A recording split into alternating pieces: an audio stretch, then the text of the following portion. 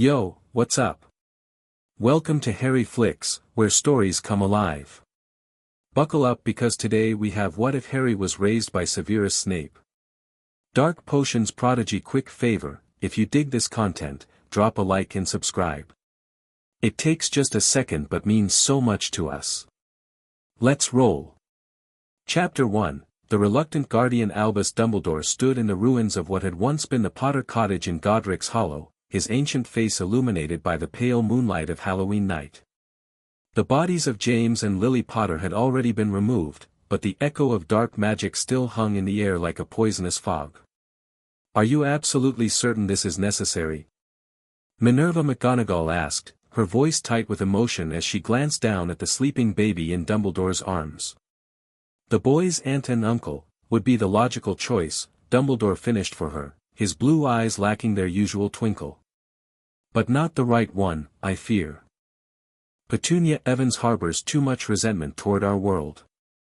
And there's the matter of the magical oath. The crack of apparition announced the arrival of the third member of their grim party. Severus Snape materialized before them, his black robes billowing in the autumn wind. His face was a mask of anguish and rage, eyes bloodshot from what could only have been tears. "You're too late," Dumbledore said quietly. "She's gone." Snape staggered slightly, as though physically struck. "I came as soon as I could break away from the Dark Lord's followers.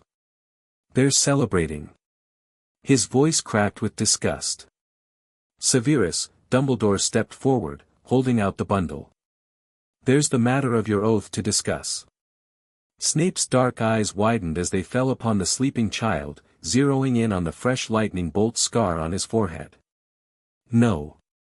You cannot be suggesting, the magical oath you swore to Lily in your 5th year," Dumbledore pressed on. "I believe the wording was quite specific." Snape's face drained of what little color it had. "That was, we were children. She asked me to swear to protect her firstborn child if anything happened to her. It was a foolish childhood promise. Made with blood and magic," Dumbledore corrected. "I can feel the binding magic even now. It recognized Lily's death and has activated." McGonagall gasped.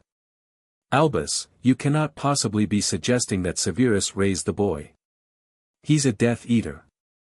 "A spy," Dumbledore corrected mildly. "And perhaps the only person whose protection of Harry would be absolutely guaranteed by magic itself." Snape looked as though he might be sick. "The boy is James Potter's son." "And Lily's," Dumbledore added softly. "Look at his eyes, Severus." Against his better judgment, Snape peered down at the sleeping child. As if on cue, baby Harry's eyes fluttered open, revealing irises of startling emerald green, exactly like his mother's. Snape inhaled sharply and stepped back. "I cannot do this. The Dark Lord will return someday. My position as spy will be immensely valuable when that day comes," Dumbledore interrupted. "But for now, Voldemort is gone, and you have an oath to fulfill. I've already secured a property, a cottage in Yorkshire, unplottable and under the Fidelius charm.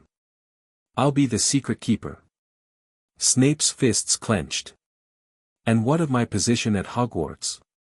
"A temporary leave of absence. When Harry is old enough to understand discretion, you may return to teaching, though arrangements will need to be made during term time." Snape looked from Dumbledore to the child and back again, desperation etched in every line of his face. "You ask too much." "I ask nothing. Magic itself demands this of you. Break the oath, and you know the consequences. Death or worse, the loss of magic itself." Snape knew blood oaths well enough to understand there was no escape. He closed his eyes briefly, his shoulders slumping in defeat. "Give me the child," he said, the words practically forced from his throat. As Dumbledore transferred the bundle into Snape's awkward arms, baby Harry gurgled and reached up a tiny hand toward Snape's hooked nose. The gesture seemed to freeze the dark-haired wizard in place. "He has her eyes," Snape whispered, so quietly that the wind nearly carried the words away. "Yes," Dumbledore agreed. "Her eyes, and now her protector. You added too much flobberworm mucus, Snape said sharply, peering into the cauldron where 8-year-old Harry's potion was turning an alarming shade of orange instead of the intended pale blue. What have I told you about precision? Harry pushed his round glasses up his nose, frowning at the bubbling mixture. That magic tolerates neither sloppiness nor shortcuts, he recited. Sorry, sir. Don't apologize. Fix it, Snape replied, turning away to check something in one of his many reference books. Harry chewed his lower lip, his green eyes scanning the ingredients on the worktable. This wasn't in the instructions, but if the mucus had made it too acidic. He grabbed a pinch of powdered bicorn horn and sprinkled it carefully into the cauldron, stirring counterclockwise exactly 7 times. The potion lightened, shifted, and gradually settled into the correct pale blue. He caught Severus watching him from the corner of his eye. I didn't tell you to add bicorn horn, his guardian said. You didn't tell me how to fix it at all, Harry pointed out. But the mucus made it too acidic, so I needed a base to balance it. The faintest hint of approval flickered across Snape's stern features. Acceptable reasoning. Continue. Their cottage laboratory took up what should have been the dining room of the small Yorkshire cottage they'd called home for the past 7 years. The rest of the house was similarly functional, books crammed onto every available surface, ingredients stored in carefully labeled jars, and minimal decoration beyond a few ancient magical artifacts Snape used for teaching purposes. The only personal touch was a single photograph of a red-haired woman with Harry's eyes, tucked into the corner of a bookshelf in the sitting room. Harry had learned early on not to ask too many questions about her, though he knew she was his mother, Lily. Information came when Severus was ready to provide it, rarely when Harry asked. When you've finished that calming draft, we'll move on to magical theory, Snape said, closing his book with a snap. Your understanding of transference principles remains woefully inadequate. Yes, sir, Harry nodded, hiding a small smile. Severus's idea of woefully inadequate usually meant Harry was merely advanced for his age rather than performing at the level of a 5th-year Hogwarts student. Life with Severus Snape was regimented, disciplined, and utterly unlike what Harry imagined other 8-year-olds experienced. They rarely left their protected cottage except for necessary expeditions for supplies or the occasional educational outing. Harry had never attended Muggle school, never played with children his age, and never celebrated his birthday with a party. Instead, he learned potions, defensive spells, magical theory, and enough mundane subjects to ensure he wasn't an ignorant dunderhead, as Severus put it. The isolation should have been crushing, but Harry had never known anything different. The cottage, with its overflowing bookshelves and simmering cauldrons, was the only home he'd ever known. And Severus, for all his strictness, had never been cruel. Demanding, yes. Impatient, certainly. But never cruel. Your form needs work, Severus commented later that afternoon as he watched Harry practice the wand movements for a simple shield charm with a training wand. Your wrist is too stiff. The movement should be fluid, like this, he demonstrated with his own wand, creating a shimmering barrier of magic that hummed with power. Harry adjusted his grip and tried again, focusing on keeping his movement smooth. The training wand produced a weak shimmer of magic, all it could manage without a proper magical core, but the form was better. Again, Severus instructed, pacing around Harry with his hands clasped behind his back. And remember, intent matters as much as movement. You must focus on the desire to protect, to create a barrier between yourself and harm. Harry nodded and tried once more, closing his eyes briefly to visualize the shield forming around him, solid and impenetrable. When he opened them and performed the charm, the training wand produced a noticeably stronger effect, the magical shimmer lasting several seconds longer. Better, Severus conceded. We'll continue tomorrow.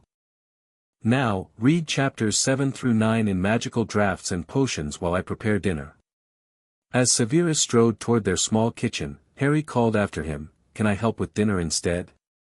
His guardian paused, turning back with a raised eyebrow. Your sudden interest in cooking has nothing to do with avoiding your reading, I presume.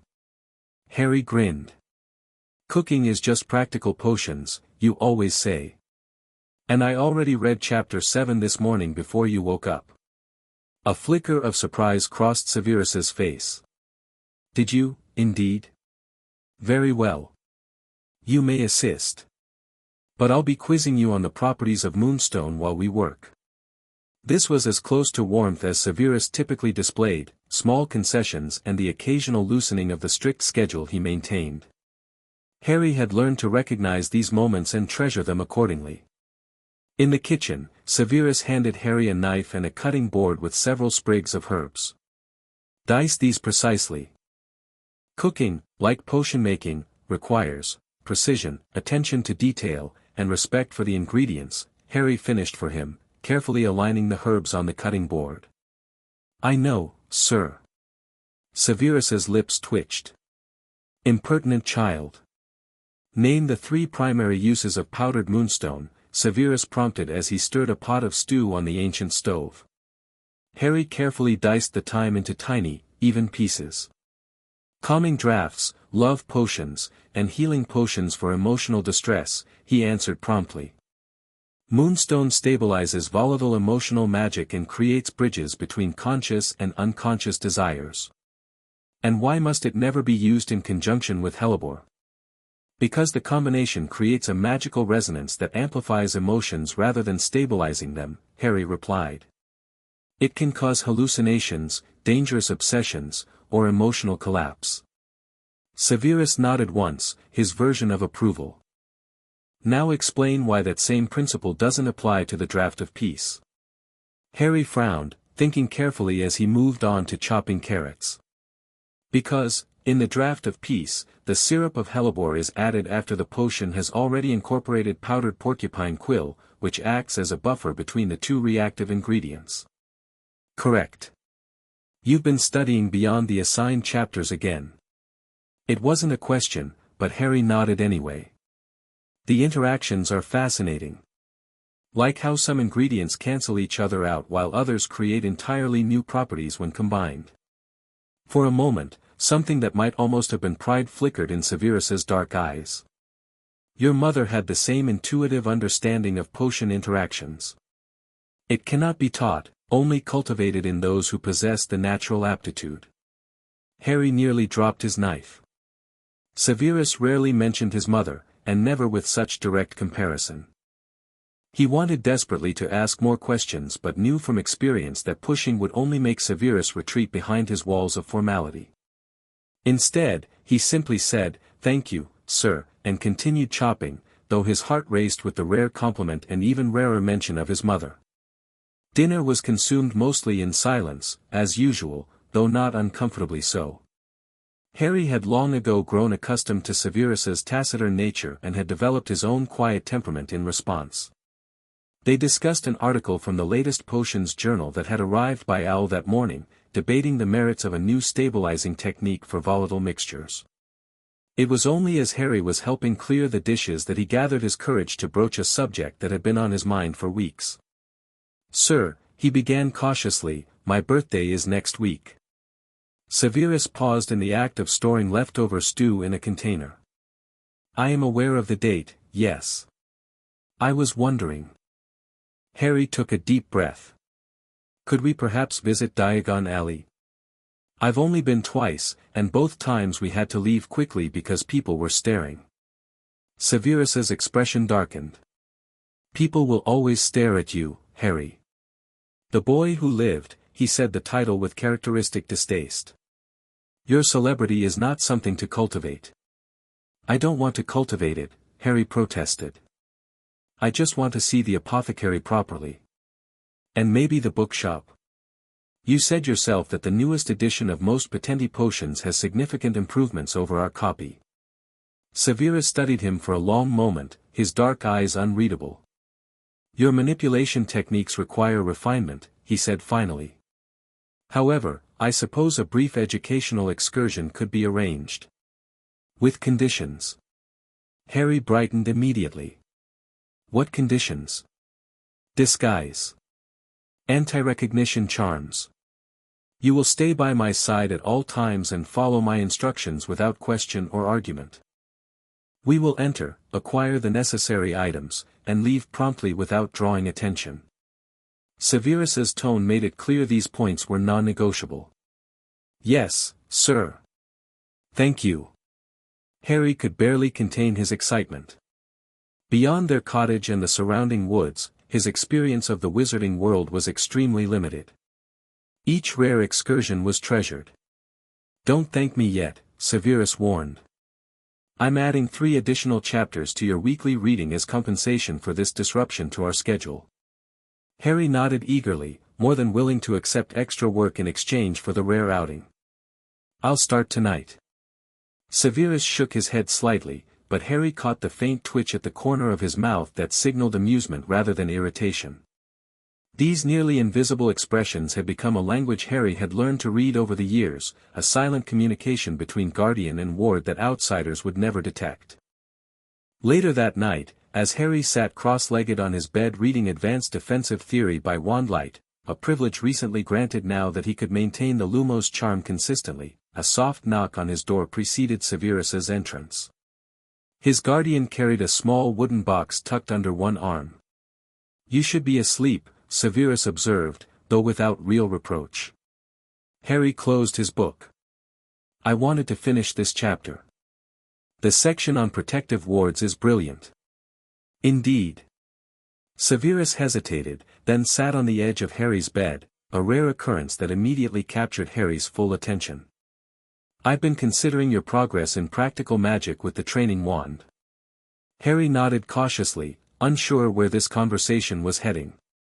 Your mother's wand, Severus said abruptly, opening the box to reveal a slender length of willow. I recovered it after that night. Dumbledore permitted me to keep it for you. Harry stared at the wand, scarcely breathing. My mother's wand, he whispered. Willow, 10¼ inches, swishy. Excellent for charm work, Severus recited, his voice oddly tight.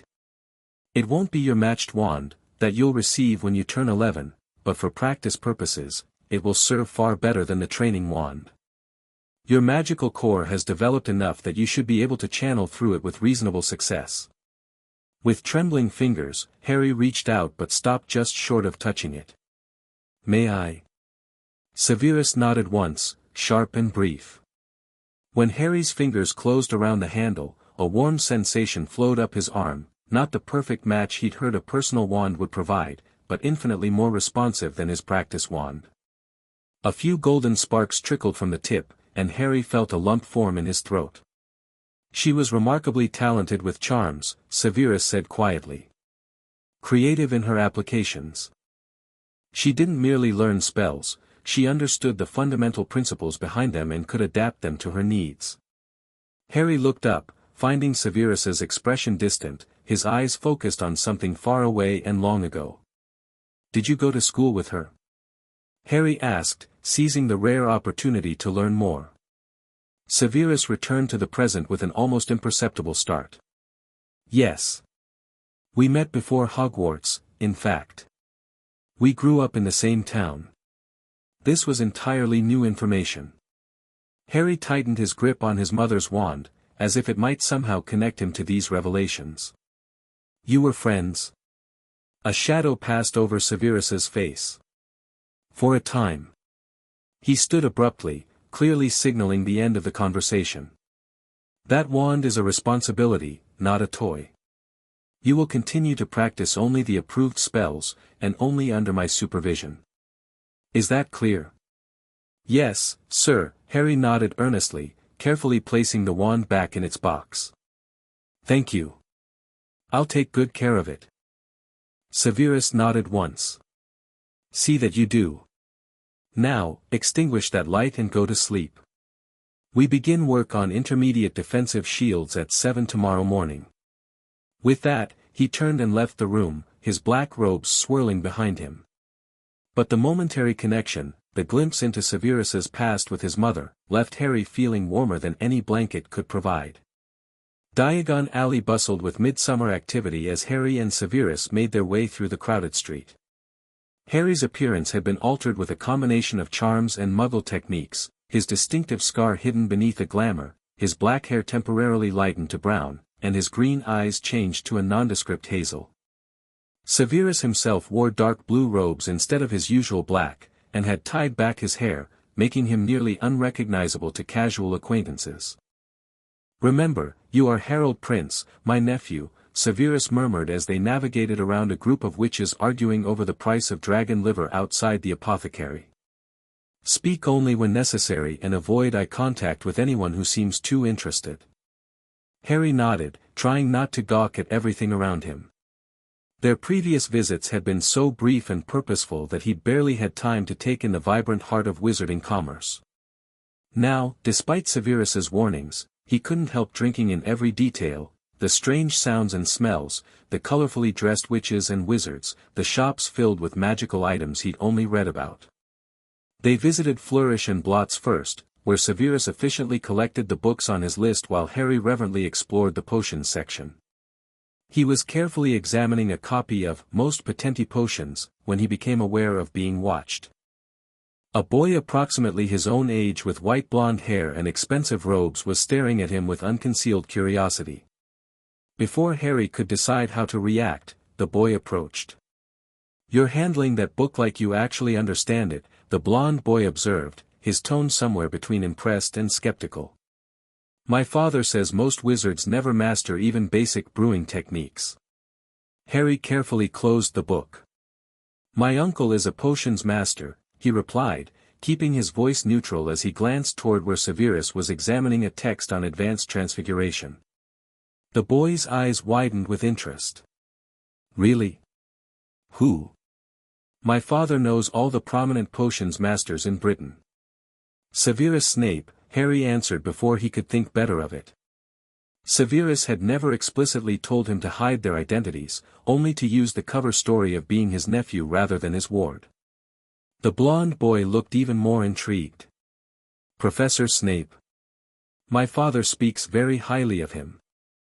He says Snape should be running the Department of Magical Research instead of teaching dunderheads at Hogwarts."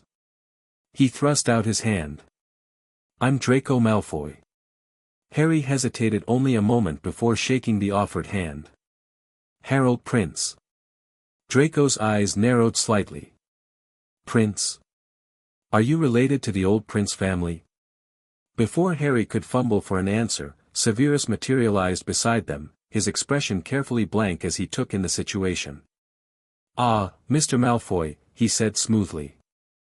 "I see you've met my sister's son. Harold, we must be going."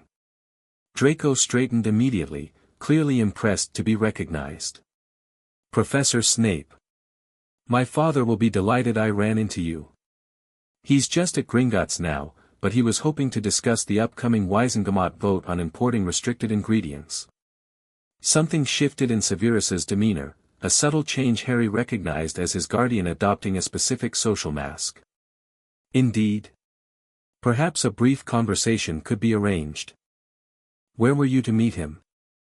"Fortescue's ice cream parlor in half an hour," Draco replied promptly. "He'd be honored if you'd join us." Severus inclined his head slightly. "We shall see if our schedule permits." After paying for their books and exiting the shop, Harry expected a reprimand for revealing Severus's identity, but his guardian merely said, "The Malfoys are an influential family. Lucius Malfoy holds considerable sway in the ministry and wider wizarding circles. Such connections can be useful." "Are we going to meet them?" Harry asked, surprised by this deviation from their plan of minimal interaction. "We are." Severus's tone brooked no argument. "This will be your first practical lesson in wizarding politics. You will observe carefully, speak little, and remember everything. The Malfoy family's goodwill could prove valuable in the future." Harry nodded, both nervous and intrigued by this unexpected development. "Yes, sir." They visited the apothecary first, where Severus efficiently restocked their more common ingredients while placing special orders for rarer components. Harry recognized the tactic, ensuring they completed their essential business before the potentially complicated social interaction. Fortescue's was crowded with families enjoying elaborate ice cream creations in the summer heat. The Malfoys were immediately recognizable. Draco's father was an imposing figure with the same white blonde hair, expensive robes, and a silver-topped cane that Harry instinctively identified as concealing a wand. Severus, Lucius Malfoy greeted them with practiced charm. "What an unexpected pleasure. And this must be your nephew I've heard so little about." His grey eyes assessed Harry with calculated interest. "Lucius." Severus inclined his head slightly. "Yes, my sister's son has been under my guardianship for some time. I've kept his existence quiet for obvious reasons. Fame by association can be problematic for a child's development." The subtle implication that Harry was being protected from unwanted attention rather than hidden for mysterious reasons seemed to satisfy Lucius, who nodded approvingly. A wise approach. Too many wizarding families parade their children around like show ponies these days. Lucius gestured toward the empty chairs at their table. "Please, join us. Draco, why don't you and young Mr. Prince order some ice cream while Professor Snape and I discuss business?" Harry glanced at Severus, who gave him a nearly imperceptible nod of permission. As the boys approached the counter, Draco immediately launched into an explanation of which flavors were acceptable for someone of their social standing to be seen eating. "Fortescue's is acceptable because it's traditional," Draco explained with the air of someone repeating a lesson, "but Father says the new shop in Paris is what truly sophisticated wizards prefer. We went there last month after visiting Mother's family in France." Harry, who had never had ice cream from any establishment, merely nodded. "What do you recommend here, then?" "The blackberry with crystallized pixie wings is tolerable," Draco decided after careful consideration.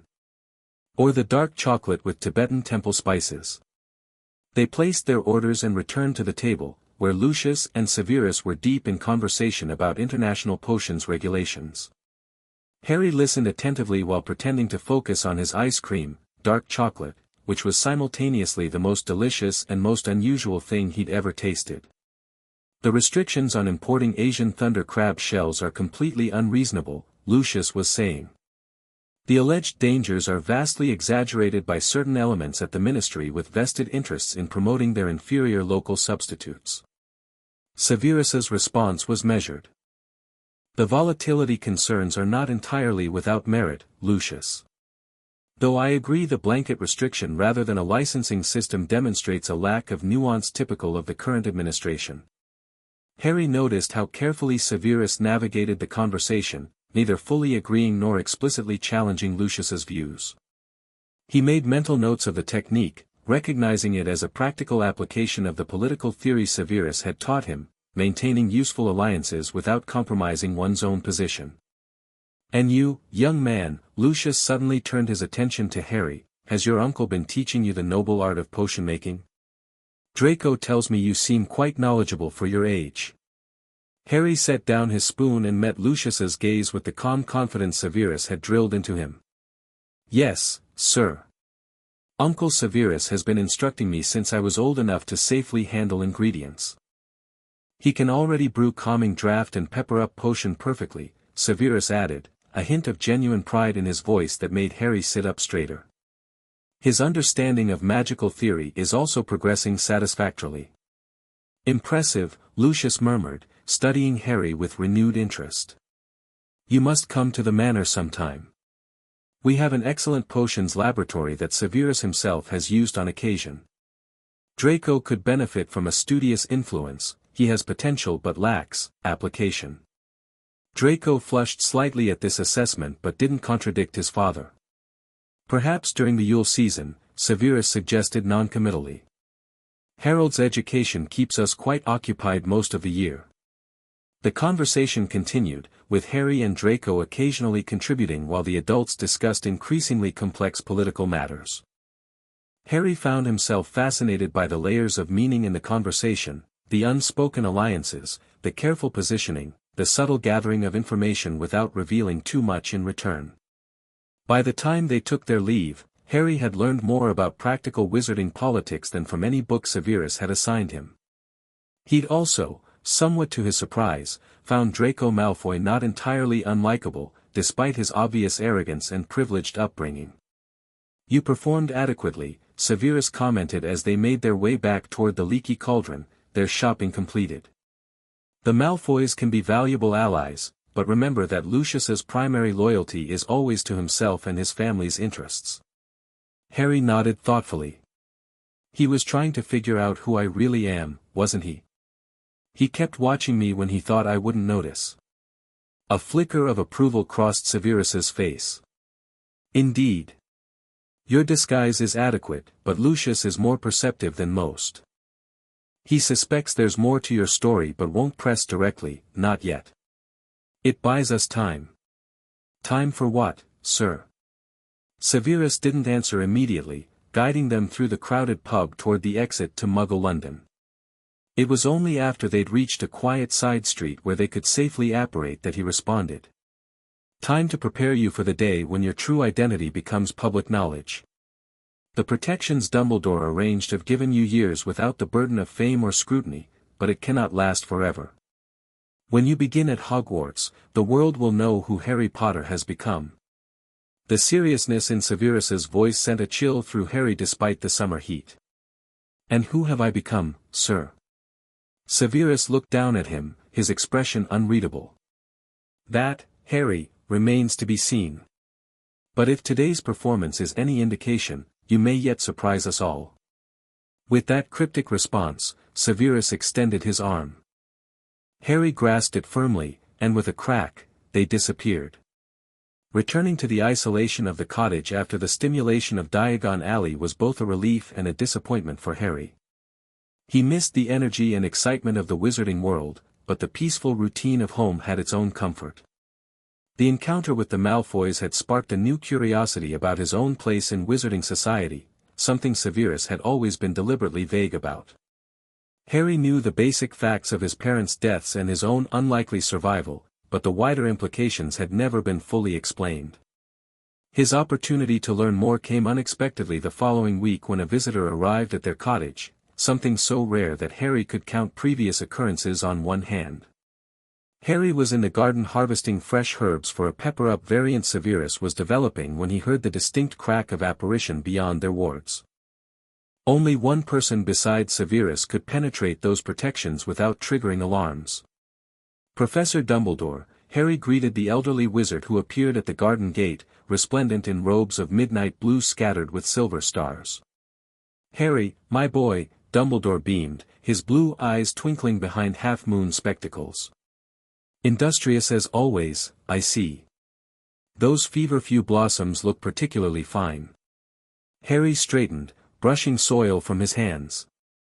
"Severus says they're most potent when harvested during the waxing moon." "He's inside, sir." "Actually, it's you I've come to see first," Dumbledore said, producing a small paper bag from his pocket. "Sherbet lemon." Harry accepted one of the Muggle sweets with a small smile. Dumbledore's visits, while infrequent, always included this same offering, a ritual that had become familiar over the years. "Your 9th birthday approaches, I believe." Dumbledore settled himself on the stone bench beside the herb garden. "Just 2 years until Hogwarts. Are you looking forward to it?" Harry considered the question carefully. "Yes, sir. Though I'm nervous about leaving home," he admitted, surprising himself with the truth of it. The cottage, for all its restrictions, was the only home he'd ever known. Perfectly natural, Dumbledore assured him. Even the most adventurous students feel that pang. "But I think you'll find Hogwarts becomes a second home quite quickly." He studied Harry over his spectacles. "Severus tells me your magical education progresses remarkably well." Harry shrugged slightly, uncomfortable with direct praise. "I still struggle with transfiguration theory. The principles of matter conversion don't always make sense to me." "Ah, but your potions work is exceptional, I hear, and your defensive magic shows great promise." Dumbledore's expression grew more serious. "I wonder, Harry, what has Severus told you about why you live here, under such protected circumstances?" Harry shifted his weight, suddenly alert. Dumbledore rarely asked such direct questions about his upbringing. He told me that my parents were killed by a dark wizard called Voldemort, who tried to kill me too but somehow failed. He said I'm famous because of that, and that people would never leave me alone if they knew where I was. All true, Dumbledore nodded. Though perhaps not the complete picture. Has he explained about the prophecy? Harry stilled. Prophecy? A shadow crossed Dumbledore's face. I see. Perhaps he felt you were too young yet. The old wizard sighed. It may be that he's right. But soon, Harry, very soon, you will need to understand the full circumstances of your parents' deaths and your own unique position in our world. Before Harry could press for more details, the back door opened and Severus emerged, his expression guarded as he took in the scene. Headmaster, he acknowledged stiffly. I see you've arrived early. The governor's meeting concluded sooner than expected, Dumbledore replied cheerfully, rising from the bench. And it gave me a chance to catch up with young Harry here. He's growing into quite the serious young wizard. Indeed. Severus's eyes flickered between them suspiciously. Harry, complete your harvesting and then begin preparing those boomslang skins for drying. Harry recognized the dismissal and nodded. Yes, sir. Goodbye, Professor Dumbledore. Until next time, Harry, Dumbledore smiled kindly. As Harry gathered his basket and tools, he could hear Severus leading Dumbledore into the house, their voices dropping to ensure privacy. But instead of immediately returning to his tasks, Harry made a split-second decision that would have earned him a week of extra essay writing had he been caught. He crept silently to the slightly ajar kitchen window, positioning himself where he could hear without being seen. Becoming more necessary to tell him the full truth, Severus, Dumbledore was saying. He's old enough to begin understanding his role. He is a child, Severus's voice was sharp. Not a weapon or a sacrifice to be prepared for slaughter. My dear boy, no one suggests sacrificing, don't you? Severus interrupted, his voice colder than Harry had ever heard it. The prophecy speaks of neither surviving while the other lives. You've known from the beginning what that likely means. There was a heavy silence before Dumbledore spoke again. I have hopes that the interpretation may not be as final as it appears. But regardless, Harry deserves to know what may one day face him. The burden of ignorance can be greater than the burden of knowledge. And when do you suggest I crush his childhood entirely? Severus's voice was bitter. Perhaps over breakfast?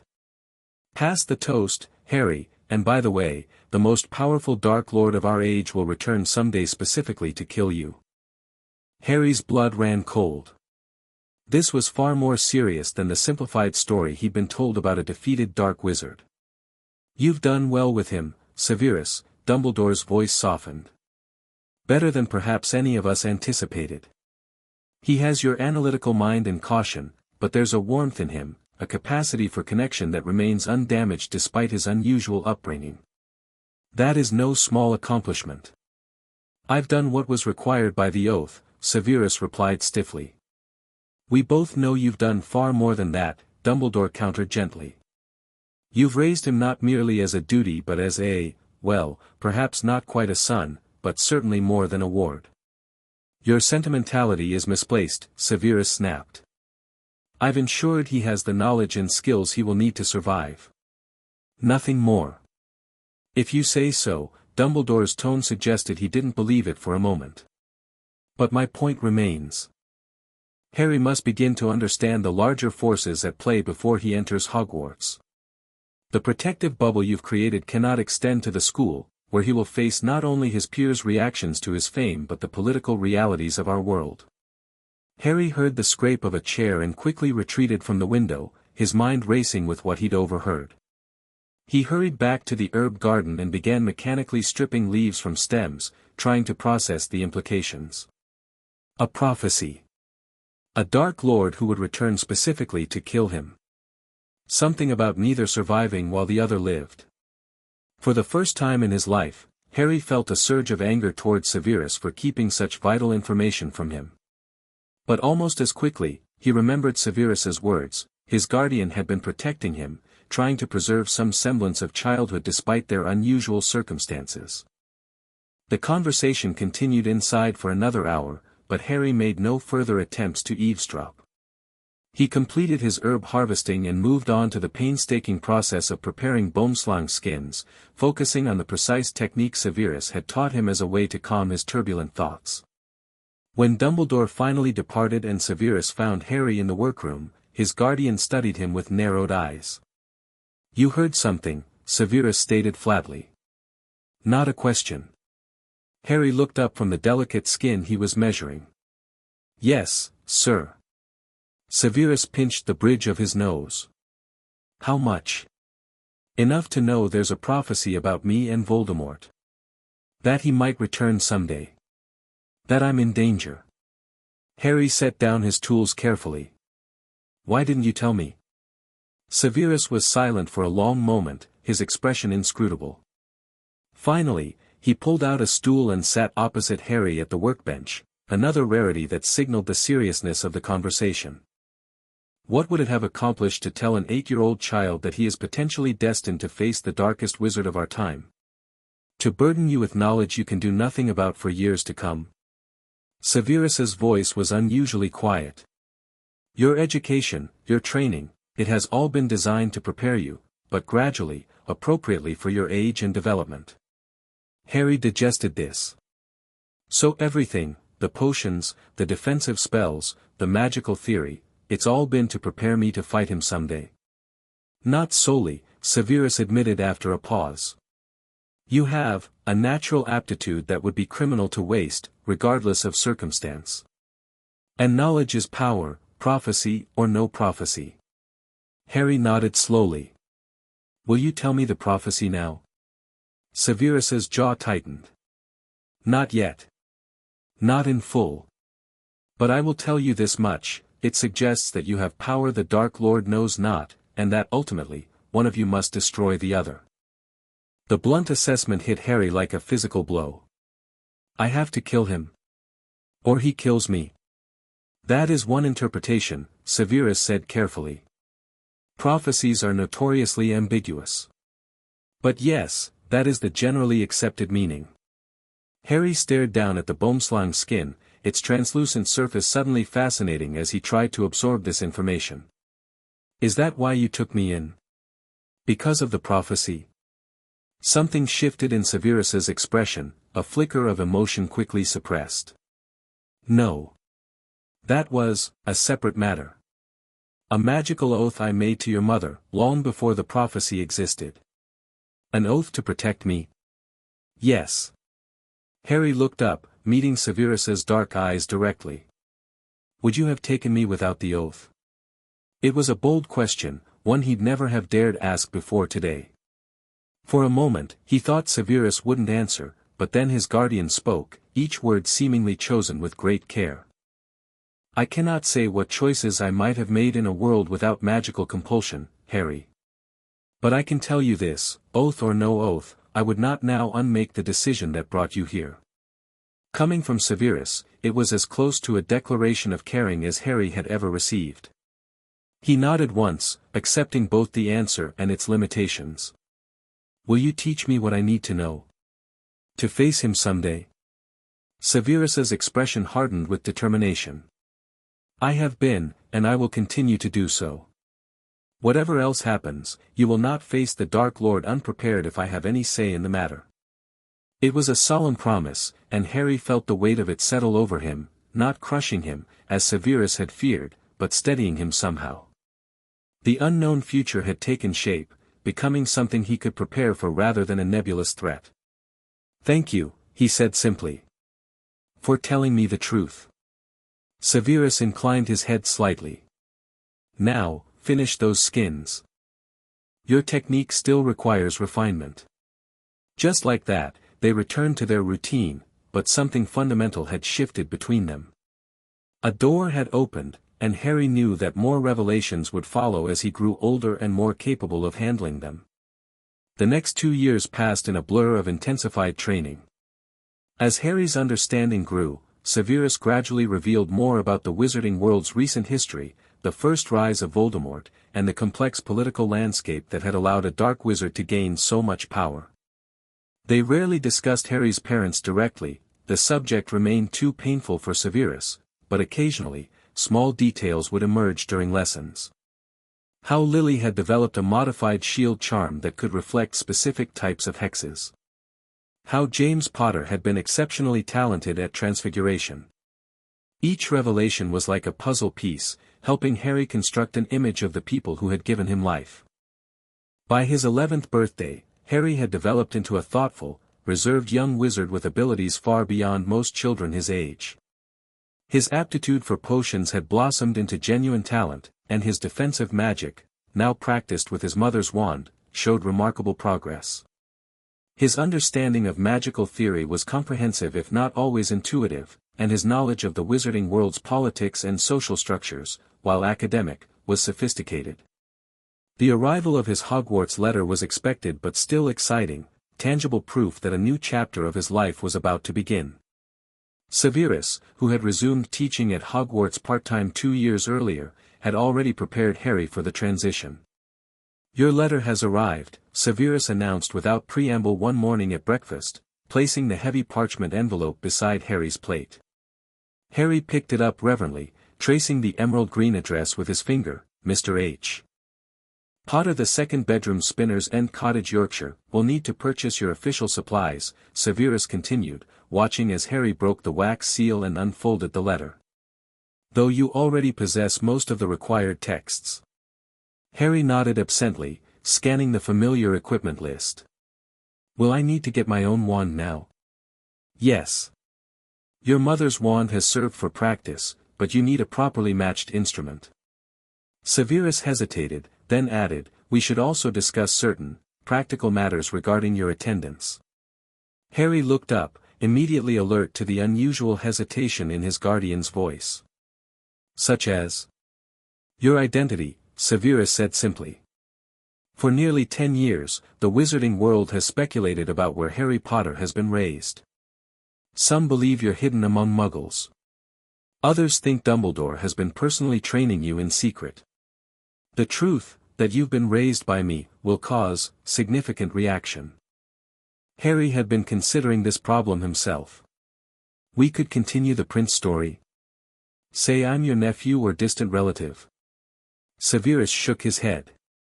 "Not viable long-term. Too many people know I have no living relatives, and Hogwarts enrollment magic recognizes your true identity regardless. No, we must prepare for the revelation, not try to prevent it." "Will it be a problem?" "That you're my guardian?" Severus's expression grew complex. "For some, yes. My history with your father was not positive. And my own past is complicated. There are those who will question Dumbledore's decision to place you with me."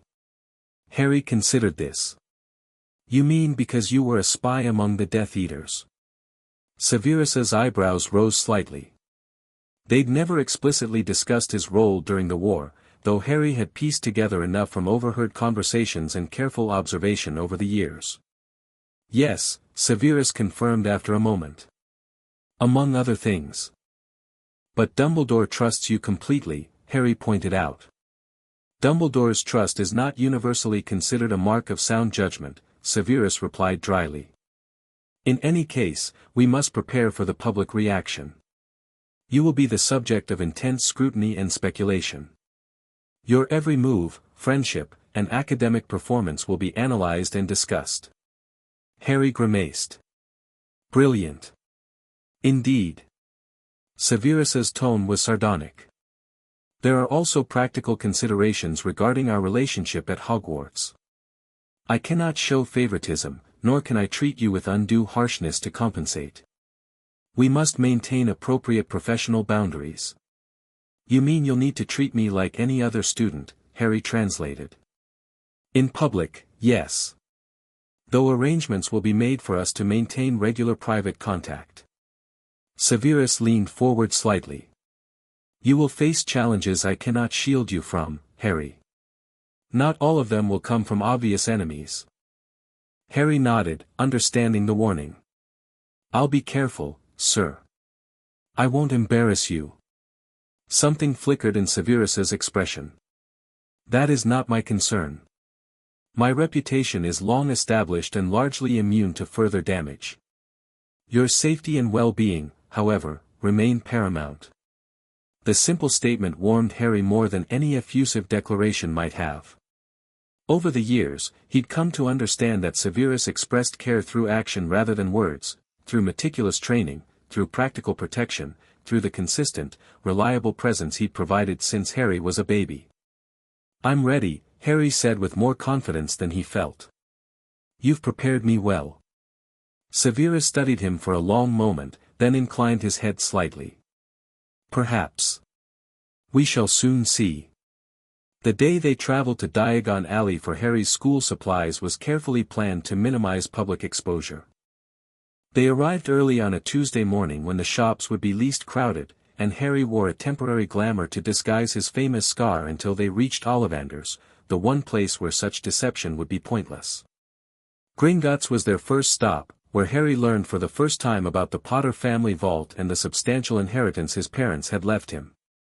Severus had never mentioned money, having provided for all Harry's needs without comment.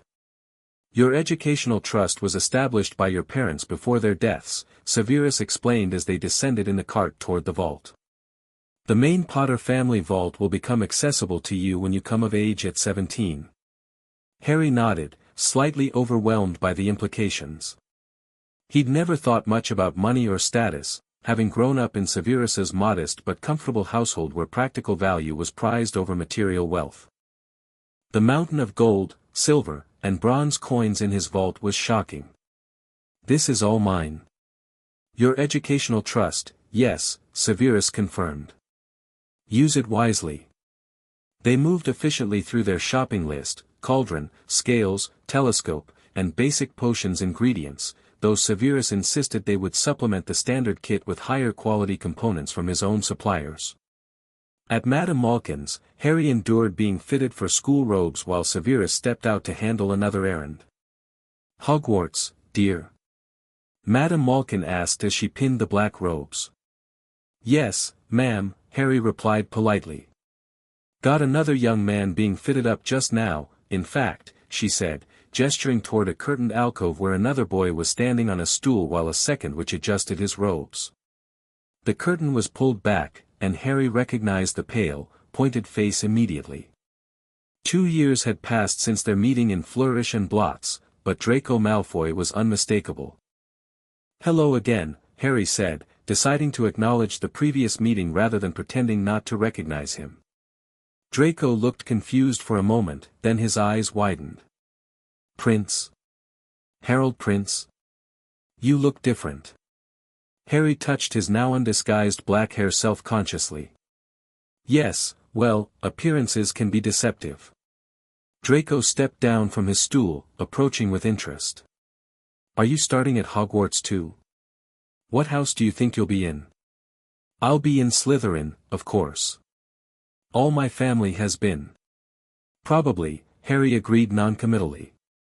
Severus had been deliberately vague about Hogwarts houses, telling Harry only that the Sorting Hat would place him where he belonged, regardless of expectation or preference. "Is Professor Snape with you?" Draco looked around expectantly. "He had an errand," Harry replied, growing increasingly uncomfortable with the conversation. Soon Severus would return, and the temporary identity would become impossible to maintain. As if summoned by the thought, the shop door opened, and Severus swept in, carrying a package wrapped in brown paper. His eyes narrowed slightly at the sight of Draco. "Mr. Malfoy," he acknowledged with a nod. "I presume your parents are nearby?" "Father's looking at wands, and mother's examining dress robes," Draco replied promptly, then looked between Severus and Harry with growing curiosity. "Sir, is Harold really your nephew? Father couldn't find any record of your sister when he looked into it." Harry tensed, but Severus remained impassive. "Your father's investigative skills are typically more discreet, Mr. Malfoy. However, the truth will become apparent soon enough." Harry's full identity will be revealed when he begins at Hogwarts. Draco's eyes widened, his gaze snapping back to Harry with newfound intensity. Harry? As in, that will be quite enough, Mr. Malfoy, Severus cut him off smoothly. I trust you can exercise discretion until the term begins. Draco straightened, clearly recognizing both the trust being placed in him and the implicit warning. Of course, Professor. Excellent. Harry, are you finished here? We have more pressing matters to attend to. With a wave of his wand, Severus settled Harry's bill, and they exited the shop swiftly, leaving a visibly bursting with questions Draco behind. That was unavoidable, Severus said once they were outside. The Malfoy boy will certainly inform his father, but it buys us a few weeks before the wider wizarding world learns the truth. Their final and most important stop was Ollivander's, where the mysterious wandmaker recognized Harry instantly, much to his discomfort. Harry Potter, the old man breathed, his pale eyes wide and unblinking. I've been expecting you. The process of finding Harry's wand was lengthy and increasingly unnerving as wand after wand failed to respond properly. Ollivander grew more excited with each failure, muttering about tricky customers and unusual combinations. When Harry finally held the Holly and Phoenix feather wand, the rush of warm magic was unlike anything he'd experienced before, a feeling of rightness that made his mother's borrowed wand seem like a pale imitation. Curious, Ollivander murmured. Very curious. What's curious? Harry asked, still admiring the golden sparks emanating from his new wand. I remember every wand I've ever sold, Mr. Potter. Every single wand. It so happens that the phoenix whose tail feather is in your wand gave another feather, just one other. It is very curious indeed that you should be destined for this wand when its brother, why, its brother gave you that scar. Harry's blood ran cold, and he felt Severus stiffen beside him. Yes, 13.5 inches. You. Curious indeed how these things happen. The wand chooses the wizard, remember. I think we must expect great things from you, Mr. Potter. After all, he who must not be named did great things, terrible, yes, but great. The ride home was silent, with Harry staring at his new wand and trying to reconcile his feelings about its connection to Voldemort. It was only when they reached the cottage that Severus finally addressed the matter. The connection between your wand and the Dark Lords is significant, he said carefully. But not definitive of anything about you personally. Wand lore is complex and often misunderstood. Harry looked up. Does it mean I'm like him somehow? That I might become? No. Severus's tone was unusually fierce. Whatever connections exist between you and the Dark Lord, prophecy, wand cores, or otherwise, they do not dictate who you are or who you will become. That is determined by your choices, your values, and your actions. It was the most impassioned statement Harry had ever heard from his typically reserved guardian, and it steadied him more effectively than any logical argument could have. Thank you, sir, he said quietly. Severus nodded once, sharply. Now, unpack your supplies and begin familiarizing yourself with your new wand. We have much to accomplish before September 1st. As Harry organized his new school supplies, he found himself simultaneously dreading and anticipating the coming term. Everything would change once he boarded the Hogwarts Express, his identity would become public, his unusual upbringing would be scrutinized, and the relative peace of the past decade would give way to the complexities of wizarding society. Yet beneath the anxiety lay excitement. He would finally see the place where his parents had studied, where Severus taught, where magic was celebrated rather than hidden. He would meet other young witches and wizards, form his own friendships, and begin to discover who Harry Potter truly was beyond the legend or the prophecy. The thought was both terrifying and exhilarating. That night, as Harry practiced basic spells with his new wand under Severus's watchful eye, he felt a surge of confidence. Whatever challenges awaited at Hogwarts, he would face them with the knowledge, skills, and values Severus had instilled in him. He was Harry Potter, the boy who lived, but more importantly, he was the boy Severus Snape had raised. And that, Harry decided, was a far more significant part of his identity than any prophecy or famous scar could ever be. Chapter 2, The Sorting Hat's Dilemma. The last days of August disappeared faster than a vanishing potion. Harry spent every waking moment reviewing his textbooks, practicing controlled wand work, and preparing extra potion supplies under Severus's watchful eye. The cottage buzzed with a nervous energy that neither of them acknowledged directly. On the evening before departure, Severus called Harry into his study, a rare occurrence that immediately signaled the importance of the conversation. "Sit," Severus instructed, gesturing to the chair opposite his desk. Harry obeyed, noting the unusual tension in his guardian's posture. Severus's desk was uncharacteristically clear except for a small wooden box and a sealed letter. "Tomorrow, everything changes," Severus began without preamble. "Your identity will become public knowledge, and with it, a scrutiny neither of us can fully control." Harry nodded. They discussed this repeatedly, but the reality of it loomed larger with each passing day.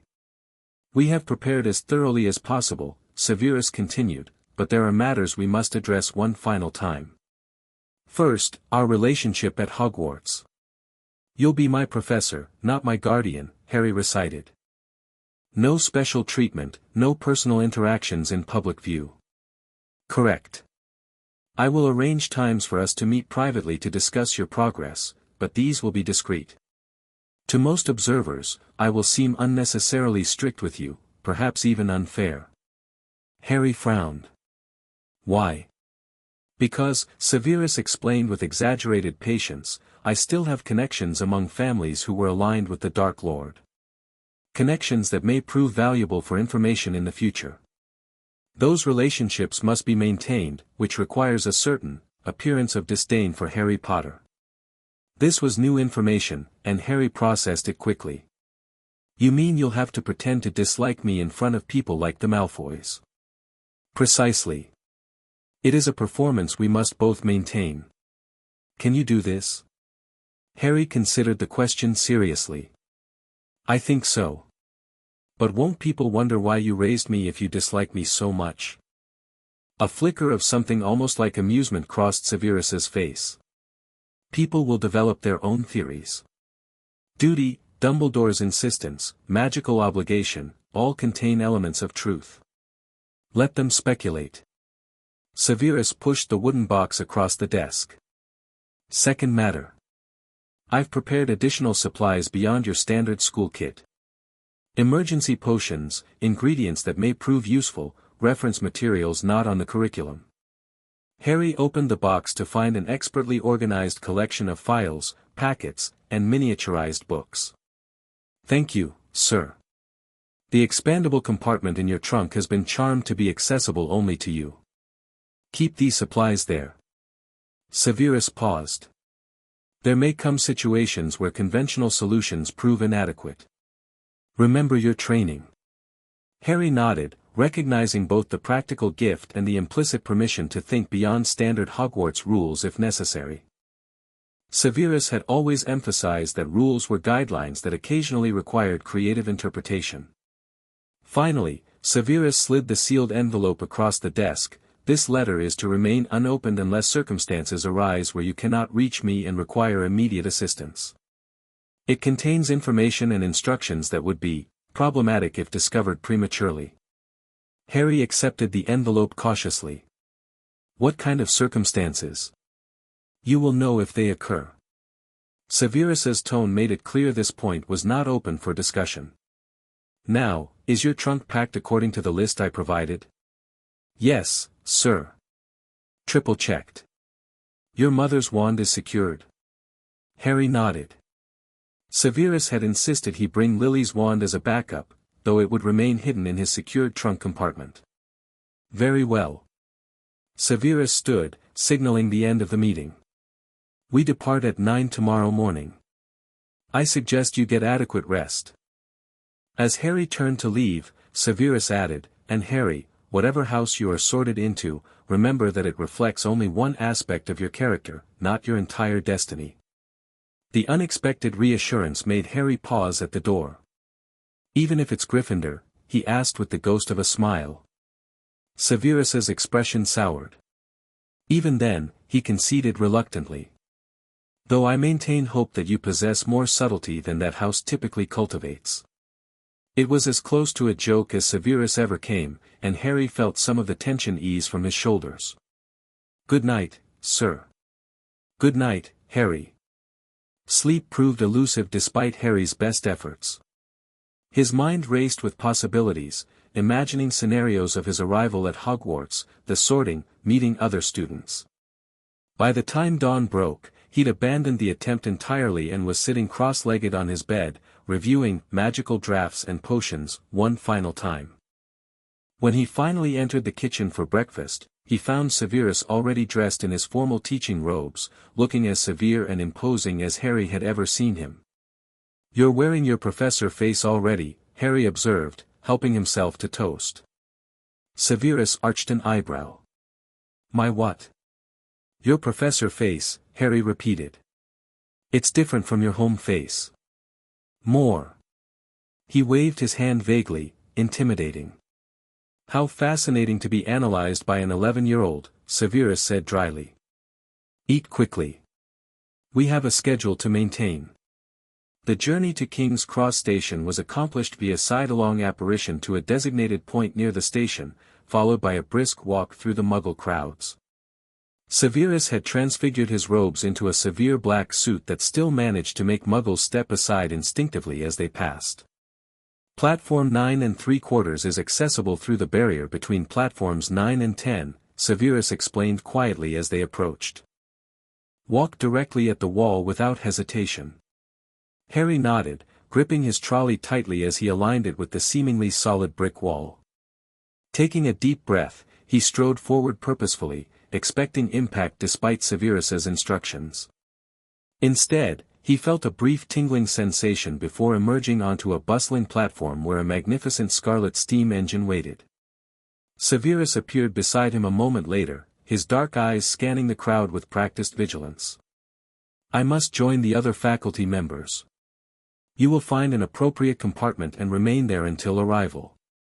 Harry nodded, suddenly reluctant to separate from the only guardian he'd ever known. This hesitation must have shown on his face because Severus's expression softened fractionally. You are prepared, Harry, he said quietly. Remember your training, use your judgment, and write if necessary. Yes, sir. Harry straightened his shoulders. I'll make you proud. Something complex flickered across Severus's features before his impassive mask returned. See that you do. With a final nod, he turned and moved swiftly through the crowd toward the front of the train. Harry navigated through the throng of students and parents, grateful that his identity remained unknown for these precious few minutes. He found an empty compartment near the back of the train and heaved his trunk onto the overhead rack with some difficulty. As the whistle blew and parents began making final goodbyes on the platform, Harry settled by the window, watching the scene with academic interest. He'd read about family dynamics, of course, but observing the emotional farewells, mothers hugging children, fathers offering last-minute advice, was an anthropological study come to life. The compartment door slid open, interrupting his observations. A tall, gangly boy with flaming red hair stood in the doorway. Anyone sitting there? He asked, pointing to the seat opposite Harry. Everywhere else is full. It's free, Harry replied, gesturing for the boy to enter. Thanks. The redhead stowed his trunk with a grunt before collapsing into the seat. I'm Ron, by the way. Ron Weasley. Harry, he replied, deliberately omitting his surname for the moment. Ron nodded absently, then did a double take, his eyes darting to Harry's forehead. Hang on, are you Harry Potter? So much for anonymity. Harry nodded reluctantly. Yes. Blimey, Ron breathed, staring openly. So it's true. Do you really have the, you know? He pointed at Harry's forehead. With a resigned sigh, Harry lifted his fringe to reveal the lightning bolt scar. Wicked, Ron whispered. So that's where you know who, yes, Harry interrupted, letting his hair fall back into place. But I don't remember it. That wasn't strictly true. He occasionally had dreams of green light and high, cold laughter, but Severus had advised him to deflect personal questions whenever possible. Wow. Ron continued to stare until, seemingly realizing his rudeness, he flushed and looked away. Sorry. It's just, you're famous, you know. Everyone thought you were being raised by muggles or trained by Dumbledore himself or something. Harry decided a partial truth was necessary. No. I was raised in the wizarding world, just, privately. Before Ron could ask more questions, the compartment door slid open again. A round-faced boy with a tearful expression peered in. Sorry, he said, but have you seen a toad? I've lost mine. No, sorry, Harry replied. The boy looked miserable. He keeps getting away from me. I'm Neville, by the way. Neville Longbottom. Harry felt a jolt of recognition. Neville Longbottom, Severus had mentioned the name once in a conversation with Dumbledore. Something about the prophecy. We'll keep an eye out, Harry promised. Have you tried a summoning charm? Neville's eyes widened. I don't know how to do those yet. Oh. Harry realized his mistake, most first years wouldn't know such spells. Well, maybe ask an older student. Neville nodded gratefully and departed, still looking anxious. Mental, that one, Ron observed. Though you'd have to be to bring a toad. I brought my rat, Scabbers. He pulled a fat grey rat from his pocket. Pathetic, isn't he? Harry studied the rat with mild interest. He looks comfortable. Ron snorted. That's one way of putting it. He just sleeps all day. Percy, my brother, gave him to me when he got an owl for becoming prefect. The conversation turned to Ron's large family, all wizards, all redheads, and predominantly sorted into Gryffindor. Harry listened with genuine curiosity, finding Ron's descriptions of wizarding family life fascinating compared to his own isolated upbringing. What about your family? Ron asked eventually. Who raised you, if not muggles? Harry hesitated. This was the moment the truth would begin to spread. I was raised by Professor Snape. Severus Snape. Ron's mouth fell open in horror. Snape? The potions master? The head of Slytherin? Yes, Harry confirmed, watching Ron's reaction carefully. But he's... Ron seemed at a loss for words.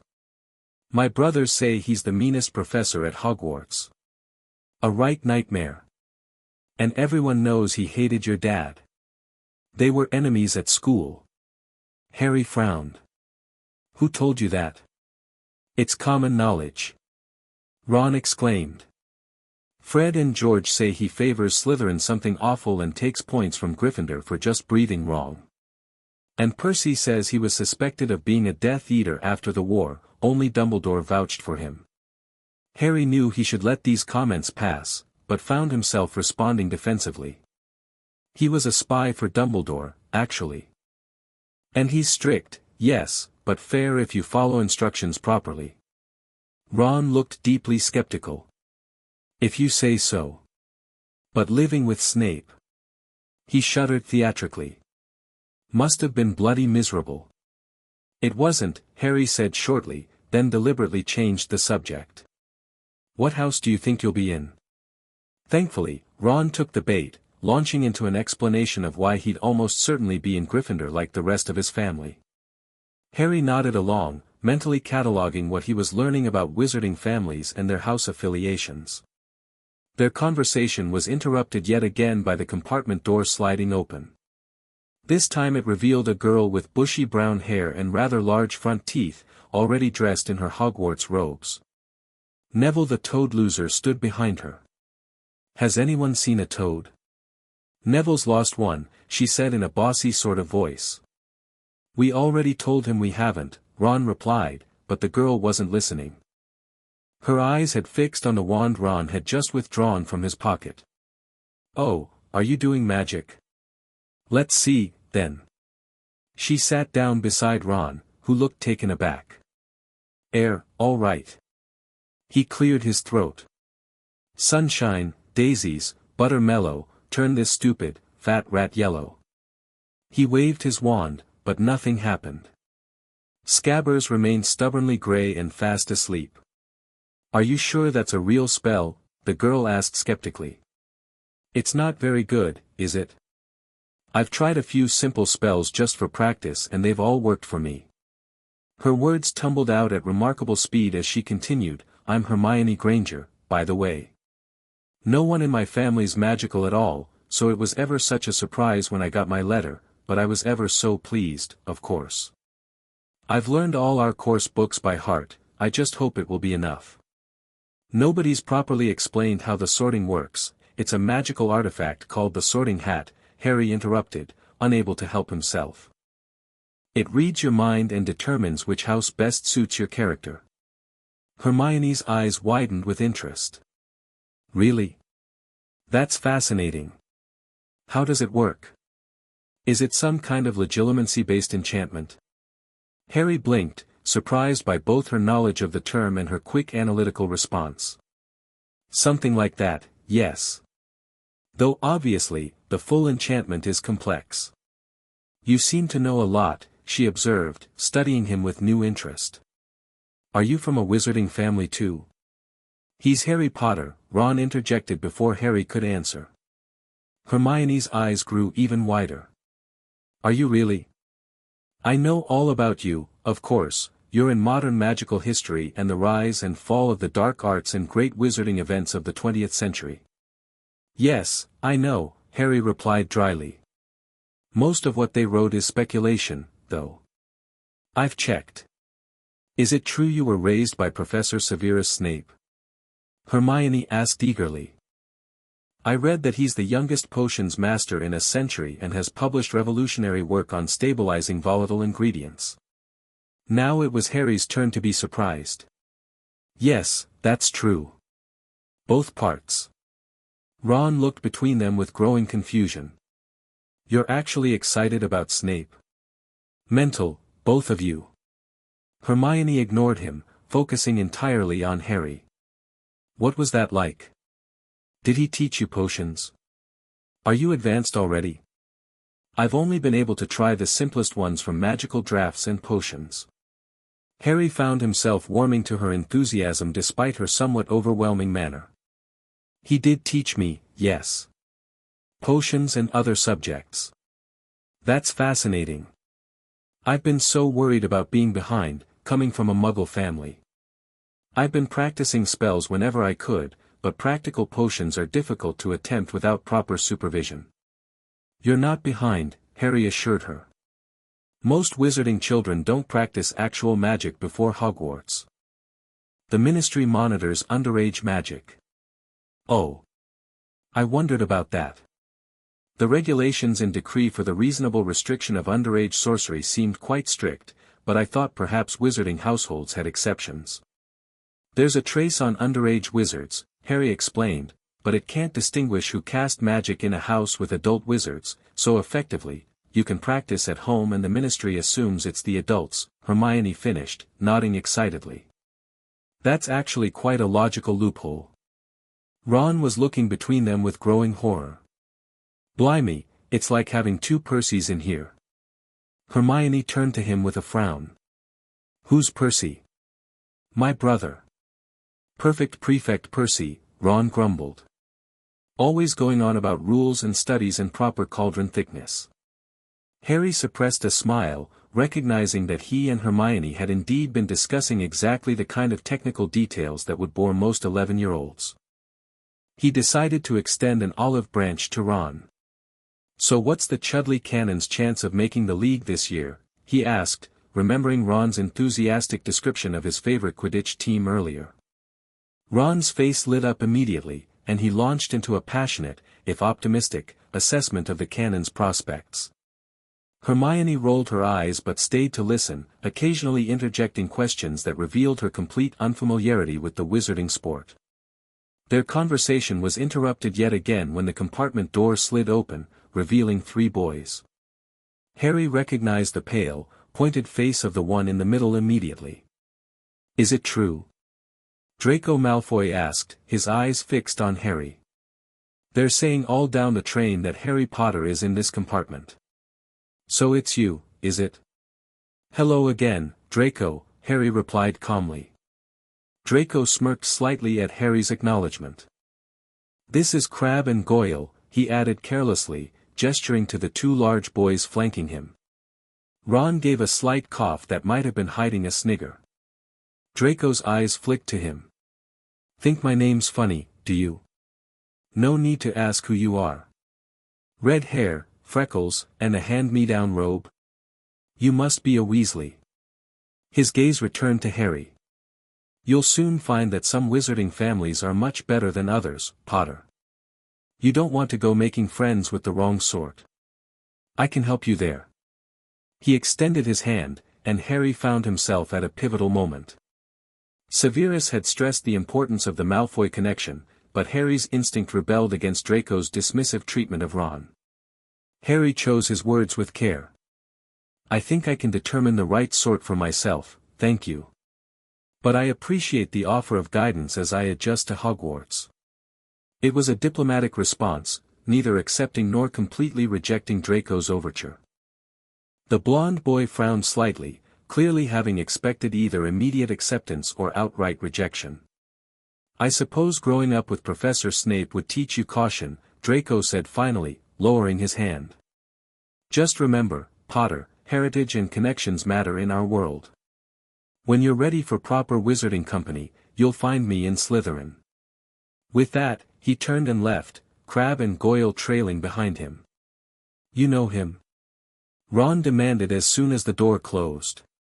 We've met before, Harry said vaguely. His father is politically influential.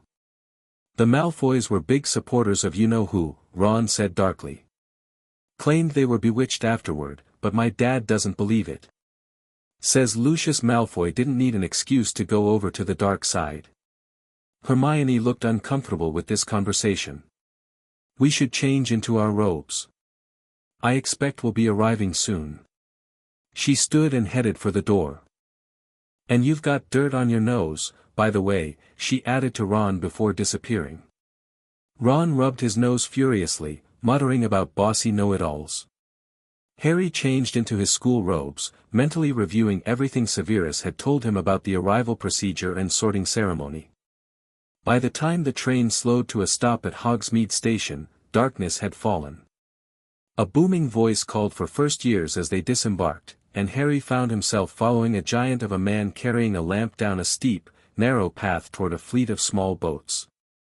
No more N4 to a boat, the giant called, and Harry found himself sharing with Ron, Hermione, and Neville. As the little fleet glided across the smooth, black lake, Hogwarts came into view, a vast castle perched atop a mountain, its windows sparkling in the starry sky, turrets and towers reaching toward the heavens.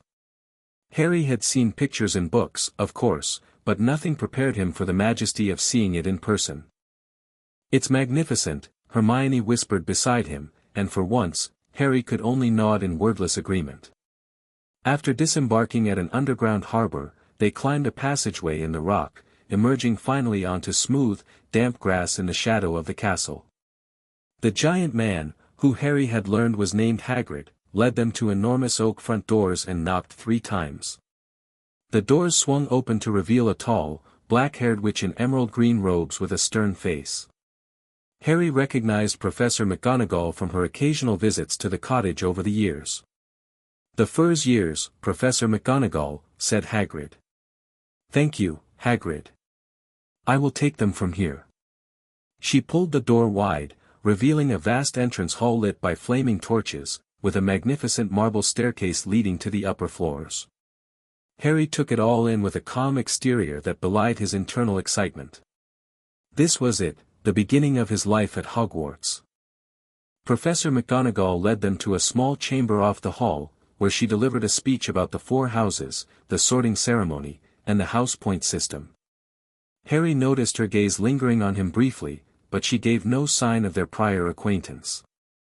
After she left them to prepare, the chamber buzzed with nervous speculation about the sorting. Ron was telling anyone who would listen that his brother Fred had mentioned wrestling a troll, while Hermione was frantically whispering every spell she could remember that might be useful. Harry remained quiet, focusing on controlling his breathing the way Severus had taught him when preparing for potentially stressful situations.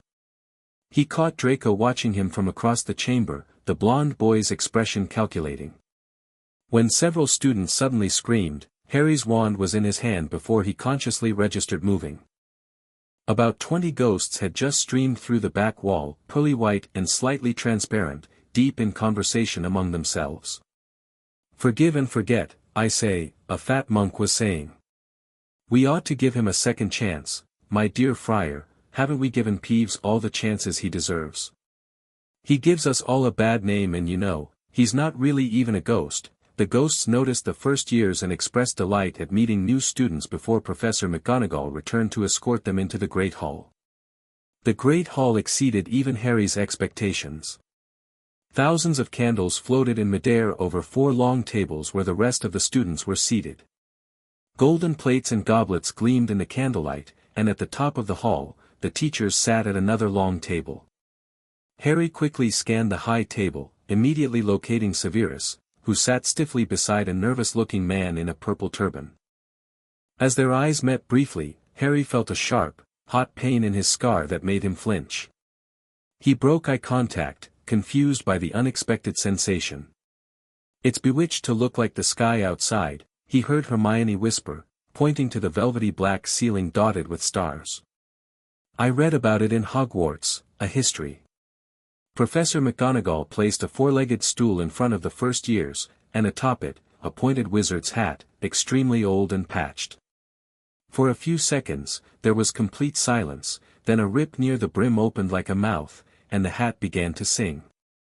The song described the 4 houses: brave Gryffindor, clever Ravenclaw, loyal Hufflepuff, and cunning Slytherin, and explained the hat's role in sorting students. When it finished, the hall burst into applause. "So we just have to try on the hat?" Ron whispered, looking relieved. "I'll kill Fred, he was going on about wrestling a troll." Harry smiled faintly, though his own stomach was knotting with tension. Unlike most of his peers, his anxiety wasn't about the sorting itself but what would follow, the public revelation of his identity and upbringing. Professor McGonagall began calling students forward alphabetically. Abbott, Hannah. A pink-faced girl with blonde pigtails stumbled out of line, sat on the stool, and put on the hat, which fell right down over her eyes. After a moment's pause, the hat shouted, "Hufflepuff." The table on the right cheered as Hannah went to join them. The sorting continued with Bones, Susan also becoming a Hufflepuff, while Boot, Terry, became the first Ravenclaw.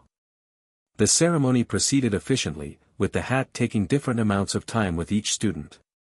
Sometimes it shouted the house almost immediately, but with others, it took longer to decide. Finnegan, Seamus, sat on the stool for almost a full minute before the hat declared him a Gryffindor. When Hermione was called, she almost ran to the stool and jammed the hat eagerly on her head. The hat took nearly 2 minutes with her before shouting, "Gryffindor." Ron groaned beside Harry. As Malfoy, Draco, was called, the blonde boy swaggered forward with complete confidence. The hat had barely touched his head when it screamed, "Slytherin." Draco joined his friends Crabbe and Goyle at the Slytherin table, looking pleased with himself. The crowd of waiting students thinned until finally, Potter, Harry, was called. As Harry stepped forward, whispers suddenly broke out like little hissing fires all over the hall. "Potter, did she say? The Harry Potter?" Every eye in the great hall was fixed on him as he sat on the stool. The last thing he saw before the hat dropped over his eyes was the hall full of people craning to get a good look at him. Then all he could see was the black inside of the hat. Said a small voice in his ear. "Difficult. Very difficult. Plenty of courage, I see. Not a bad mind either. There's talent, oh my goodness, yes, and a nice thirst to prove yourself, that's interesting. But where to put you?" Harry gripped the edges of the stool, thinking, "Not Gryffindor just because of my parents. Judge me for myself. Not Gryffindor, said the small voice. Your parents' house would help you achieve greatness too, you know. But I see Severus Snape's influence has shaped you considerably. You've learned caution, analysis, strategy. Yet there's something deeper here that he didn't instill, a natural compassion, a willingness to stand up for what's right regardless of consequences. Very interesting. The hat fell silent for what seemed like an extraordinarily long time. Harry became aware of murmuring in the hall as the delay stretched on. You've been raised with Slytherin values, the hat finally continued, but your heart holds Gryffindor courage. Your mind appreciates Ravenclaw's pursuit of knowledge, yet you value knowledge for its practical applications rather than for its own sake. And there's loyalty there too, deep loyalty to those who earn your trust. Where to put you? You could fit in any house, yet be alien in all of them. I just want to be where I belong, Harry thought desperately. Where you belong? Ah, but that's the question, isn't it? You're a singular case, Harry Potter. Very well, if I must choose, better be Slytherin. The hat shouted the last word to the entire hall. Harry removed it and walked toward the Slytherin table in complete silence. Then, gradually, scattered applause began, led by the Slytherin prefects, growing stronger as shock gave way to house pride. Harry slid into an empty seat near Draco Malfoy, acutely aware of the continuing stares and whispers. He risked a glance toward the high table where Severus sat, his expression completely impassive save for a slight narrowing of his eyes that Harry knew signified surprise. Well, Potter, Draco murmured beside him, looking both pleased and confused. Slytherin, eh? I wouldn't have wagered on that, even with Snape raising you. The hat knows its business, Harry replied neutrally, turning his attention back to the sorting. The remaining students were sorted with Ron predictably going to Gryffindor and joining his visibly shocked brothers. When Zabini, Blaise, was made a Slytherin and took the seat on Harry's other side, Professor McGonagall rolled up her scroll and took the sorting hat away. Albus Dumbledore rose to his feet, beaming at the students with his arms opened wide. Welcome. Welcome to a new year at Hogwarts. Before we begin our banquet, I would like to say a few words, nitwit. Blubber. Oddment. Tweak. Thank you. As he sat back down, the tables suddenly filled with food. Harry helped himself to roast beef and potatoes, listening as conversations exploded around him. Potter in Slytherin, an older student was saying further down the table. Never thought I'd see the day. His guardian is Professor Snape, another replied. Didn't you know? It's been the best-kept secret in Wizarding Britain for years. Snape raised the boy who lived. How did that happen? Draco, clearly enjoying his insider knowledge, leaned forward. Father says it was some kind of magical obligation. Apparently, Snape made an unbreakable vow to Potter's mother before she died. This was close enough to the truth to make Harry pause mid-bite. Had Severus told Lucius Malfoy about the oath? Or had the man pieced it together from other information? Is that true, Potter? Asked a girl with dark hair and a hard face. Did Snape raise you because of an unbreakable vow? Harry set down his fork carefully. Professor Snape became my guardian because Professor Dumbledore determined it was the best arrangement for my protection, he said evenly. The details are private. The response was diplomatic but firm enough to discourage further direct questioning. The conversation shifted to speculation, with Harry's new housemates watching him with varying degrees of curiosity, calculation, and in some cases, outright suspicion. A ghost covered in silver bloodstains drifted over to their table, and the first years listened with macabre fascination as older students explained that this was the Bloody Baron, Slytherin's house ghost. He doesn't talk much, explained a prefect named Gemma Farley, but he keeps Peeves in line, which is more than any of the other ghosts manage. As the main courses disappeared and desserts took their place, the conversation turned to families. I'm half and half, said a Slytherin first-year named Theodore Knott. Father's a wizard, mother was a witch from Austria. What about you, Zabini? Pure blood, Blaise replied simply. Italian on my mother's side, English on my father's, what little I know of him. And you, Potter? Asked Pansy Parkinson, a girl with a face like a pug. Your mother was Muggle-born, wasn't she? The table quieted, watching for his response to this potentially inflammatory question. My mother was a talented witch who earned 12 outstanding OWLs and developed multiple original charms before her death, Harry replied coolly. Her parentage is a matter of historical record, but hardly her most notable attribute. There was a moment of surprised silence before several older Slytherins nodded approvingly at his handling of the question. He'd neither apologized for nor denied his mother's blood status, instead redirecting attention to her accomplishments, a very Slytherin approach. At last, the desserts disappeared, and Professor Dumbledore got to his feet again. He gave the usual start-of-term notices about the Forbidden Forest, banned magic in corridors, Quidditch trials, and finally, a warning about the third-floor corridor being out of bounds to anyone who didn't wish to die a very painful death. Is he serious? Harry asked the prefect. Must be, she replied, frowning. Strange, though. Usually, we get a reason for rules like that. After singing the school song, Dumbledore dismissed them, and the Slytherin prefects called for first-years to follow them to the dormitories. They descended into the dungeons, the air growing progressively cooler as they walked deeper beneath the castle. Finally, they stopped at what appeared to be a bare stone wall. Ambition, said the male prefect, and a concealed door slid open, revealing the Slytherin common room, a long, low-ceilinged room with greenish lamps and carved chairs. Windows looked out into the depths of the lake, giving the room an eerie green tinge. Gather round, first years, called Gemma Farley. Welcome to Slytherin House. In a moment, Professor Snape will arrive to give his start-of-term address. This is a tradition unique to our house, so consider yourselves privileged. Right on cue, Severus swept into the common room, his black robes billowing behind him. The room fell immediately silent. He surveyed the assembled students, his gaze lingering briefly on Harry before moving on. Welcome to Slytherin House, he began, his voice soft but carrying easily in the silent room. You have been sorted into the House of Ambition, Cunning, and Resourcefulness. Contrary to popular belief, this does not make you evil or dark, merely pragmatic and unwilling to accept artificial limitations on your achievements. He began to pace slowly before them.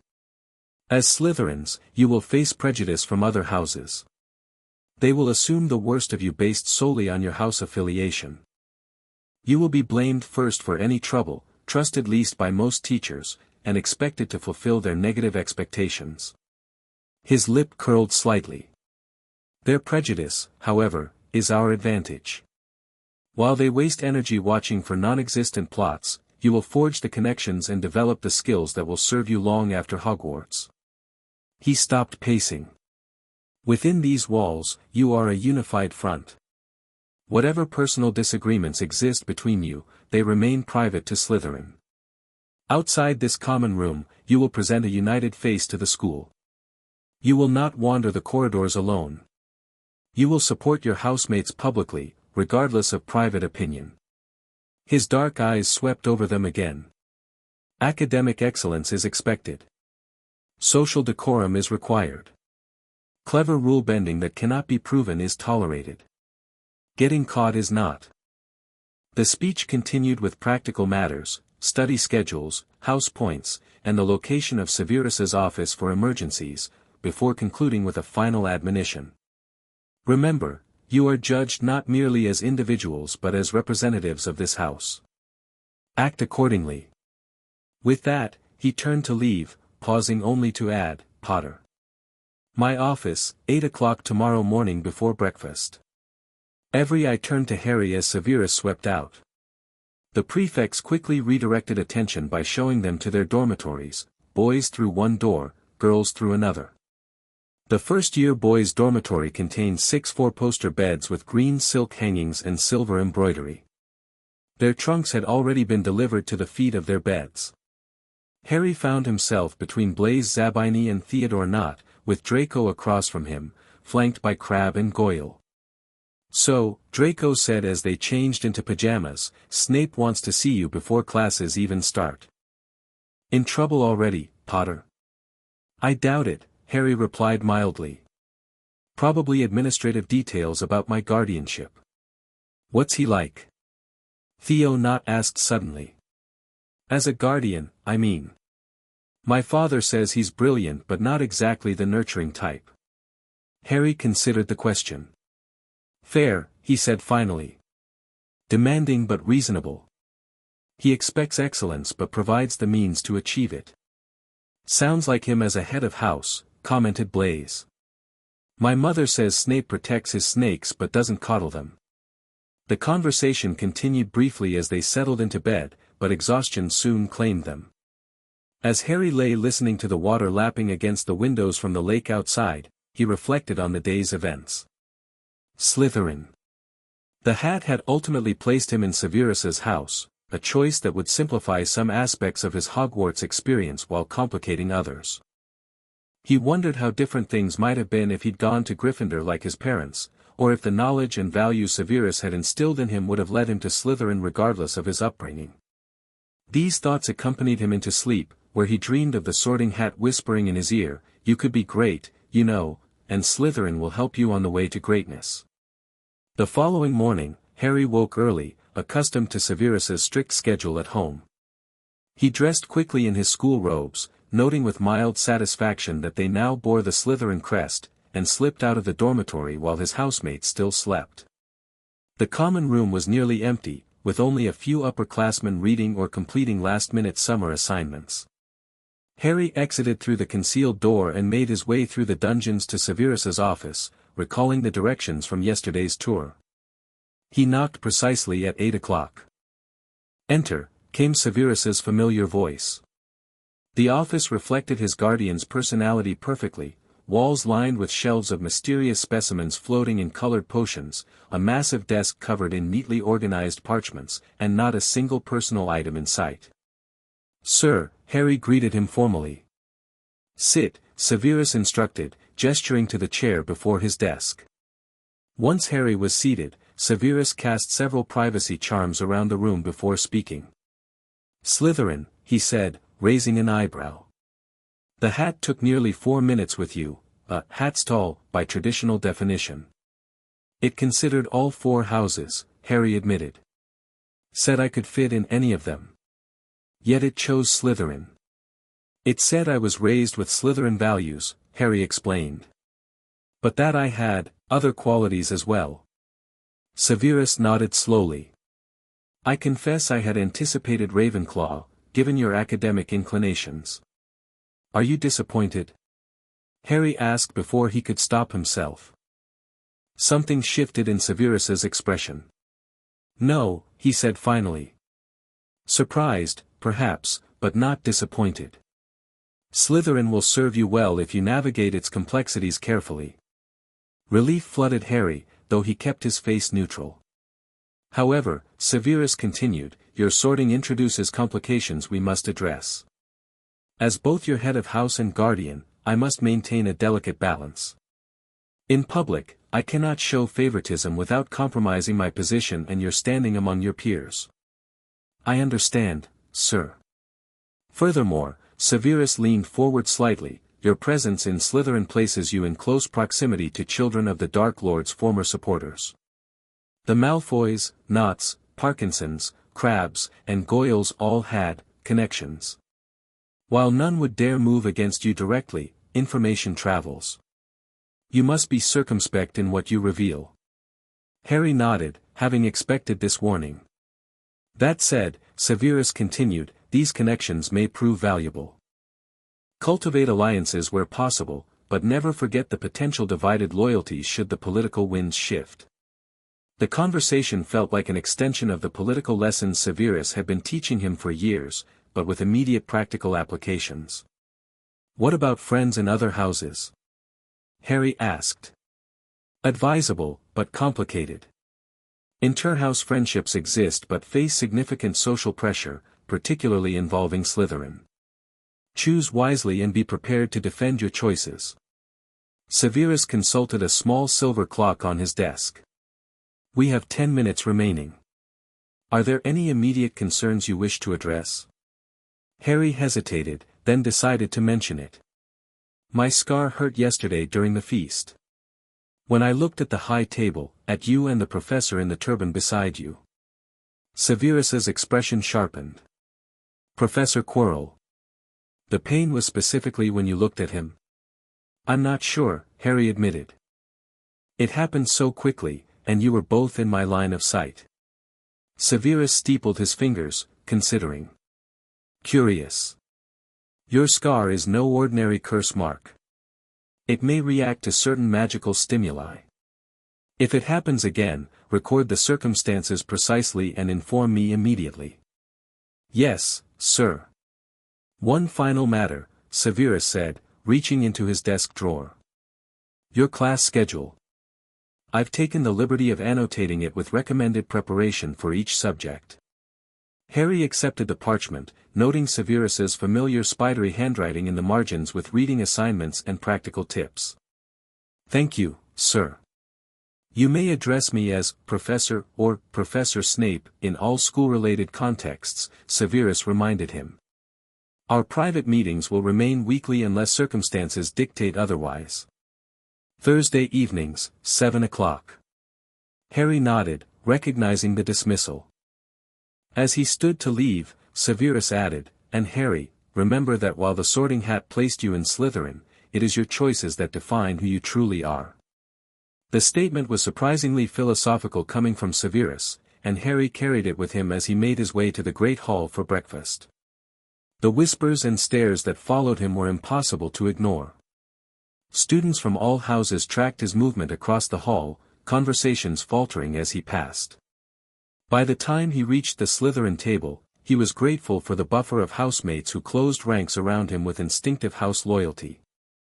Merlin's beard, they're acting like you're some kind of exotic creature, Blaise commented, sliding into the seat beside Harry. The boy who lived in Slytherin House, Theo not added from across the table. Can't blame them for being shocked. They'll get used to it, Draco said dismissively, helping himself to eggs. Or they won't. Either way, their gawking is becoming tedious. Harry focused on his breakfast, reviewing his schedule between bites. Potions with the Gryffindors first thing, an interesting way to start his academic career at Hogwarts. The first week of classes proved both familiar and strange for Harry. Much of the first-year material he'd already studied under Severus's tutelage, but the classroom environment and interaction with other students were entirely new experiences. In Transfiguration, Professor McGonagall impressed them by turning her desk into a pig and back, though the lesson that followed, turning matches into needles, was far more basic. Harry succeeded on his third attempt, earning a rare nod of approval from McGonagall. Only Hermione Granger among the Ravenclaws they shared the class with managed the transformation as well. Charms with tiny Professor Flitwick began with roll call, during which the diminutive professor squeaked and toppled off his stack of books upon reaching Harry's name. The lesson on proper wand movements was elementary for Harry, but he appreciated Flitwick's enthusiasm and clear instructions. History of Magic, taught by the ghost Professor Binns, was as deadly dull as Severus had warned. Harry found his attention wandering despite his best efforts to focus on the Goblin rebellions. He resolved to study the textbook independently rather than rely on the monotonous lectures.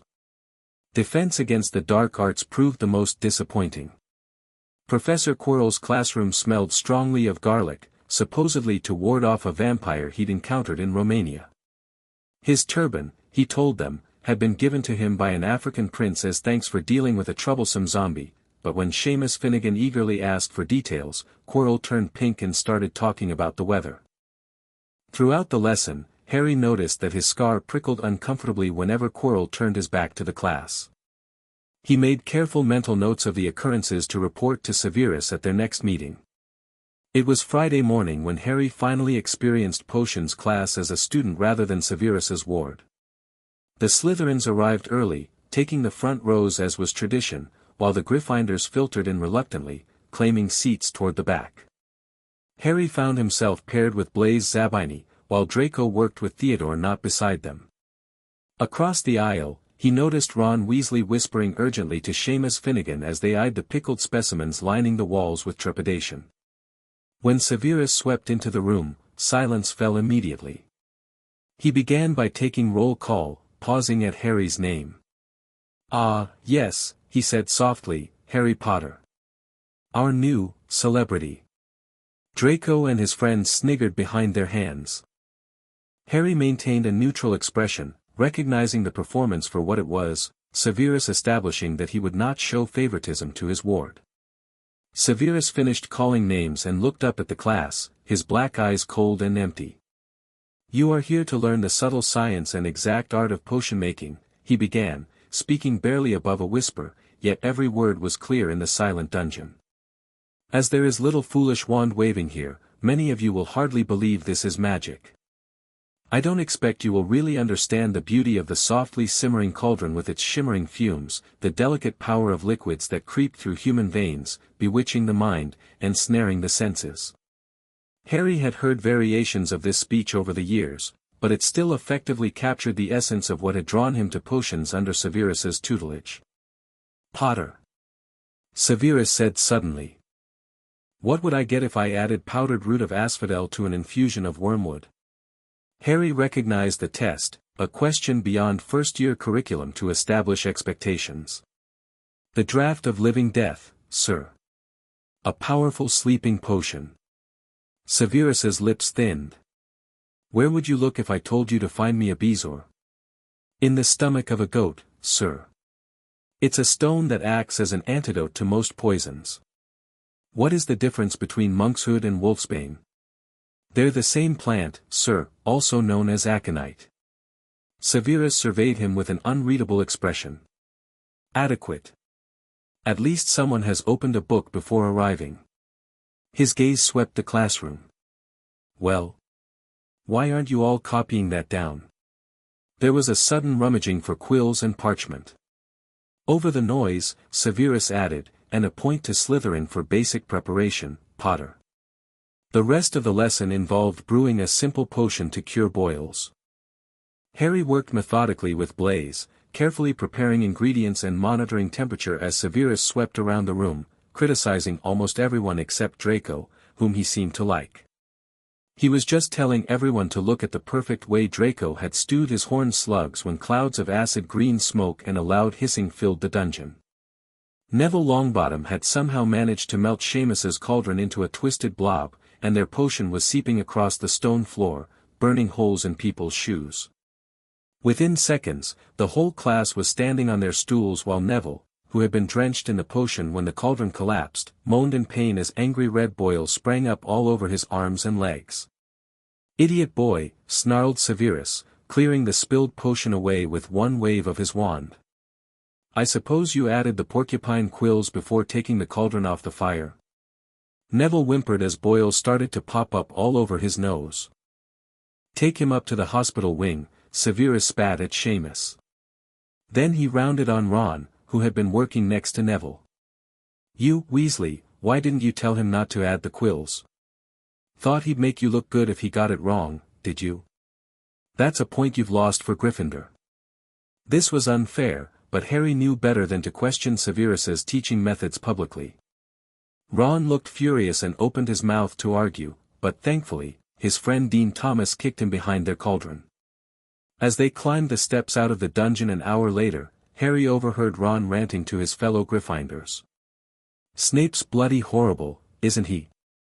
No wonder Potter turned out like that, growing up with him." "Like what?" Hermione Granger challenged, having apparently overheard as well. "Harry seems perfectly polite and knowledgeable to me." "Yeah, sure, polite," Ron scoffed. "And in Slytherin. Probably knows more dark curses than the 7th years already." Harry decided to intervene before this conversation escalated.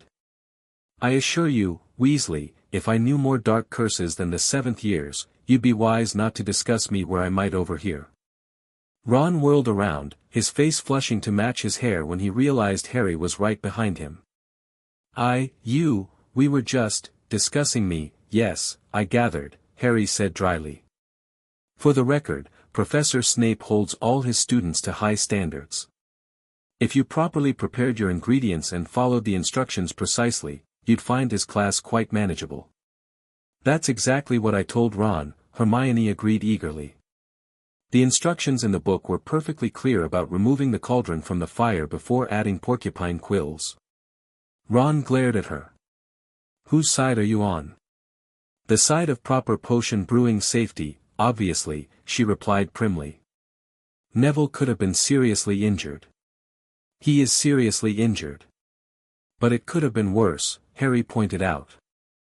Poorly brewed potions can explode, cause permanent disfigurement, or even death in extreme cases. Hermione nodded vigorously. Exactly. That's why Professor Snape's strictness is actually for our protection. Ron looked between them in disbelief. You're both mental. Completely mental. He stalked off with Seamus and Dean, leaving Harry and Hermione standing awkwardly in the corridor.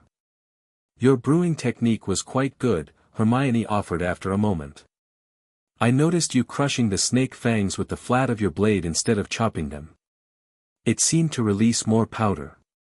Harry nodded, surprised by her observation. It increases surface area for better incorporation. Small technique modifications can significantly impact efficacy. Would it be possible to get some pointers sometime? She asked hesitantly. I've read all the theory, of course, but practical experience is different. I suppose so, Harry agreed cautiously. Though inter-house study sessions are uncommon. Hermione's face fell slightly. Oh. I didn't realize there were rules about that. Not rules, exactly. Just, traditions. Harry considered for a moment. The library would be neutral territory. Tuesday after classes, perhaps. Her expression brightened immediately. That would be brilliant. Thank you, Harry. With a beaming smile, she hurried off toward her next class, leaving Harry to wonder if he'd just violated some unwritten Slytherin code by arranging to study with a Gryffindor Muggleborn. Then again, Severus had encouraged forming connections in other houses, and Hermione's obvious intelligence made her a potentially valuable ally. As the days passed, Harry settled into a routine at Hogwarts, carefully balancing his academic responsibilities with navigating the complex social dynamics of Slytherin House.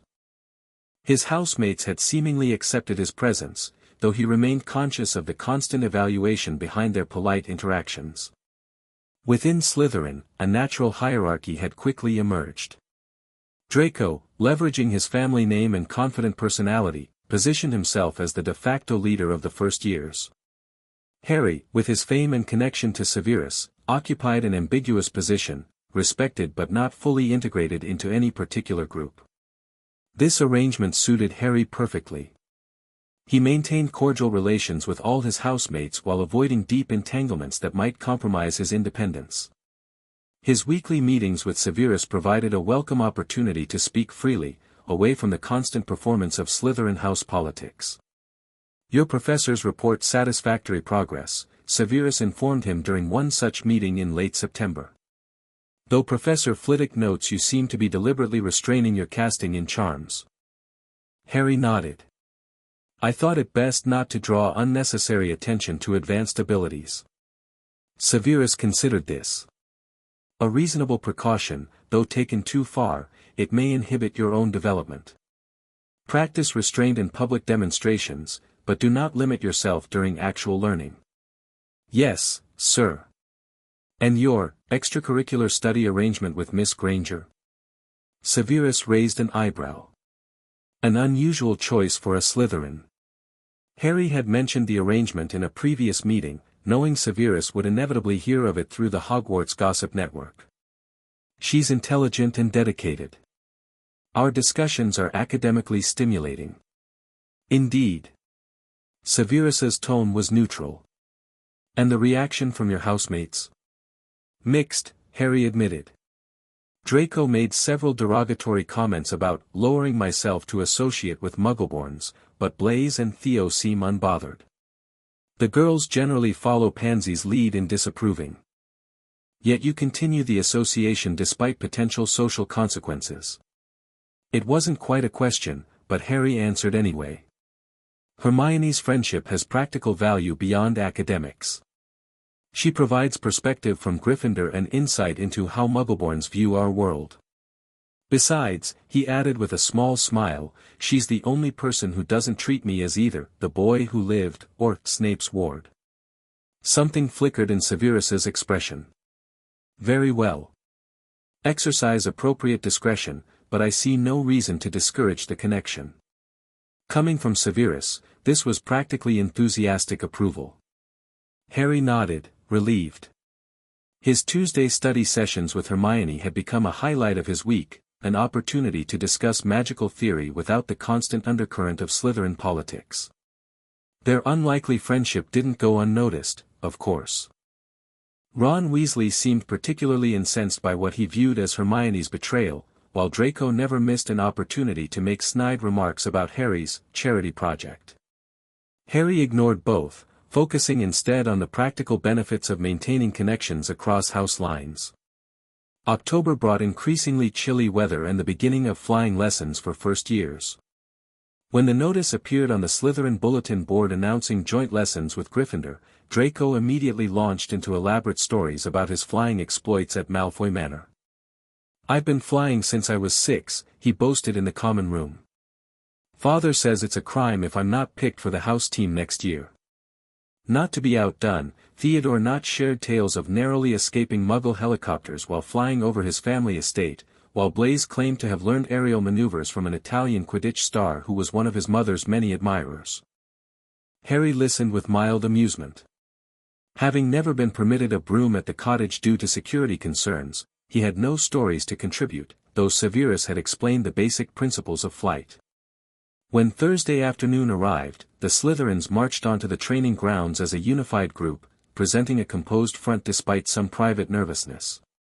The Gryffindors arrived moments later, with Neville Longbottom looking particularly terrified. Their teacher, Madame Hooch, had short grey hair and yellow eyes like a hawk. "Well, what are you all waiting for?" she barked. "Everyone stand by a broomstick. Come on, hurry up." Harry glanced down at his broom, noting the worn handle and uneven bristles. Draco, beside him, was eyeing his own broom with distaste. "School brooms," he muttered. "Probably been here since Dumbledore was a student."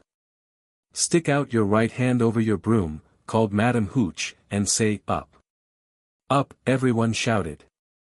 Harry's broom jumped into his hand immediately, one of the few that did.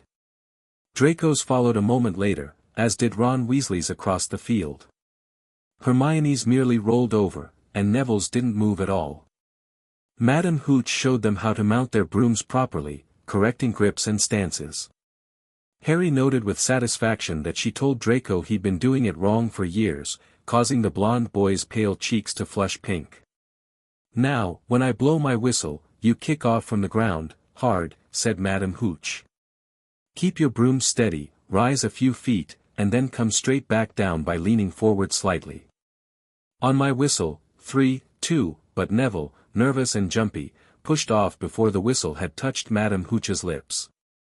He rose straight up like a cork shot out of a bottle, 12 feet, 20 feet. Harry saw his scared white face look down at the ground falling away, saw him gasp, slip sideways off the broom and, wham! Neville hit the ground with a nasty crack, and his broom continued to rise before drifting lazily toward the forbidden forest. Madame Hooch rushed to Neville's side, her face as white as his. "Broken wrist," Harry heard her mutter. "Come on, boy, it's all right, up you get." She turned to the rest of the class. "None of you is to move while I take this boy to the hospital wing. You leave those brooms where they are, or you'll be out of Hogwarts before you can say, Quidditch. Come on, dear." Neville, his face tear-streaked, clutching his wrist, hobbled off with Madame Hooch, who had her arm around him. No sooner were they out of earshot than Draco burst into laughter. "Did you see his face, the great lump?" Several Slytherins joined in, though Harry noticed Blaise and Theo remained silent, watching rather than participating. "Shut up," Malfoy, snapped Parvati Patil, a Gryffindor girl. Ooh, sticking up for Longbottom, said Pansy Parkinson. Never thought you'd like fat little crybabies, Parvati. Look. Draco darted forward and snatched something from the grass. It's that stupid thing Longbottom's Gran sent him. A glass ball filled with white smoke, a remembrall, glittered in the sun as Draco held it up. Give that here, Malfoy, said Ron Weasley, stepping forward with his fists clenched. Draco smiled nastily.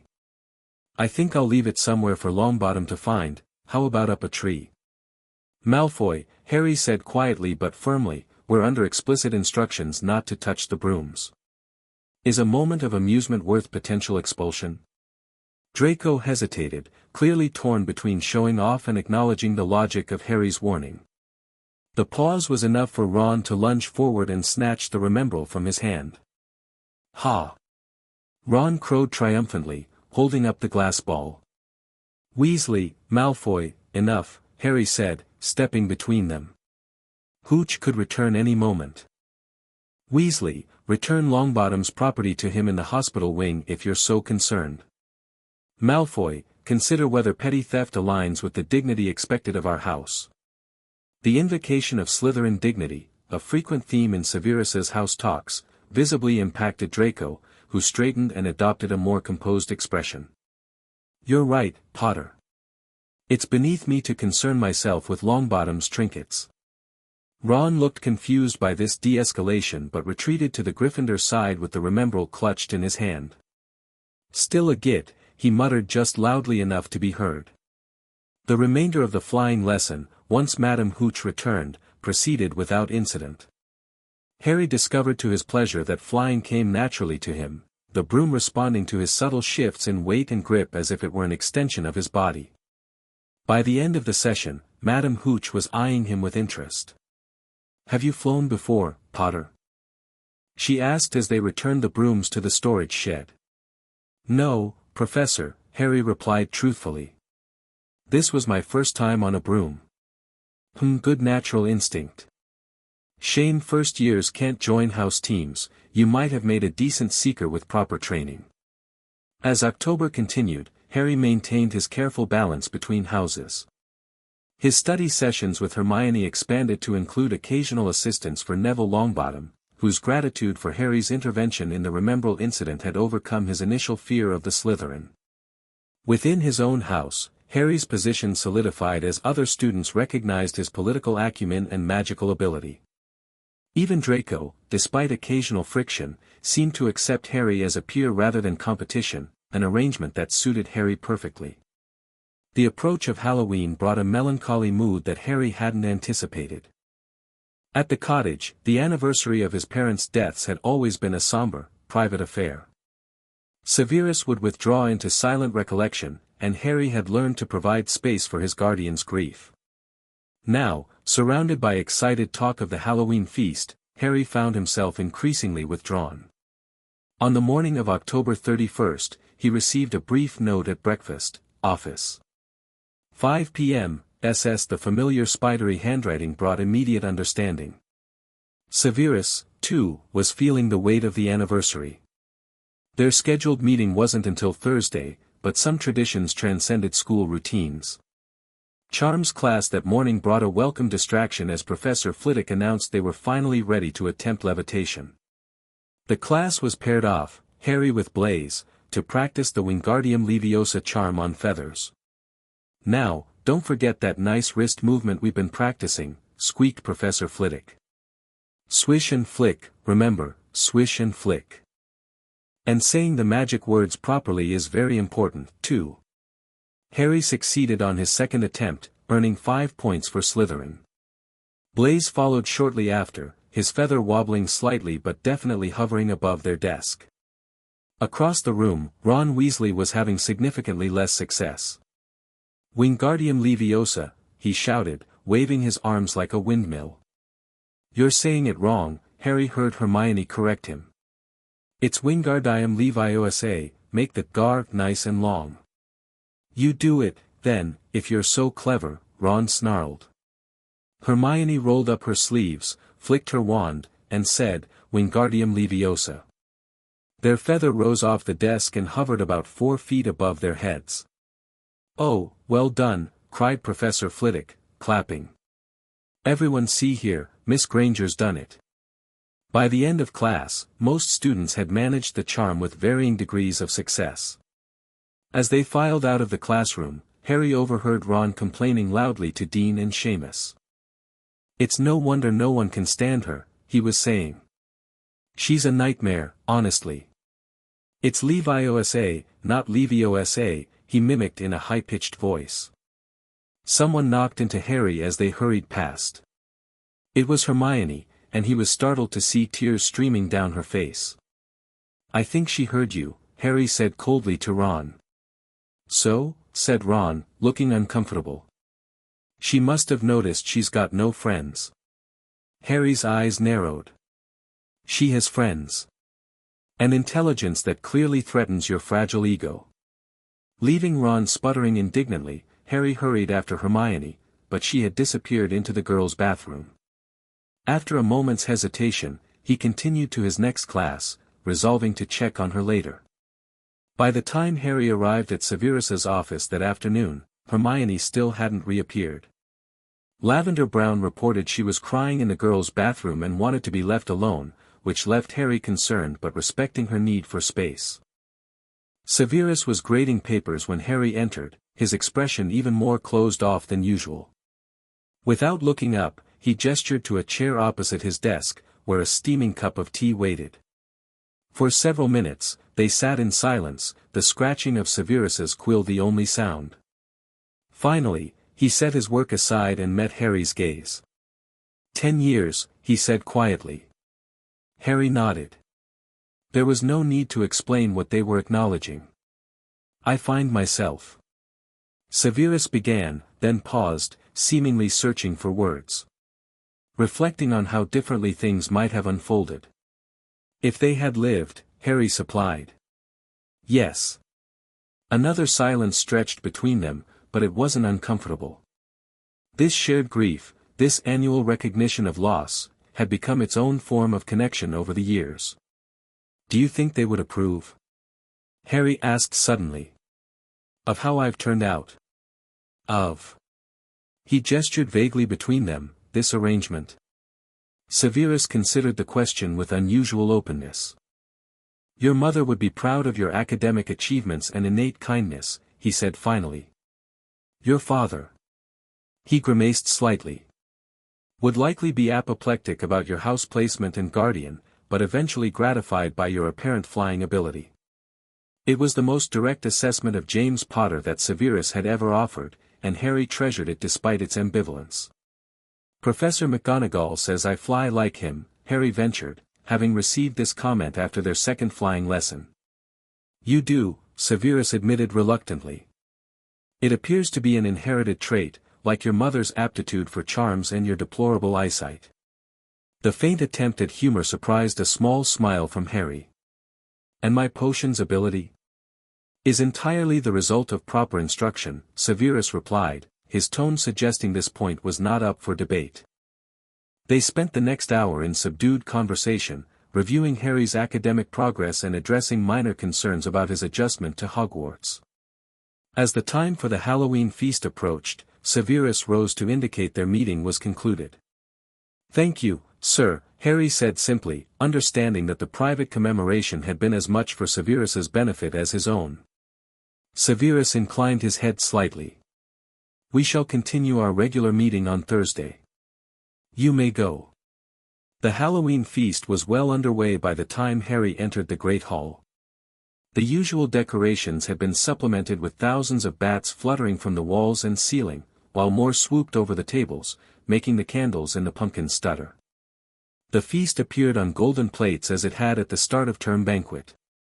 As Harry slid into his seat between Blaise and Theo, he glanced toward the Gryffindor table, searching for Hermione. Her absence was conspicuous, and a flicker of concern crossed his mind. He was just helping himself to a baked potato when Professor Quirrell came sprinting into the hall, his turban askew and terror on his face. "Troll," he gasped. "In the dungeons, thought you ought to know." He then sank to the floor in a dead faint. The hall erupted into chaos. Dumbledore shot several purple firecrackers from his wand to restore silence. "Prefects," he rumbled, "lead your houses back to the dormitories immediately." The Slytherin prefect, Gemma Farley, stood immediately. "But our dormitories are in the dungeons," she protested. "Slytherins will remain in the Great Hall under the supervision of Professor Sinistra," Dumbledore amended quickly. "The other houses, proceed to your dormitories." As the students began organizing themselves, a sudden realization hit Harry like a bolt of lightning. Hermione. She didn't know about the troll, having missed both the feast and Quirrell's warning. Making a split-second decision, Harry slipped away from the Slytherin table during the confusion and edged along the wall toward the entrance hall. The faculty were occupied with organizing the evacuation, and his housemates were clustered around Professor Sinistra, providing perfect cover for his exit. In the entrance hall, Harry paused, weighing his options. The girls' bathroom where Hermione had been crying was on the first floor, opposite direction from the dungeons where the troll had been reported.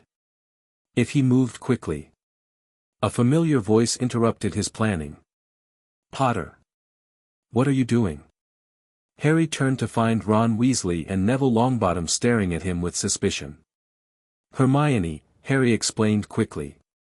"She doesn't know about the troll. She's been in the first-floor bathroom all afternoon crying." Ron's face flushed with guilt. "Oh bloody hell, that's my fault, isn't it?" Neville looked terrified but determined. "We have to warn her." "That's what I was about to do," Harry agreed, momentarily surprised by their willingness to help. Ron hesitated only briefly before nodding. "Right. Let's go." The unlikely trio hurried up the marble staircase, keeping to the shadows to avoid prefects and professors. They had just turned the corner toward the first-floor girls' bathroom when they heard quick footsteps behind them. "Percy," hissed Ron, pulling Harry and Neville behind a large stone griffin. But when they peered around it, they saw not Percy but Severus. He crossed the corridor and disappeared from view. "What's he doing?" Harry murmured. "Why isn't he down in the dungeons with the rest of the teachers?" "Search me," Ron whispered. Harry frowned, concerned by his guardian's unusual behavior. "He's heading toward the third floor." "The forbidden corridor?" Neville squeaked. Before they could discuss this further, a terrible stench reached their nostrils, a mixture of old socks and the kind of public toilet no one cleans. And then they heard it, a low grunting, and the shuffling footfalls of gigantic feet. The troll appeared at the end of the passage, 12 feet tall, its skin dull, granite gray, its great lumpy body like a boulder with a small bald head perched on top. It was dragging a massive wooden club behind it. "I thought Quirrell said the troll was in the dungeons," Ron whispered, his voice cracking with fear. "It must have wandered up here while everyone was evacuating," Harry replied, assessing the situation rapidly. The troll was moving away from them, toward, his blood ran cold, the very bathroom where Hermione was hiding. "We need to get Hermione now," Harry said urgently. "Before it reaches the bathroom." But even as he spoke, the troll lumbered into an open doorway. "The key's in the lock," Ron muttered. "We could lock it in." "Good idea," said Harry, and they edged toward the door. With a lunge, Ron managed to slam the door shut and turn the key. "Yes!" Ron exclaimed, pumping his fist in triumph. Their victory was short-lived. A high, petrified scream came from the chamber they'd just locked. "Oh, no," said Ron, pale as the bloody Baron. "It's the girls' bathroom." Harry realized with horror. "Hermione," they all gasped together. There was no time for discussion. Harry pulled out his wand, unlocked the door, and they rushed inside. Hermione was shrinking against the wall opposite, looking as if she was about to faint. The troll was advancing on her, knocking sinks off the walls as it went. "Distract it." Harry called desperately to the others. He quickly assessed their options. As a first year, his offensive spell work was limited, but he had other resources. Reaching into his robes, he withdrew a small vial from the emergency kit Severus had given him, a concentrated essence of dragon's bane that was meant to be a powerful sedative when properly diluted. In its current form, it was caustic and highly volatile. While Ron began throwing metal pipes at the troll and Neville attempted a shaky lumos to blind it with light, Harry circled around to approach from behind. Wingardium Leviosa, he cast, levitating the small vial up toward the troll's head. With precise control, he positioned it directly above the creature, then released the charm while simultaneously casting, Defindo. The cutting charm sliced the vial open as it fell, showering the troll's head with the concentrated potion. The effect was immediate, the dragon's bane sizzled upon contact with the troll's skin, creating a noxious green vapor that the creature inhaled with its next breath. The troll roared in pain and confusion, spinning around wildly and swinging its club. Harry dove to the side, narrowly avoiding being crushed. "Ron! The club!" Harry shouted. "Use Wingardium Leviosa on its club." Whether it was the urgency of the situation or the practical demonstration, Ron's casting suddenly clicked. "Wingardium Leviosa," he cried, executing the swish and flick perfectly. The giant club flew out of the troll's hand, rose high into the air, and then dropped with a sickening crack onto its owner's head. The troll swayed on the spot and then fell flat on its face with a thud that made the whole room tremble. Harry quickly got to his feet, breathing hard. Ron stood with his wand still raised, staring at what he had done. It was Hermione who spoke first. "Is it dead?" "I don't think so," Harry said, examining it cautiously. "Just knocked out.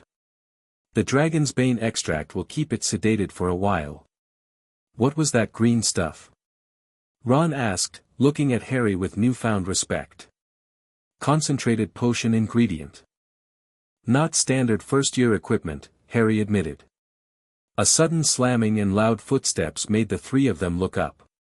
Professor McGonagall burst into the room, closely followed by Severus and Quirrell. Quirrell took one look at the troll, let out a faint whimper, and sat quickly on a toilet, clutching his heart. Severus bent over the troll, examining it with narrowed eyes before turning his piercing gaze to Harry. McGonagall's lips were white with fury. "What on earth were you thinking?" she demanded, cold with rage. "You're lucky you weren't killed. Why aren't you in your dormitories?" Severus said nothing, but his eyes bored into Harry's with an intensity that communicated his fury more effectively than any words. To everyone's surprise, Hermione spoke up. "Please, Professor McGonagall, they were looking for me. Miss Granger.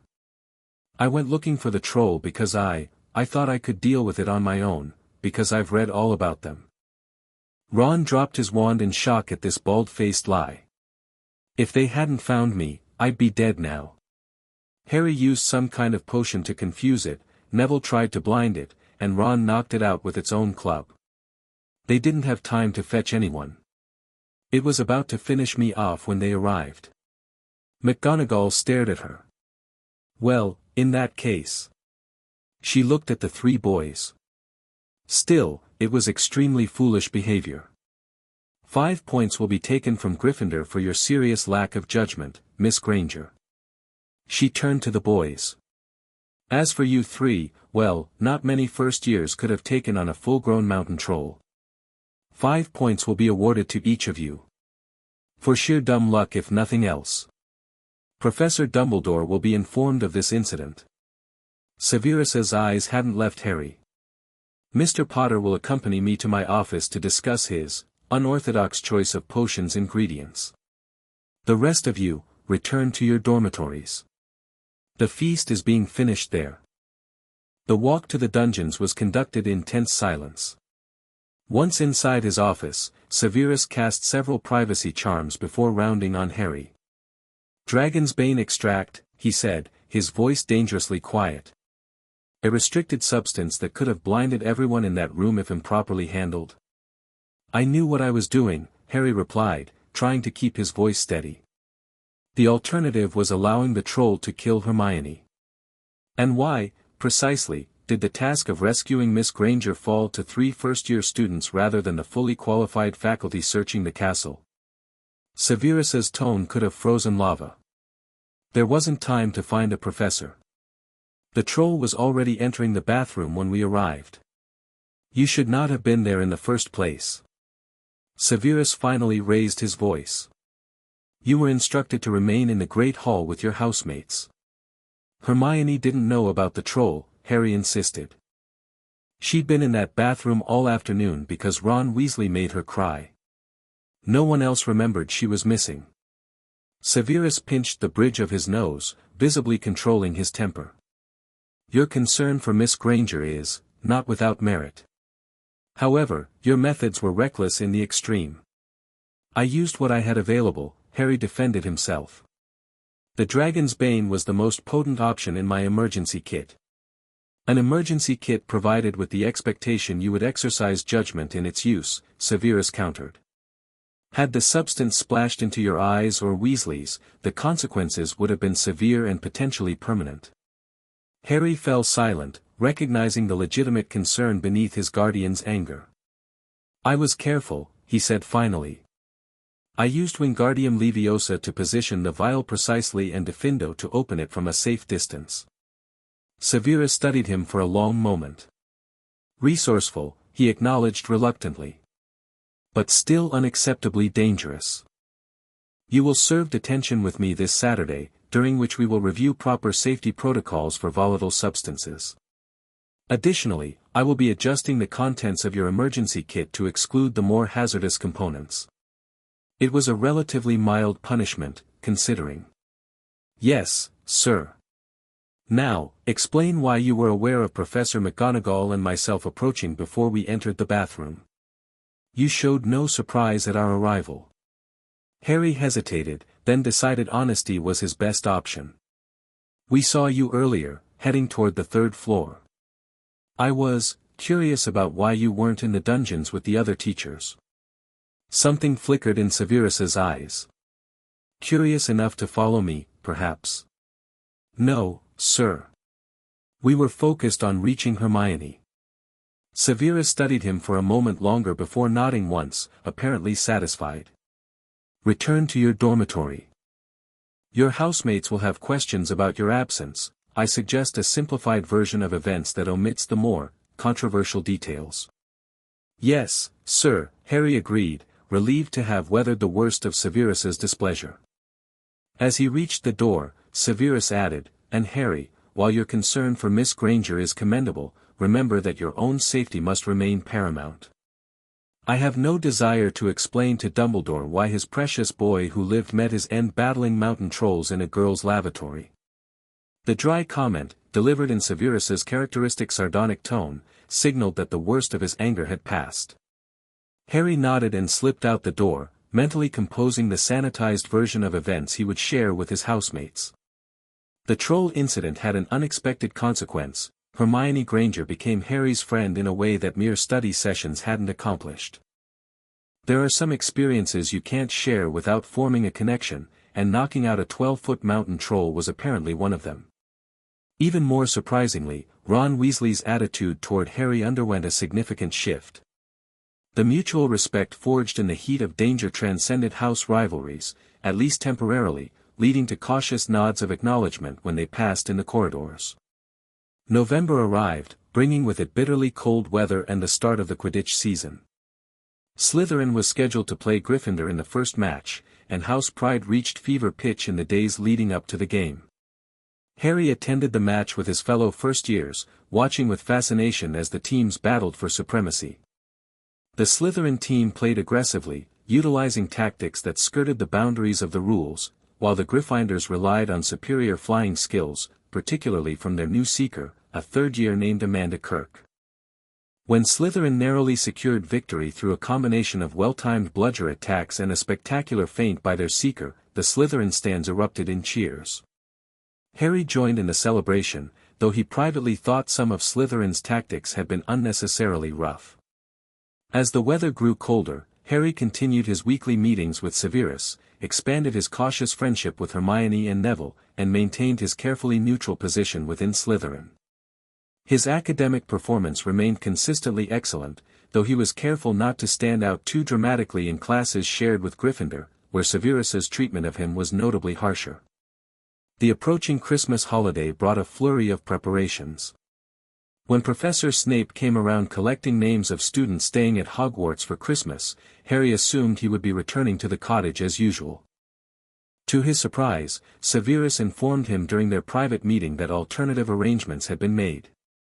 "You will remain at Hogwarts for the holiday," Severus stated.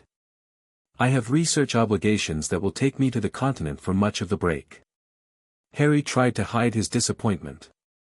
Christmas at the cottage had always been a quiet affair, but it was the one time of year when Severus relaxed his usual strictness slightly, allowing for small traditions like special meals and the exchange of practical gifts. "I understand, sir," Harry replied, keeping his voice neutral. "Will you be gone the entire holiday?" "Not entirely. I shall return for the final days." Severus hesitated, then added, "Arrangements have been made for you to receive appropriate holiday acknowledgement in my absence."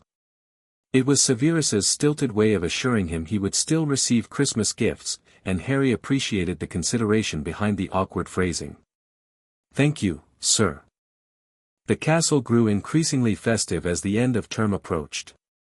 Hagrid dragged 12 enormous Christmas trees into the Great Hall, which Professor Flitwick decorated with tiny golden bubbles and glittering icicles.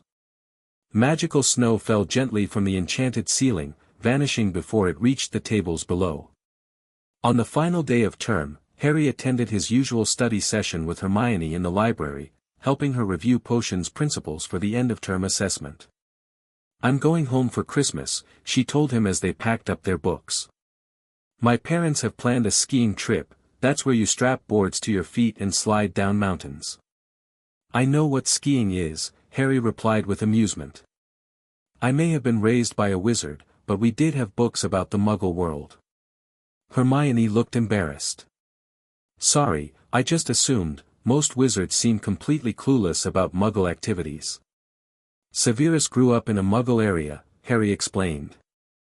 "He made sure I understood both worlds, even if we lived primarily in the magical one." "That's fascinating," Hermione said eagerly. "Is Professor Snape Muggleborn then?" "Half-blood," Harry replied, surprised she hadn't already researched this. "But that's not common knowledge, so perhaps keep it to yourself." Hermione nodded seriously. "Of course. What are your Christmas plans? Going home to wherever you and Professor Snape live?" "Actually, I'm staying at Hogwarts. Severus has research obligations abroad."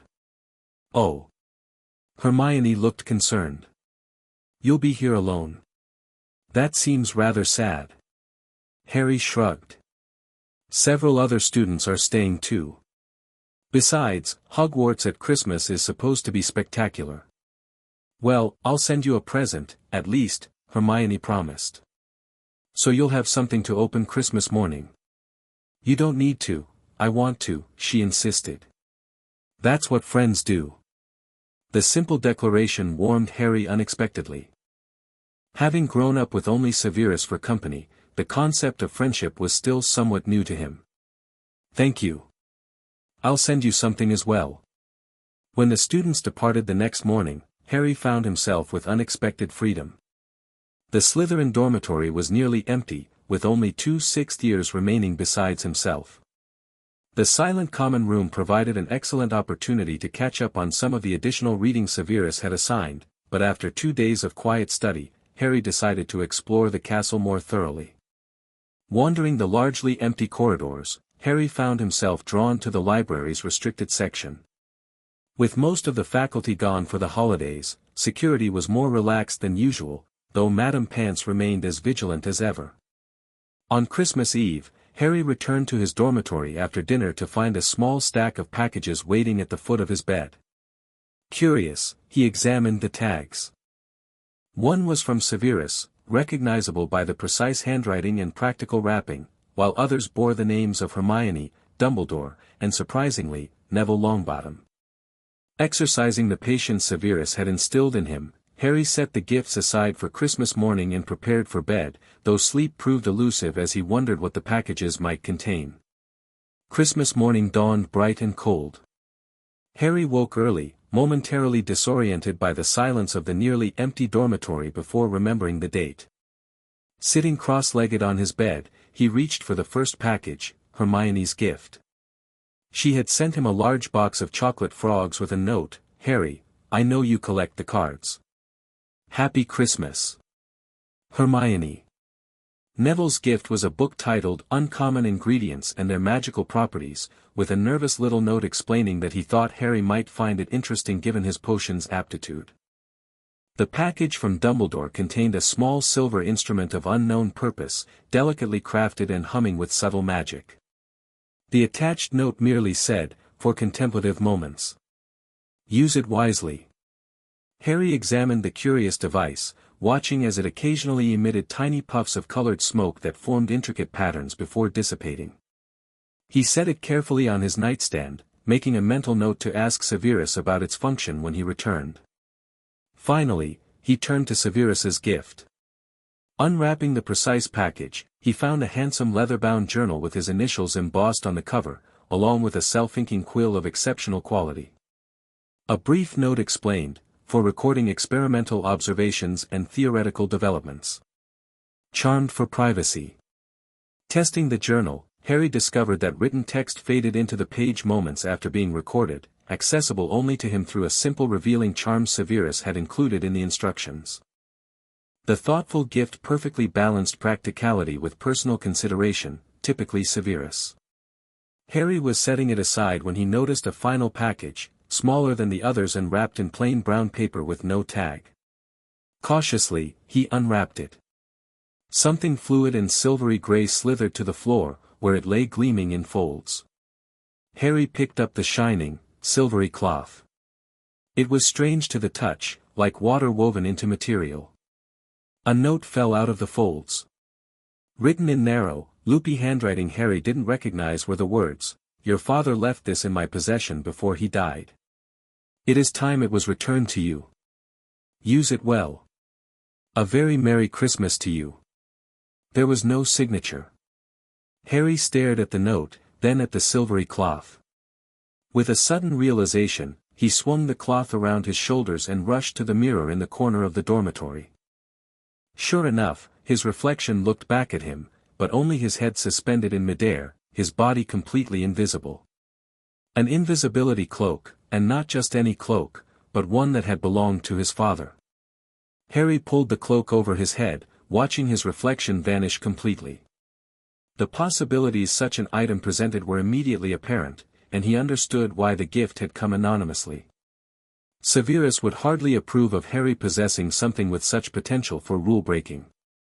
The Christmas feast that afternoon was spectacular, with roast turkeys, mountains of roast and boiled potatoes, platters of fat chipolatas, tureens of buttered peas, silver boats of thick, rich gravy and cranberry sauce, and stacks of wizard crackers every few feet along the table.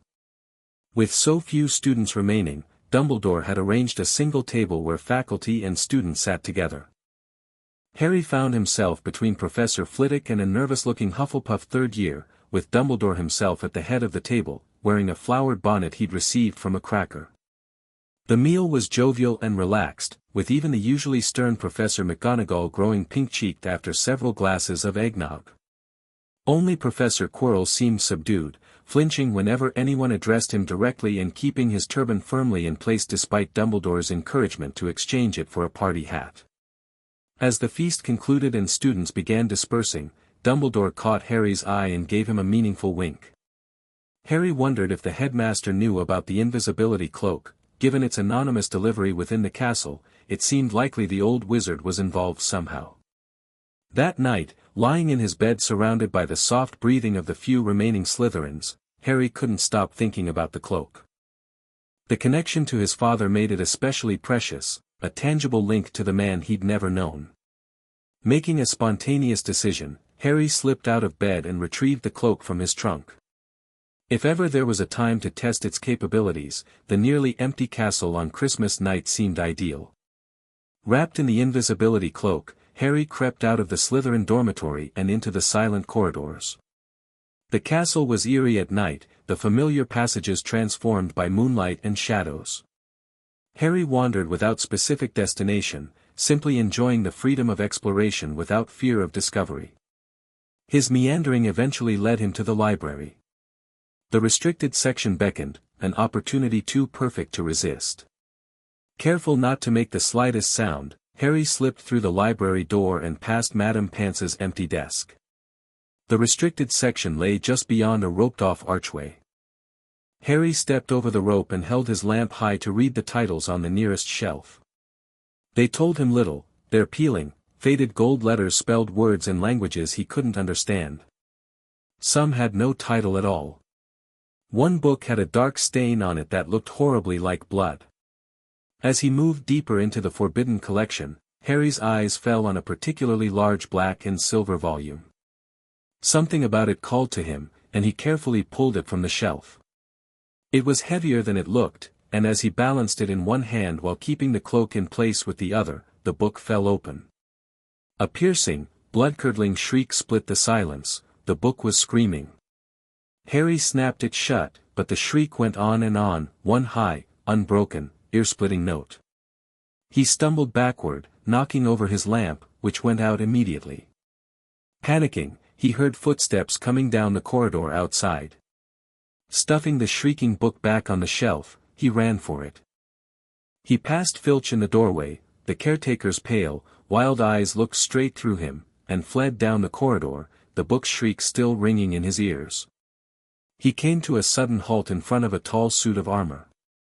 He had been so busy getting away from the library that he hadn't paid attention to where he was going. The suit of armor stood near the kitchens, Harry knew, but he must be 5 floors above there. "You asked me to come directly to you, Professor, if anyone was wandering around at night, and somebody's been in the library, restricted section." Harry felt the blood drain from his face. Wherever he was, Filch knew a shortcut, because his soft, greasy voice was getting nearer, and to his horror, it was Severus who replied, "The restricted section." "Well, they can't be far, we'll catch them." Harry stood rooted to the spot as Filch and Severus rounded the corner ahead. They couldn't see him, of course, but it was a narrow corridor, and if they came much closer they'd knock right into him. The cloak didn't stop him from being solid. He backed away as quietly as he could, searching for an escape route. To his left, a door stood ajar. It was his only hope. He squeezed through it, holding his breath, and managed to get inside the room without either Severus or Filch noticing anything. The room appeared to be an unused classroom. Dark shapes of desks and chairs were piled against the walls, and there was an upturned wastepaper basket, but propped against the wall facing him was something that didn't look as if it belonged there, something that seemed to have been put there to keep it out of the way. It was a magnificent mirror, as high as the ceiling, with an ornate gold frame, standing on 2 clawed feet. An inscription was carved around the top, "Erist stra eru oit ube kafru oit onwosi." Fascinated, Harry moved closer, still wearing the invisibility cloak. He stepped in front of the mirror, and had to clap his hand over his mouth to prevent himself from crying out in shock. He saw not only himself in the mirror but a whole crowd of people standing behind him. Looking over his shoulder confirmed he was alone in the room, yet the mirror showed at least 10 others. A woman standing right behind his reflection was smiling at him and waving. She was very pretty, with dark red hair and green eyes exactly like his. Beside her stood a tall, thin man with untidy black hair and glasses, his arm around the woman's shoulders. "Mom," he whispered. "Dad?" They just smiled and waved. Harry reached out a hand and felt the air behind him. If they were really there, he'd touch them, but he felt only air, they existed only in the mirror. He stood there for a long time, looking at his family. A tall, thin, red-haired woman with his mother's eyes and cheekbones must be his grandmother. The man beside her with Harry's knobbly knees, his grandfather. Harry was drinking them in, memorizing their faces. Only gradually did he notice something strange about the gathering. While his parents stood front and center, and various Potter and Evans relatives surrounded them, a solitary figure stood slightly apart from the group. Tall, dark-haired, with a hooked nose and black eyes, Severus Snape stood at the edge of the family, his expression not the stern mask Harry knew, but something softer, almost at peace. This unexpected inclusion in his family reflection confused Harry deeply. Did the mirror show what he wished for? Did some part of him see Severus as family rather than merely guardian? A distant noise brought him back to his senses. He couldn't stay here, he needed to find his way back to the dormitory. Tearing his eyes away from his mother's face, he whispered, "I'll come back," and hurried from the room.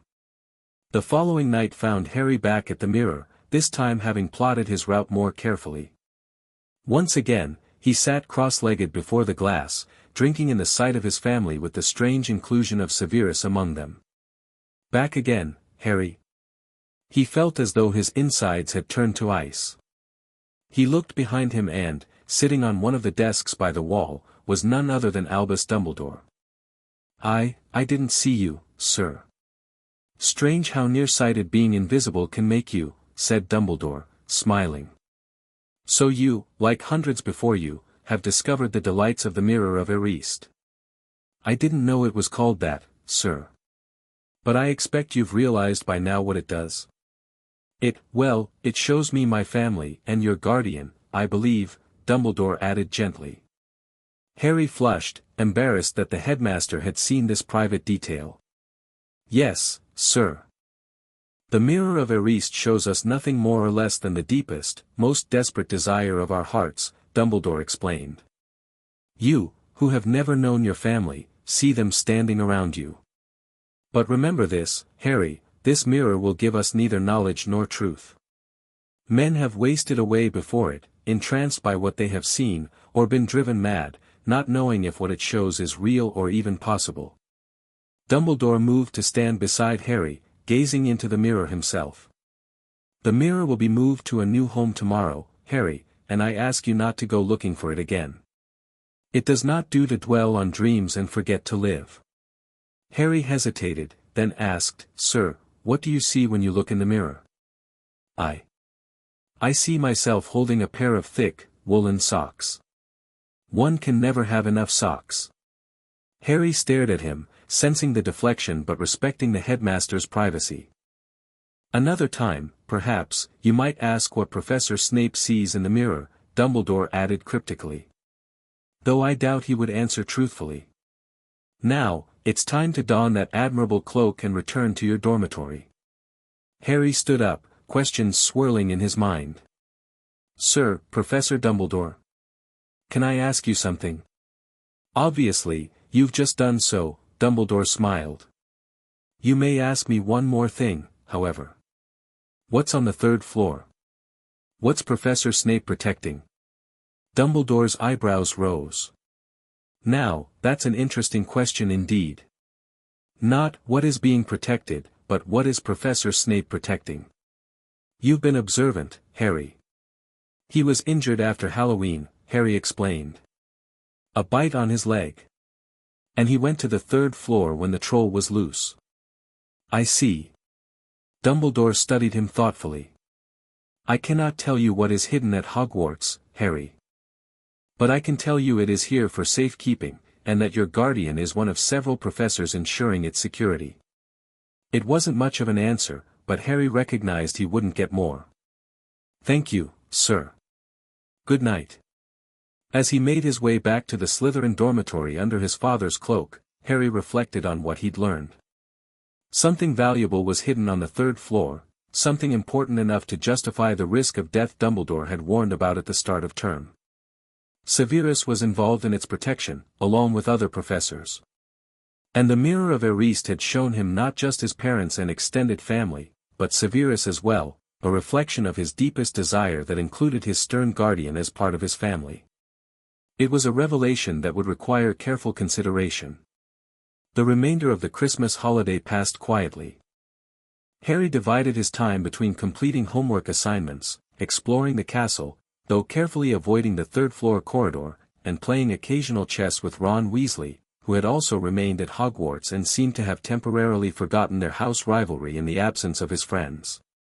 When classes resumed in January, Severus returned from his research trip, bringing with him a rare fossilized dragon claw for Harry's collection of potions ingredients.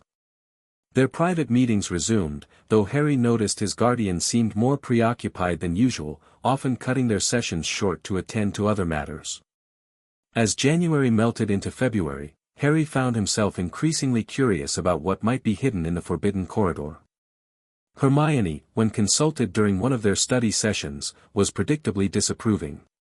"You shouldn't be poking around in something Dumbledore specifically warned was dangerous," she admonished.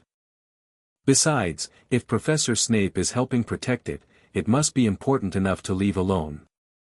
"I'm not planning to steal it," Harry clarified. "I'm just curious what could be so valuable that it needs that level of security." "The real question," Hermione said thoughtfully, "is why hide it at a school at all? Gringotts would be safer, wouldn't it?"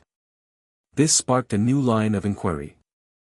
With Hermione's help, Harry scoured the Daily Prophet archives in the library, eventually finding a small article from late July reporting an attempted break-in at Gringotts, the first in centuries.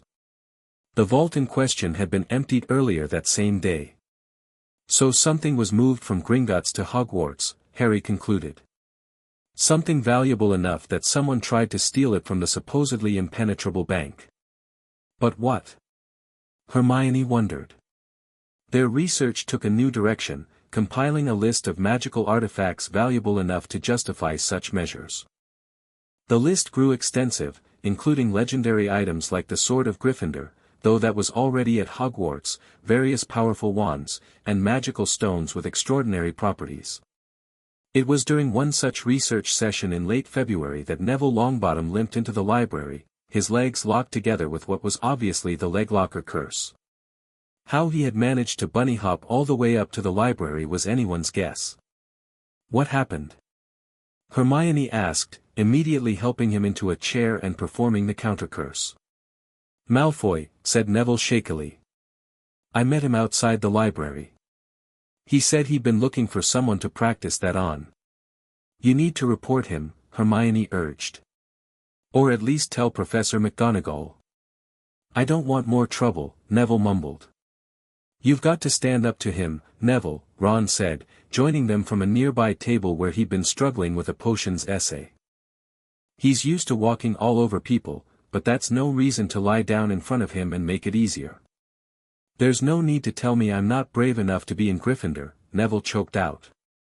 "Malfoy's already done that." Harry watched this exchange with growing irritation. While he maintained a cordial relationship with Draco, the blonde boy's bullying of weaker students was becoming increasingly problematic. "You're worth 12 of Malfoy," Harry said quietly. "The Sorting Hat put you in Gryffindor, didn't it? It must have seen something worthy in you that Malfoy lacks entirely."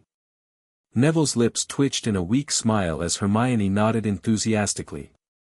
"Harry's right, Neville. You just need confidence in yourself." "Thanks," said Neville. "I think I'll go back to the common room." "Do you want the card, Ron? You collect them, don't you?"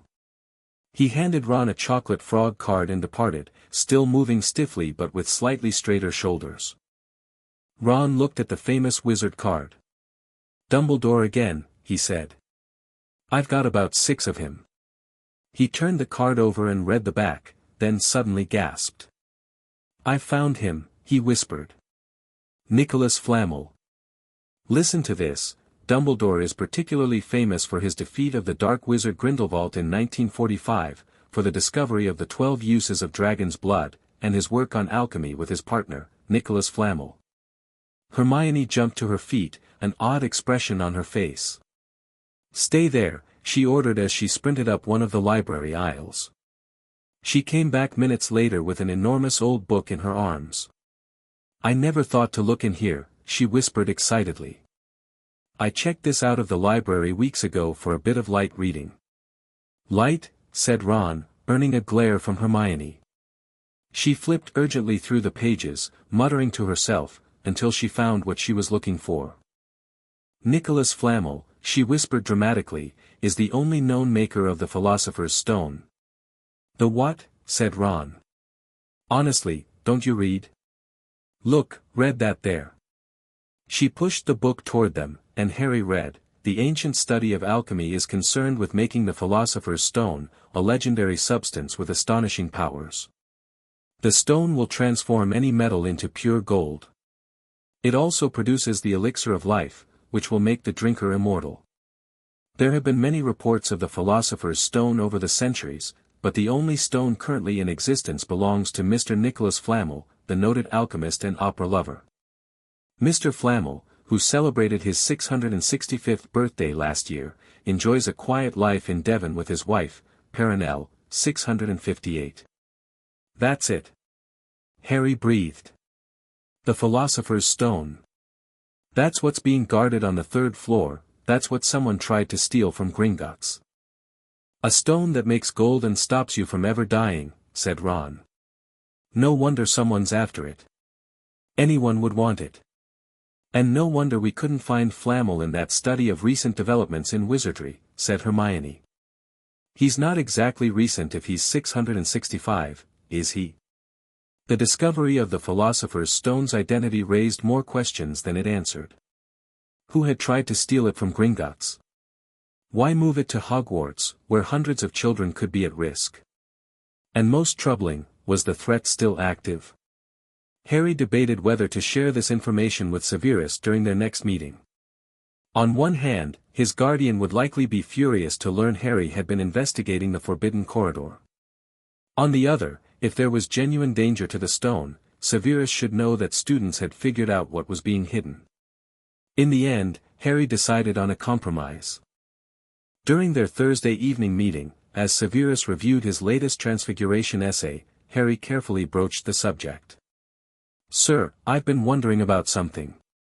If someone created an object of immense value, like, hypothetically, the philosopher's stone, would Hogwarts be the safest place to keep it?" Severus's hand stilled over the parchment, his dark eyes snapping up to meet Harry's. "An interesting hypothetical question. Why do you ask?" "Just curious about security measures," Harry replied with practiced nonchalance. "Hermione mentioned that Gringotts had a break-in last summer, which seems unusual given their reputation." "Indeed." Severus's voice was dangerously soft. "And this, curiosity, wouldn't happen to relate to the 3rd floor corridor, would it?" Harry maintained eye contact, knowing that looking away would confirm Severus's suspicions. The headmaster's warning at the start of term was intriguing. I wondered what could be so valuable yet dangerous to store in a school. Severus set down his quill deliberately. "Let me be perfectly clear, Harry. Whatever you think you know or have deduced, the 3rd floor corridor is forbidden for very good reason. Multiple protections are in place, but they are designed to deter adult wizards, not curious children. Some would be lethal to first years." The gravity in Severus's tone convinced Harry more than any punishment could have. "I understand, sir. I won't go near it. See that you don't." Severus studied him for a moment longer before adding, "If you have legitimate concerns about the stone's security, bring them directly to me. Do not attempt to investigate independently." The direct acknowledgement that it was indeed the philosopher's stone surprised Harry. Perhaps Severus had decided confirming the information was safer than leaving Harry to continue his investigation. "Yes, sir," Harry agreed. "Though I do wonder who would want to steal it badly enough to break into Gringotts." "Many wizards desire immortality and unlimited gold," Severus replied evasively. "The specific identity of the would-be thief is not your concern." But Harry couldn't shake the feeling that Severus knew exactly who had attempted to steal the stone, and that the threat was closer than he was willing to admit. Chapter 3, The Philosopher's Stone. As spring arrived at Hogwarts, bringing with it longer days and the distant pressure of end-of-year exams, Harry found himself increasingly preoccupied with the Philosopher's Stone. Despite his promise to Severus not to investigate the 3rd floor corridor directly, he couldn't stop thinking about who might want to steal it and why it wasn't better protected. Exams are only 10 weeks away. Hermione fretted one afternoon in the library, interrupting Harry's contemplation. She had spread her notes across an entire table, color-coded and organized by subject in a system only she fully understood. Ron, who had reluctantly joined their study session after failing his latest potions quiz, looked up in horror. 10 weeks? That's ages. Not for Hermione, Harry commented with a small smile. I'm pretty sure she started studying before term even began. Hermione ignored them, frantically flipping through 1,000 magical herbs and fungi, while muttering to herself. Her dedication to academics remained unmatched, though Harry had noticed her developing a much-needed sense of humor about it over the months of their friendship. What are you looking for? Harry asked, peering at the text upside down. The distinctions between monkshood and wolfsbane for Professor Snape's essay, she replied without looking up. They're the same plant, Harry and Ron said simultaneously, then looked at each other in surprise. Also called aconite, Harry added. That was one of the first questions Severus, Professor Snape, asked in our initial class. Hermione's head snapped up. That's right. I completely forgot. I've been overthinking this entire section. She scribbled frantically on her parchment before looking up again. Harry, how do you stay so calm about exams? You're just as concerned with grades as I am. Harry considered the question.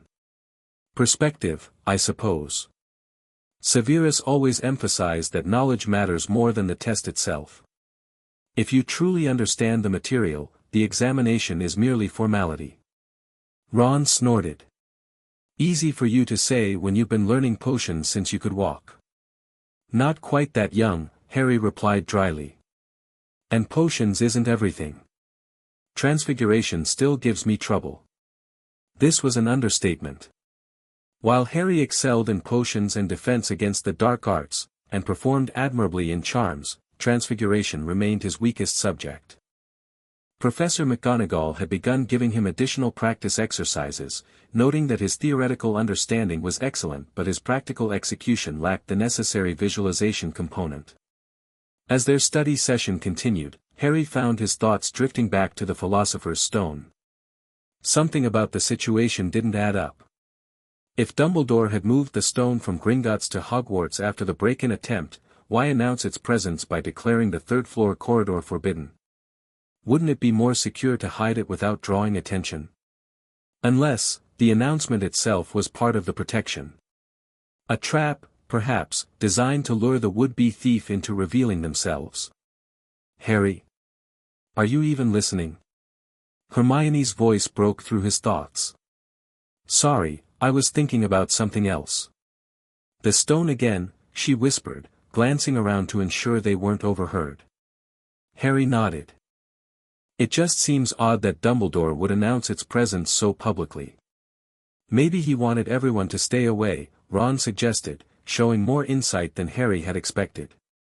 Or maybe he wanted someone to try for it, Harry countered. Under controlled conditions, where he could catch them. Hermione looked troubled. That would put students at risk. Not if the protections are good enough, Harry mused. Severus mentioned they're designed for adult wizards, not students. What if the whole thing is an elaborate trap? For who, though? Ron asked, his freckled face scrunched in concentration. Harry hesitated, then lowered his voice even further. Whoever's working with Voldemort.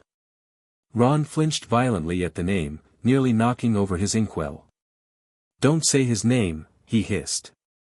Sorry, Harry apologized automatically, though Severus had never forbidden him from using Voldemort's name. But think about it, immortality, unlimited gold, these would be incredibly valuable to someone trying to return to power. Hermione's eyes widened. You think you know who is behind this? But he's gone, Harry. He's been gone for 10 years. Not according to Severus, Harry replied grimly. He's always told me sorry, you know who, would return someday. That's why I've been trained in defensive magic from such a young age. This revelation silenced both Ron and Hermione. The idea that Voldemort might not be truly gone, that he might be actively seeking a way to return, was clearly disturbing to contemplate. But who at Hogwarts would help him? Hermione finally asked. Surely not any of the professors. Harry thought of his recurring headaches in Professor Quirrell's class, the strange coincidence of the troll on Halloween, and Severus's secretive behavior. He had suspicions but no concrete evidence. "I don't know," he admitted. "But I think someone's planning to steal it soon. The school year's almost over, they're running out of time." Their conversation was interrupted by Neville's arrival. He slid into the empty chair beside Ron, looking unusually agitated. "I just saw Malfoy," he whispered. He was coming from the direction of the third-floor corridor, looking really pleased with himself. Harry frowned. Draco had been unusually smug lately, dropping hints about exciting developments and changes coming to Hogwarts. Most Slytherins dismissed it as typical Malfoy bragging, but Harry had noticed genuine anticipation behind the boasts. "Did he see you?" Harry asked. Neville shook his head. "I hid behind a suit of armor." But he was talking to himself about the plan working perfectly and how Potter won't know what hit him. "Me specifically?" Harry asked sharply. "I think so," Neville confirmed nervously. "He definitely said Potter." This was concerning. While Harry and Draco maintained a civil relationship within Slytherin, there had always been an undercurrent of rivalry. Recently, that rivalry had grown more pronounced as Harry's friendship with Gryffindors became common knowledge. "We need to tell Professor McGonagall," Hermione insisted. "Or Professor Snape." "And say what?" Ron countered. "That Malfoy was walking near the third floor talking to himself. They'll laugh us out of their offices. Besides," Harry added, "we don't know that it's connected to the stone. It could be something completely different." But Harry couldn't shake the feeling that the pieces were starting to connect. Draco's father had close connections to former Death Eaters. If Voldemort was seeking return, Lucius Malfoy might well be involved, and using his son as an inside operative at Hogwarts would be a clever move. The next few weeks passed in a blur of revision and increasingly bizarre incidents. During a routine walk by the edge of the Forbidden Forest, Harry, Hermione, and Ron overheard a confrontation between Severus and Quirrell. Hidden behind a large oak tree, they listened as Severus threatened the stuttering defense professor. "Have you found out how to get past that beast of Hagrid's yet?" Severus demanded. But Severus, Quirrell stammered. "You don't want me as your enemy, Quirrell," Severus said, taking a step toward him. I don't know what you know perfectly well what I mean. Your little bit of hocus pocus. I'm waiting." But I don't." "Very well," Severus cut him off. "We'll have another little chat soon, when you've had time to think things over and decide where your loyalties lie." As Severus stormed off, leaving a trembling Quirrell behind, Harry exchanged significant looks with his friends. "So we were right," Hermione whispered once they were safely away. "The stone is being protected by multiple defenses, including something from Hagrid. But what does it mean?" Ron wondered. "Is Snape trying to steal it or protect it?" "Protect it," Harry said firmly. "He's suspicious of Quirrell." "Quirrell?" Ron looked incredulous. "That nervous wreck. He jumps at his own shadow." "Which would make him the perfect cover," Harry pointed out. "Nobody would suspect him." Hermione looked thoughtful. "And your headaches only happen in his class, Harry. You said they're especially bad when his back is to you." "When his turban is facing me," Harry corrected, a theory forming that seemed too outlandish to voice just yet.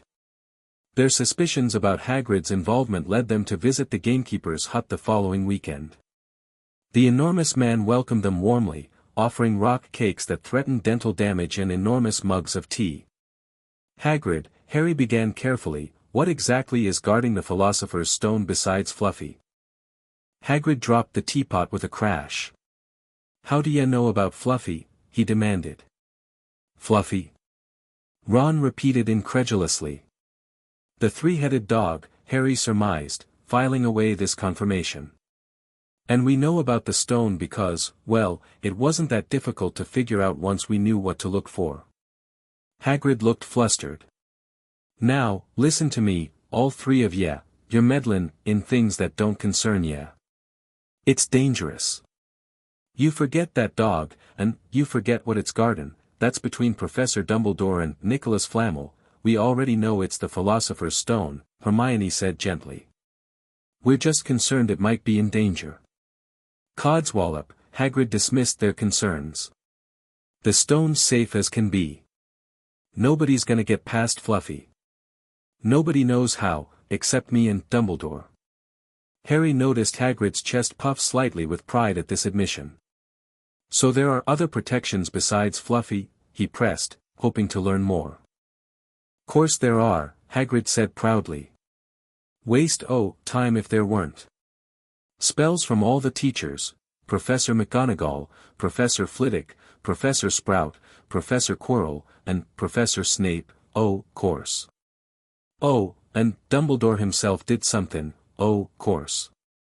This confirmation that each head of house had contributed a protection, along with Quirrell and Dumbledore, was valuable information.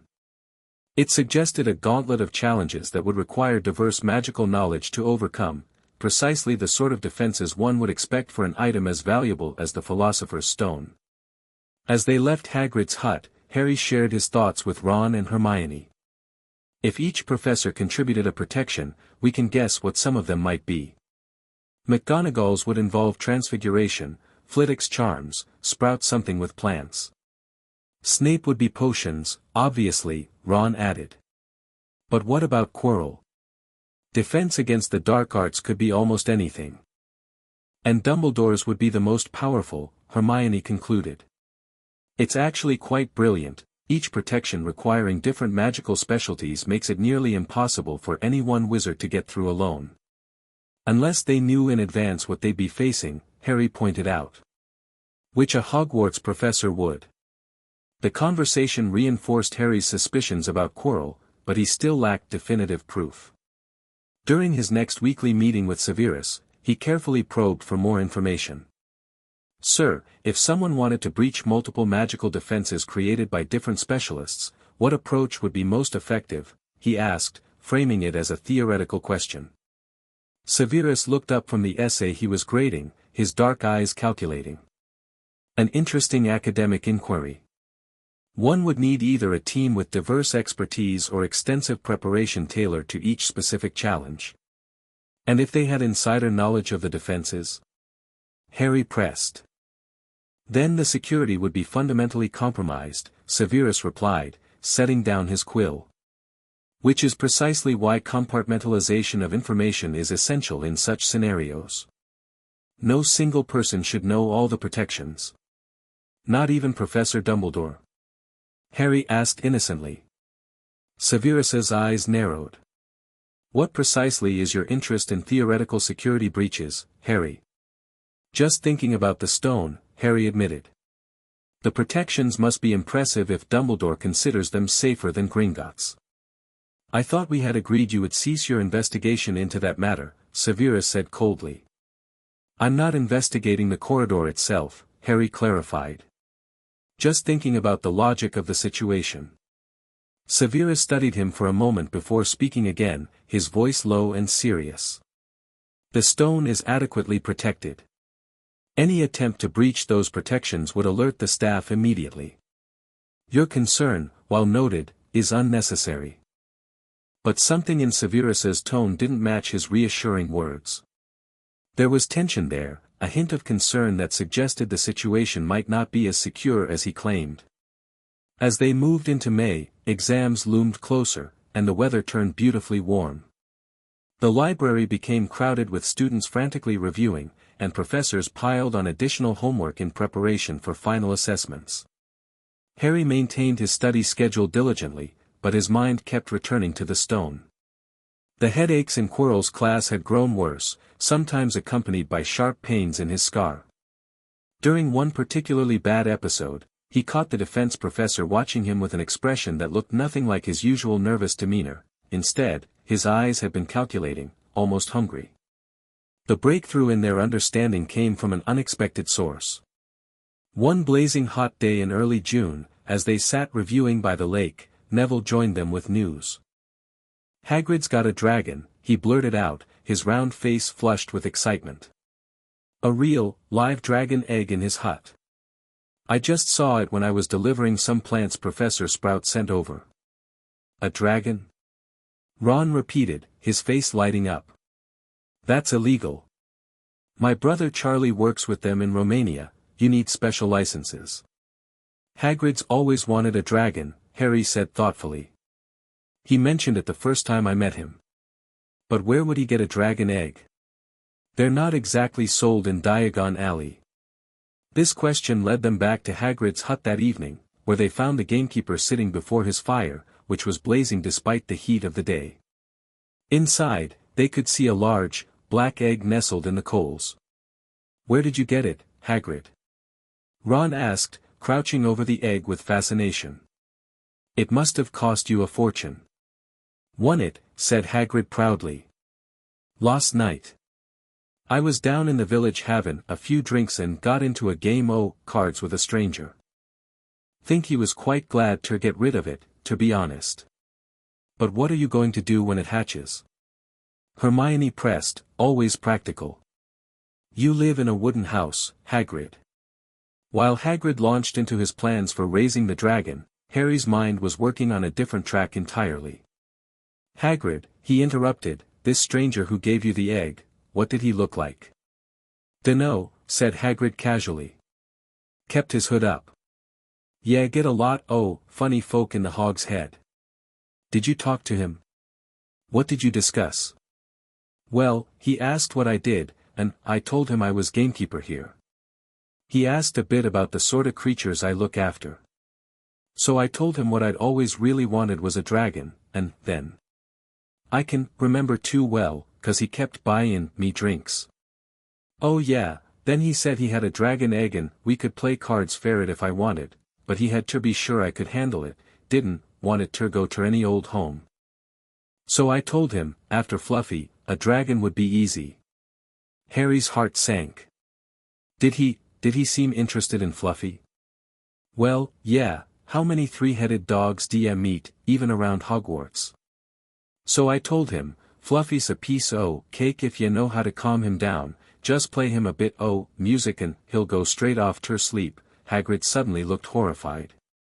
I shouldn't ha' told ya that. Forget I said it. But it was too late. Harry exchanged alarmed glances with Ron and Hermione. They now knew how to get past the first of the stone's protections, and so did whoever had given Hagrid the dragon egg. Hagrid, Harry said urgently, who knows about Fluffy besides you and Dumbledore? Nobody, Hagrid insisted. Just me and the headmaster. And now this stranger from the pub, Hermione added worriedly. The implications were clear and deeply concerning. Someone had deliberately targeted Hagrid, using his well-known desire for a dragon to extract information about Fluffy. That same person now knew how to get past the first line of defense protecting the Philosopher's Stone. They left Hagrid's hut and headed straight for Professor McGonagall's office, deciding she was the most likely to take their concerns seriously. Unfortunately, they found not McGonagall but a notice on her door stating she had been called away to an emergency meeting at the Ministry. This is bad, Harry muttered as they retreated down the corridor. We need to warn someone. Dumbledore, Harry Potter. The cold drawl made them all turn. Professor Snape stood behind them, his dark eyes taking in their guilty expressions with practiced ease. 3 students from different houses, huddled in conspiratorial conversation outside the deputy headmistress's office, Severus observed silkily. How interesting. Sir, Harry began, we need to speak with Professor Dumbledore immediately. It's about the Philosopher's Stone. The slight widening of Severus's eyes was the only indication of his surprise. The headmaster has been called to the Ministry of Magic, he replied after a moment. He received an urgent owl from the minister himself and left immediately. Harry felt a chill of foreboding. He's gone. Now. As I just stated, Severus confirmed, his eyes narrowing. What precisely is your concern regarding the stone, which, I remind you, is none of your business? Harry made a split-second decision to be direct. Someone's going to try to steal it. Tonight. They tricked Hagrid into revealing how to get past Fluffy. For a moment, something like alarm flickered across Severus's features before his impassive mask returned. I see. And you three have appointed yourselves guardians of the stone in the headmaster's absence? No, sir, Harry replied. We're reporting it to you, as the senior staff member available. This seemed to catch Severus off guard. He studied them for a long moment before responding. Your concern is noted. Rest assured that the stone remains adequately protected by measures beyond a mere Cerberus. Return to your dormitories immediately and remain there. But sir, Hermione began. Immediately, Miss Granger, Severus cut her off. This matter will be handled by the faculty. As they turned to leave, Severus added, Mr. Potter, a moment. Harry nodded to his friends to continue without him, then faced his guardian. Your chambers. 8 o'clock, Severus said quietly. Do not deviate from your normal routine otherwise. You are being watched. With that cryptic warning, Severus swept away, his black robes billowing behind him. The remainder of the afternoon crawled by with agonizing slowness. Harry attended his final classes, trying to act normally while his mind raced with possibilities. He met briefly with Ron and Hermione in the library to share Severus's warning. What did he mean, you're being watched? Ron whispered, glancing nervously around the library. I don't know, Harry admitted. But I trust him. If he says someone's watching me, they probably are. Do you think he believes us about the stone? Hermione asked. Yes, Harry said confidently. He might not have shown it, but I know him well enough to tell when he's concerned. They agreed to maintain normal routines while remaining vigilant. If Severus had a plan, they would wait to hear it before taking any action themselves. At dinner in the Great Hall, Harry noticed Quirrell's absence from the head table. Severus was present but barely touched his food, his attention seemingly focused elsewhere. Draco Malfoy, meanwhile, was practically vibrating with suppressed excitement at the Slytherin table, repeatedly checking his watch and whispering to Crabbe and Goyle. As 8 o'clock approached, Harry made his way to Severus's private chambers, a location few students even knew existed. Unlike his office in the dungeons, Severus's personal quarters were hidden behind a concealed door near the Slytherin common room, protected by complex wards and passwords. Asphodel, Harry murmured to the seemingly solid wall, which shimmered briefly before revealing a door. Inside, Severus was waiting, his expression grave. The room reflected his austere personality, dark woods, leather-bound books, and utilitarian furniture, with not a single decorative item in sight. It reminded Harry strongly of their cottage, though with even less personalization. The situation is more serious than you realize, Severus began without preamble. Dumbledore's summons to the ministry was falsified, a deliberate ploy to remove him from the school. By Quirrell, Harry guessed. Severus's eyebrows rose slightly. Your deduction is correct, though unexpected. Professor Quirrell intends to steal the stone tonight, and he has been monitoring your movements and conversations for some time. Why me specifically? Because, Severus said carefully, he serves a master with a particular interest in you. The implications hit Harry like a physical blow. Voldemort, he whispered. Quirrell is working for Voldemort. Yes. My head aches in his class, my scar hurting, it's been him all along. Severus nodded grimly. The Dark Lord's presence, even in a diminished form, affects your cursed scar. It is a connection neither of you can control. Diminished form?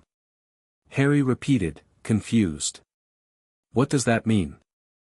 I believe, Severus said reluctantly, that the Dark Lord currently exists as a parasitic entity, sustaining himself through Quirrell's body and magic. The turban conceals the physical manifestation of this possession. The horror of this revelation momentarily silenced Harry. Voldemort had been in the castle all year, teaching students, watching Harry, biding his time until he could seize the Philosopher's Stone and return to full power. We have to stop him, Harry said firmly. I will stop him, Severus corrected.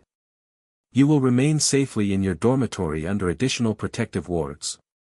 But sir, this is not a negotiation, Harry, Severus cut him off, his voice hard. Quirrell, or more precisely, the Dark Lord, is far beyond your current abilities to confront. I have already alerted Professors McGonagall and Flitwick, who are returning to the castle as we speak. We will handle this threat. And if he gets to the stone first? Harry challenged. If he uses it to bring Voldemort back to full strength? That will not happen, Severus stated with absolute conviction. Now, I must prepare. You will return directly to your dormitory and remain there until morning. But as Harry left Severus's chambers, he knew he couldn't simply wait and hope for the best. The stakes were too high, and something told him that despite Severus's confidence, the situation was even more dangerous than his guardian realized. Instead of heading for the Slytherin dormitory, Harry made a detour to an unused classroom where he had arranged to meet Ron and Hermione. They were already waiting, looking anxious. Well? Ron demanded as soon as Harry entered. What did Snape say? Harry quickly recounted his conversation with Severus, including the shocking revelation about Quirrell's true identity. You know who is inside Quirrell? Ron looked ill. All year, we've been learning from you-know-who. It explains so much, Hermione said, her face pale but determined. The troll on Halloween, that was a diversion so he could try to get to the stone then. And my head aches, Harry added. Severus says it's because of my connection to Voldemort through my scar. So what's the plan? Ron asked. The professors are going to handle it. Harry hesitated, torn between his respect for Severus's authority and his deep-seated feeling that something more was needed. Severus thinks they can stop him. But I'm not sure. There's something about this whole setup that feels like a test. A test? Hermione repeated skeptically. Think about it, why put the stone in a school to begin with? Why tell everyone at the start of term exactly where it is? Why design protections that first years could potentially get past? You think Dumbledore wanted this to happen? Ron looked incredulous. Not the theft, Harry clarified. But I think he wanted to draw Voldemort out, to confirm he still exists. And he hesitated, I think he expected me to get involved.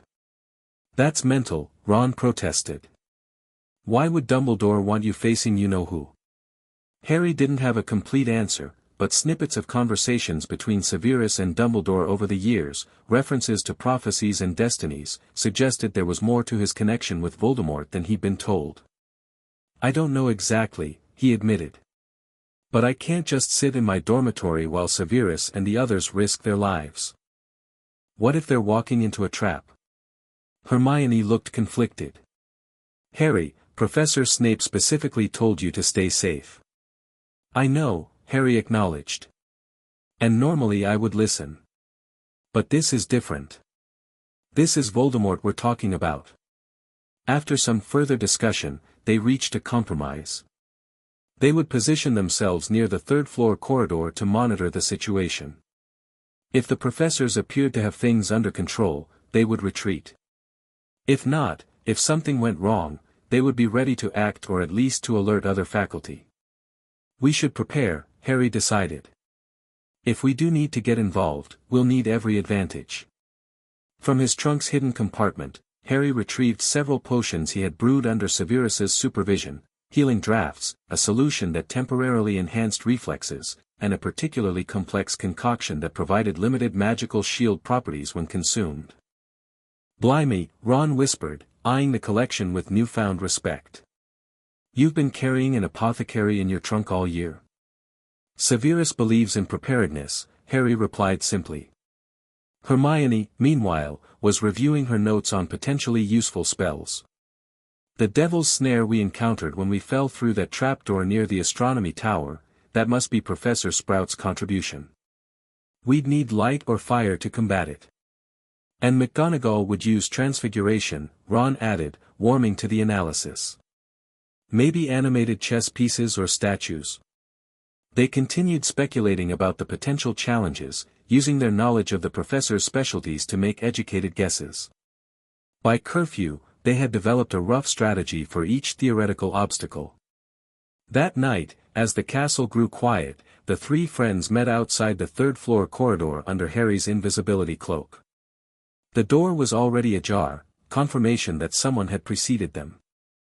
"Quirrell's already inside," Harry whispered. "And Snape?" Hermione asked. "I don't know. He might be following, or approaching from another direction."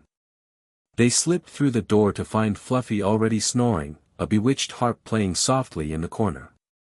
The trap door lay open, revealing a dark drop below. "He's definitely got a head start," Ron muttered. "What now?" "We follow," Harry decided. "Just to assess the situation. If Severus has it under control, we'll come straight back." One by one, they lowered themselves through the trapdoor, landing with a muffled thump on something soft and plant-like, Devil's Snare, just as Hermione had predicted.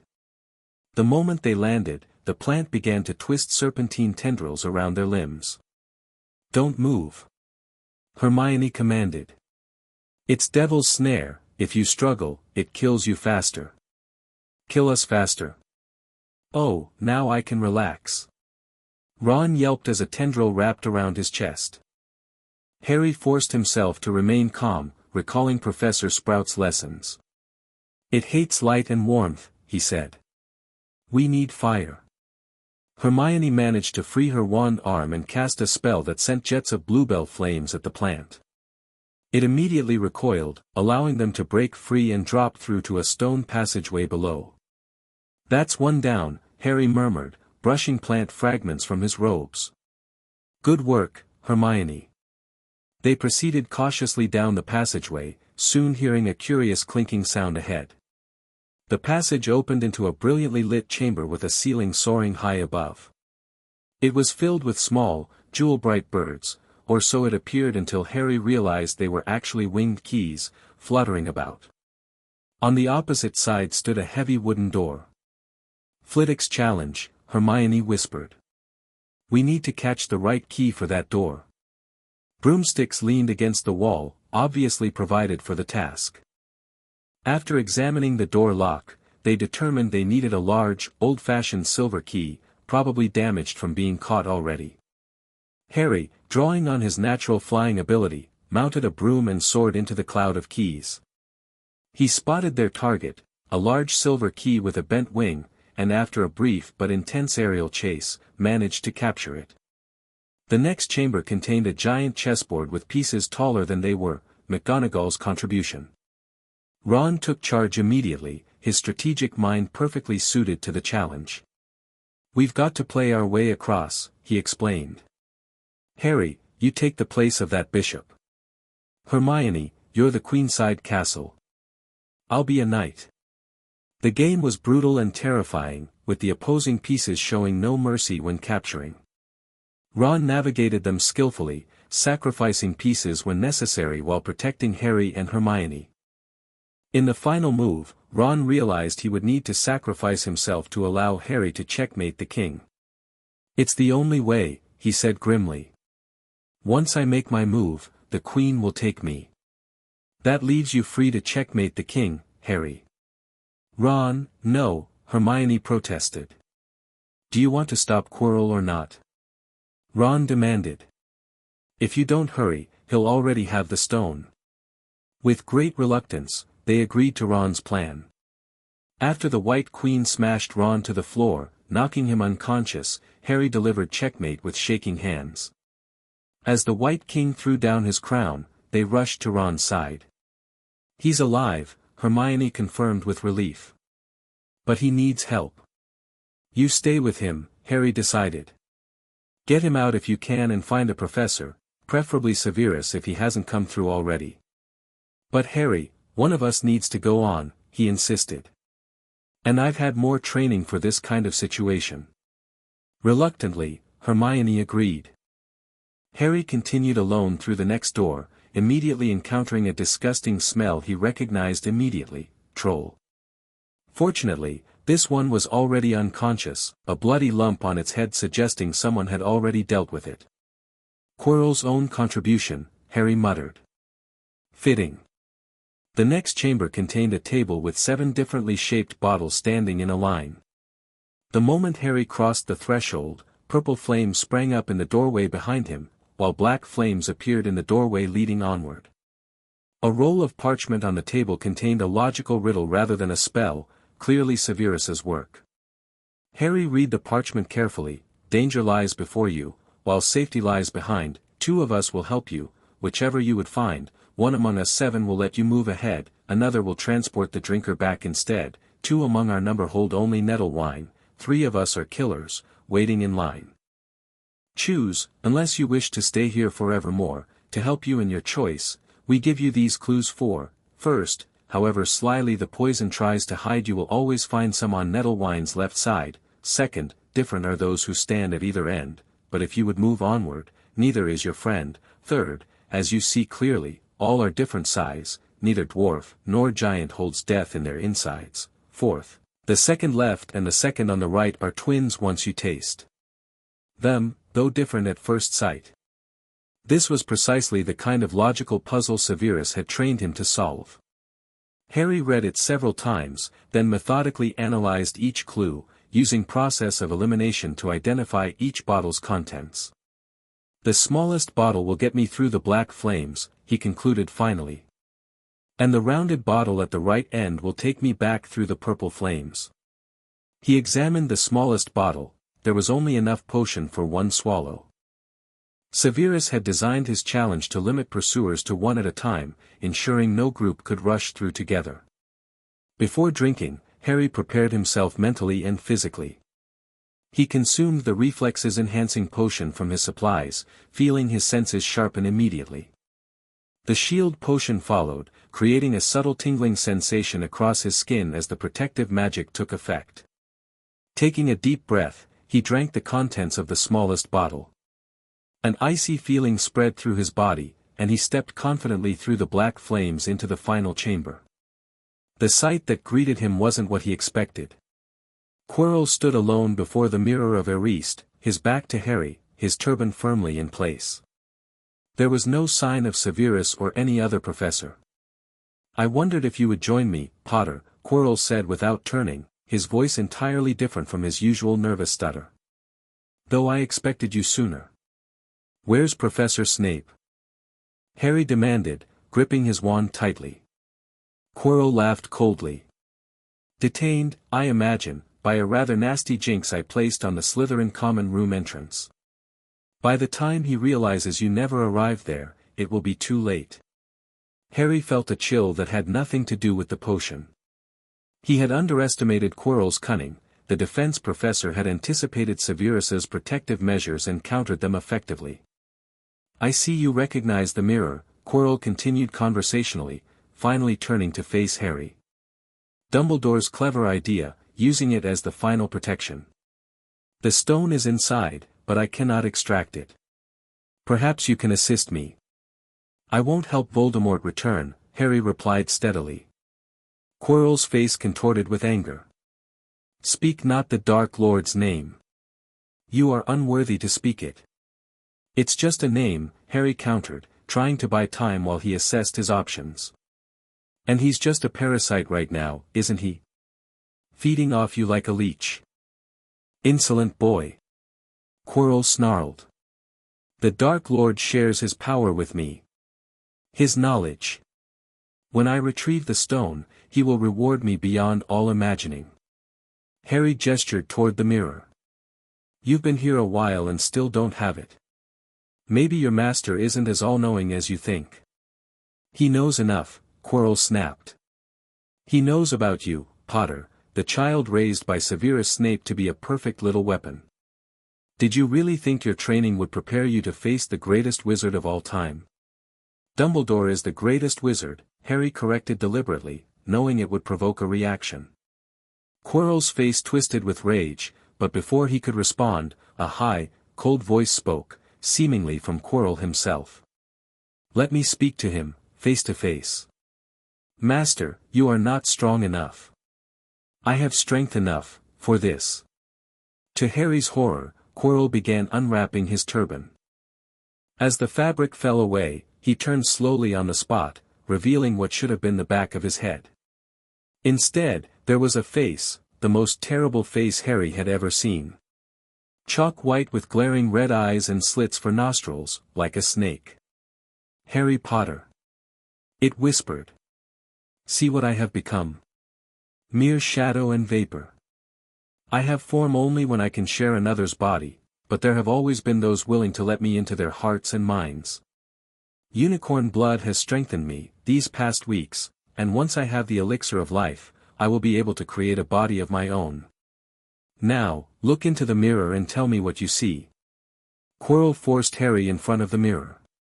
Looking into it, Harry saw his reflection, pale but determined. Then, to his astonishment, his reflection smiled, reached into its pocket, and pulled out a blood-red stone. The reflection winked and placed the stone back in its pocket, and as it did so, Harry felt something heavy drop into his real pocket. He had the stone.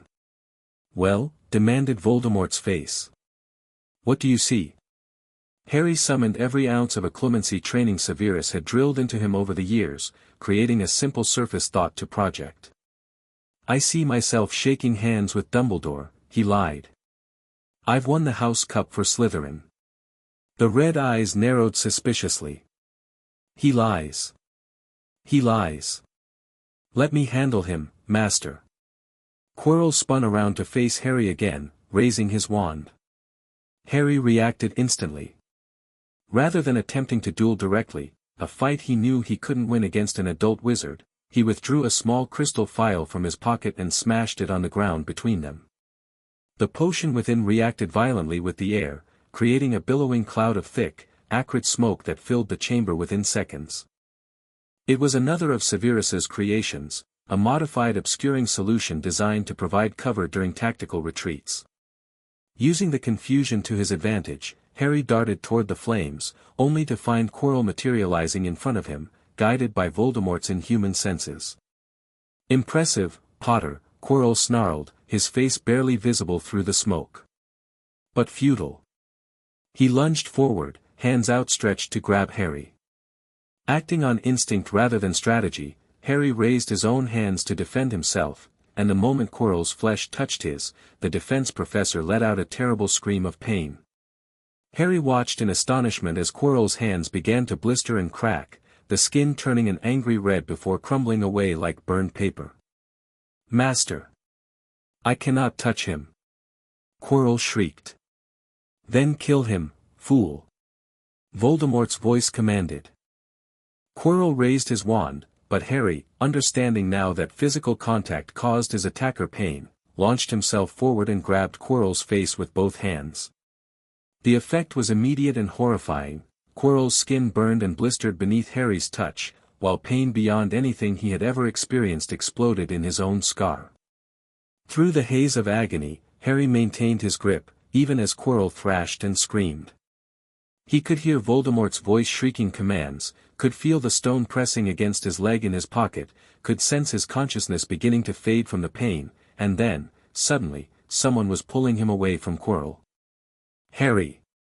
Harry! The familiar voice penetrated his fading awareness. Severus! He had come after all. As darkness claimed him, Harry's last thought was a simple hope that he had done enough, that the stone was safe and Voldemort thwarted, at least for now. He will be fine, Severus. The boy has remarkable resilience. Dumbledore's voice penetrated the fog surrounding Harry's consciousness. He kept his eyes closed, not yet ready to announce his waking, hoping to hear more. He should never have been in that chamber to begin with, came Severus's tightly controlled response. Had you informed me of your suspicions about his connection to the Dark Lord, would you have trained him differently? Dumbledore interrupted gently. Would you have better prepared him for what he must ultimately face?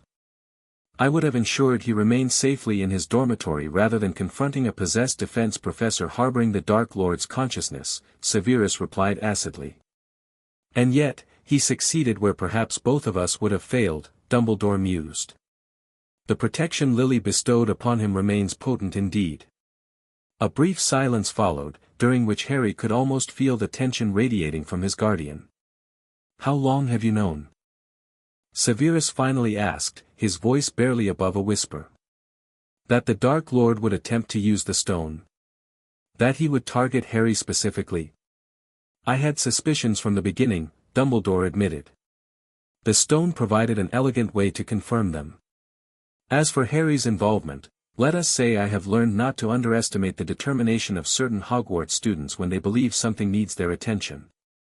"You used the stone as bait," Severus said flatly. "And Harry as a secondary trap." "I created a controlled situation where Voldemort might reveal himself," Dumbledore corrected mildly. "The protections were genuine, though calibrated to provide progressive challenges rather than impenetrable barriers. Had Harry not intervened, I would have returned in time to handle the situation myself." "Unless Quirrell had already obtained the stone," Severus countered. "Your controlled situation nearly resulted in the Dark Lord's return and Harry's death." "Yet it did not," Dumbledore said simply. "And now we have confirmed what you have long suspected, Voldemort survives in a weakened state, seeking a path to return. This knowledge is valuable, Severus." "At what cost?" Severus demanded, an unusual edge of emotion in his voice. "The boy nearly died." "The boy," Dumbledore replied gently, "has proven himself more capable than either of us anticipated. Your training served him well, Severus. You should be proud." Harry decided it was time to announce his wakefulness before Severus's growing anger led to a more serious confrontation.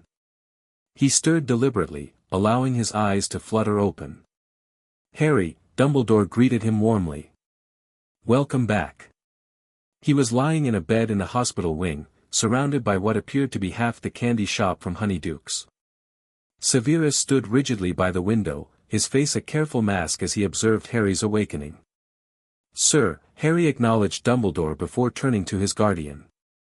"Severus. How are you feeling?" Dumbledore inquired. "Like I've been trampled by a hippogriff," Harry admitted honestly. His entire body ached, particularly his hands, which were bandaged. "The stone, is it safe?" "It has been destroyed," Dumbledore informed him. "Nicholas and I had a little chat, and we agreed it was for the best." "Destroyed?" Harry repeated, shocked. "But Flamel and his wife, won't they die?" "They have enough elixir stored to set their affairs in order," Dumbledore explained. "Then, yes, they will die. To one as young as you, I'm sure it seems incredible, but to Nicholas and Perenelle, it really is like going to bed after a very, very long day." Harry absorbed this information, then asked the question pressing most urgently on his mind. "Voldemort, he's still out there, isn't he?" "Yes," Dumbledore confirmed gravely. "He is still seeking ways to return. Without the stone, he will have to find other means, and I fear he will try again." Severus remained silent during this exchange, his dark eyes never leaving Harry's face. "Professor Dumbledore," Harry began hesitantly, "there are things I'd like to ask, about my parents, about Voldemort." "And you shall have answers," Dumbledore assured him. "Though perhaps not all today. Some truths are best approached gradually, when one is ready to hear them." The headmaster stood, smoothing his elaborate robes. "I believe I'll give you and Professor Snape some privacy now. There's a rather anxious pair of Gryffindors who have been camped outside the hospital wing for days, hoping for news of your recovery. I should inform them you're awake." With that, Dumbledore departed, leaving Harry alone with Severus for the first time since his confrontation with Quirrell. An uncomfortable silence stretched between them. "You disobeyed my direct instruction," Severus finally stated, his voice clinically detached. "Yes," Harry acknowledged, seeing no point in denial. "You placed yourself in mortal danger after explicitly being told to remain safely in your dormitory." "Yes. You risked not only your own life but those of Weasley and Granger as well." Harry winced at this accurate assessment. "I didn't intend for them to be hurt." "Intentions," Severus said coldly, count for very little when measured against outcomes. Had I not arrived when I did, you would be dead. I know, Harry admitted quietly. But if I hadn't gone, Quirrell might have gotten the stone. Voldemort might have returned to full power. That was not your responsibility to prevent, Severus countered sharply. Wasn't it, though? Harry challenged, surprising himself with his boldness. There's something you and Dumbledore aren't telling me, something about why Voldemort tried to kill me as a baby, why he's still fixated on me now. I heard you talking about connections and what he must ultimately face. What aren't you telling me? Severus's expression tightened, and for a moment, Harry thought he would refuse to answer. But then his guardian moved to sit in a chair beside the bed, his movements unusually stiff. There is a prophecy, Severus began reluctantly. Made before your birth, concerning the Dark Lord and a child who would have the power to defeat him. Me, Harry surmised. The prophecy could have applied to 2 children, Severus clarified. But the Dark Lord chose to target you specifically, marking you as his equal. His eyes flickered to Harry's scar. In doing so, he set in motion events that bound your fates together. What does the prophecy say exactly? Harry pressed. Severus hesitated. I do not know the full text. Only Dumbledore does. But the portion I am aware of suggested that neither of you can truly live while the other survives. The implications of this were staggering. Harry sat in silence, processing what it meant, that his connection to Voldemort wasn't just historical but prophesied, potentially inescapable. So I will have to face him again, Harry concluded finally. Not just because he wants revenge, but because it's fated. Prophecies, Severus replied carefully, are notoriously subject to interpretation. They indicate possibilities rather than certainties. How events unfold often depends on the choices made by those involved. It was the most optimistic statement Harry had ever heard from his usually pragmatic guardian, suggesting Severus didn't fully accept the prophecy's inevitability. Is that why you've trained me so thoroughly all these years? Harry asked. Because you knew this day would come. Something complex flickered across Severus's features. I trained you, he said slowly, because knowledge and preparation are never wasted. Whether facing the Dark Lord or navigating ordinary wizarding life, the skills I've taught you serve the same purpose, survival. Harry nodded, accepting this explanation but sensing there was more Severus wasn't ready to share. After a moment, he changed the subject slightly. Ron and Hermione, they're really okay. Weasley suffered a concussion from McGonagall's chess game but has fully recovered. Granger was uninjured physically, though I believe the experience has been emotionally taxing for both of them. And you? Harry asked quietly. Quirrell mentioned a jinx on the Slytherin entrance. A flash of anger crossed Severus's face. A delayed reaction curse designed to trigger when I attempted to verify your presence in the dormitory. Crude but effective, it cost me valuable time. I'm sorry, Harry said sincerely. For worrying you. Severus's expression remained stern, but something in his eyes softened marginally. Your actions, while reckless, demonstrated considerable skill and resourcefulness. The strategic use of your emergency potions was, not entirely without merit. Coming from Severus, this qualified as effusive praise. Harry felt a small smile tug at his lips. Does this mean I'm not being punished? Oh, you most certainly are, Severus corrected immediately. Your summer will include a comprehensive review of proper procedural protocol and risk assessment, with particular emphasis on when to defer to authority. Additionally, your emergency potions kit will be completely redesigned with considerably fewer offensive options. Harry had expected nothing less. Yes, sir. However, Severus continued more quietly, I am not displeased with your performance under extraordinary circumstances. You faced a situation no first year should encounter and emerged, if not unscathed, at least alive. It was as close to approval as Severus was likely to express. Harry accepted it gratefully, recognizing the complicated mix of frustration, relief, and reluctant pride behind his guardian's carefully measured words. Their conversation was interrupted by Madame Pomfrey, who bustled in to check Harry's condition. After a thorough examination, she declared him well enough for brief visitors but insisted he would remain in the hospital wing for at least another day. 10 minutes only, she warned as she admitted Ron and Hermione. His friends rushed to his bedside, faces alight with relief. Professor Snape rose to leave, nodding curtly to the Gryffindors. "We will continue our discussion later," he informed Harry. "Rest and recover. I will return this evening." After Severus departed, Ron and Hermione bombarded Harry with questions about his confrontation with Quirrell and Voldemort. He recounted the experience as accurately as he could, though some details remained hazy in his memory. "The whole school's talking about it," Ron told him excitedly. "Nobody knows exactly what happened, there are all kinds of wild rumors. Some people are saying you fought off 100 enchanted statues single-handed. And Malfoy looks like he swallowed something particularly nasty," Hermione added with satisfaction. "He's been strutting around for weeks hinting about big changes coming, and now he just sulks in corners." "What about house points?" Harry asked, suddenly remembering the competition. "Where does Slytherin stand?" Ron grimaced. "Still in the lead, unfortunately.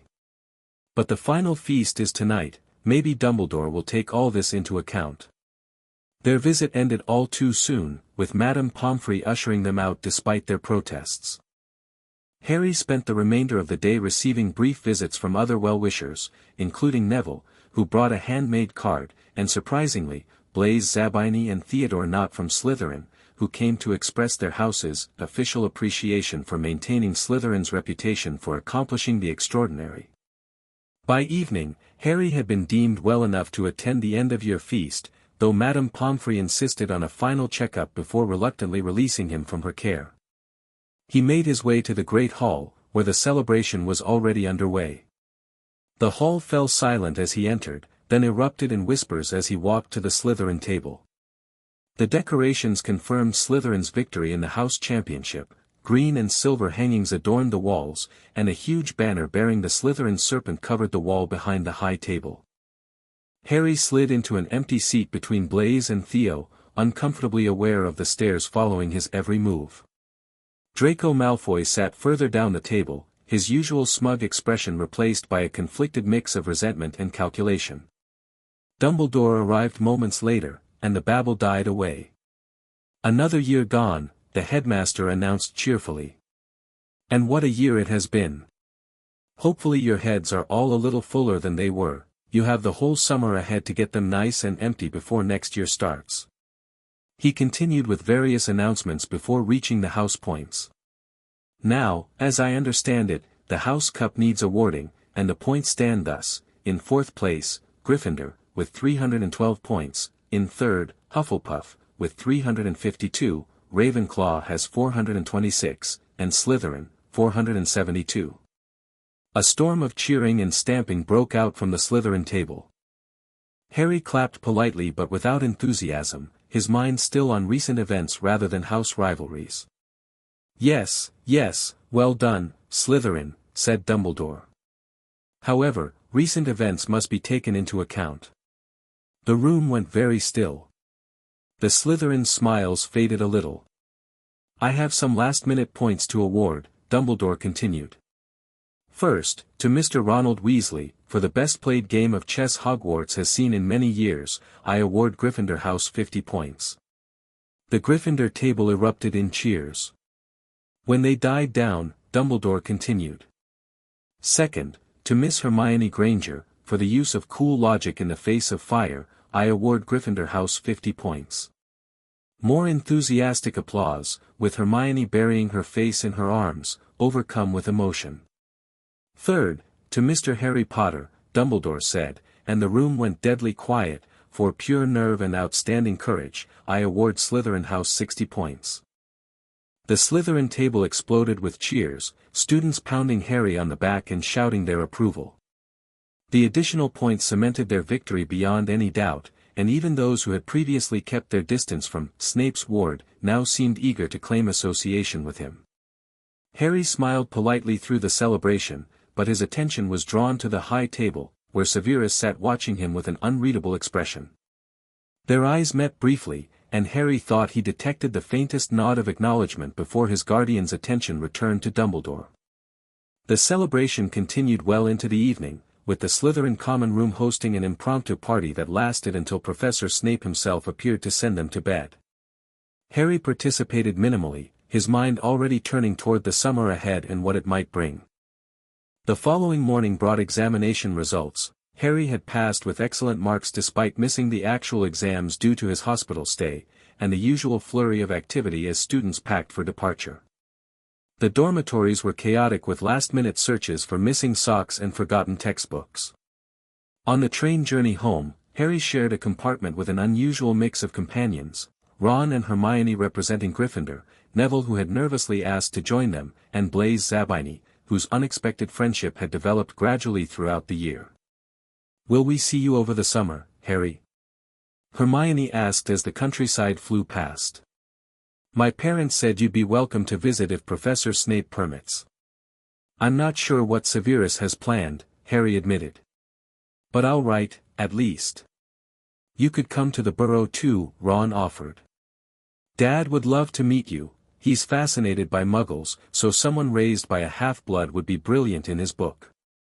Harry appreciated the invitations, though he suspected Severus's promised summer of comprehensive review wouldn't allow for many social visits.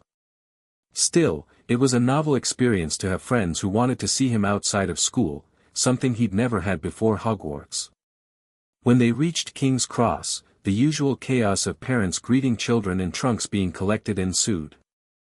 Harry spotted Severus waiting on the platform, standing slightly apart from the more demonstrative families with his customary impassive expression.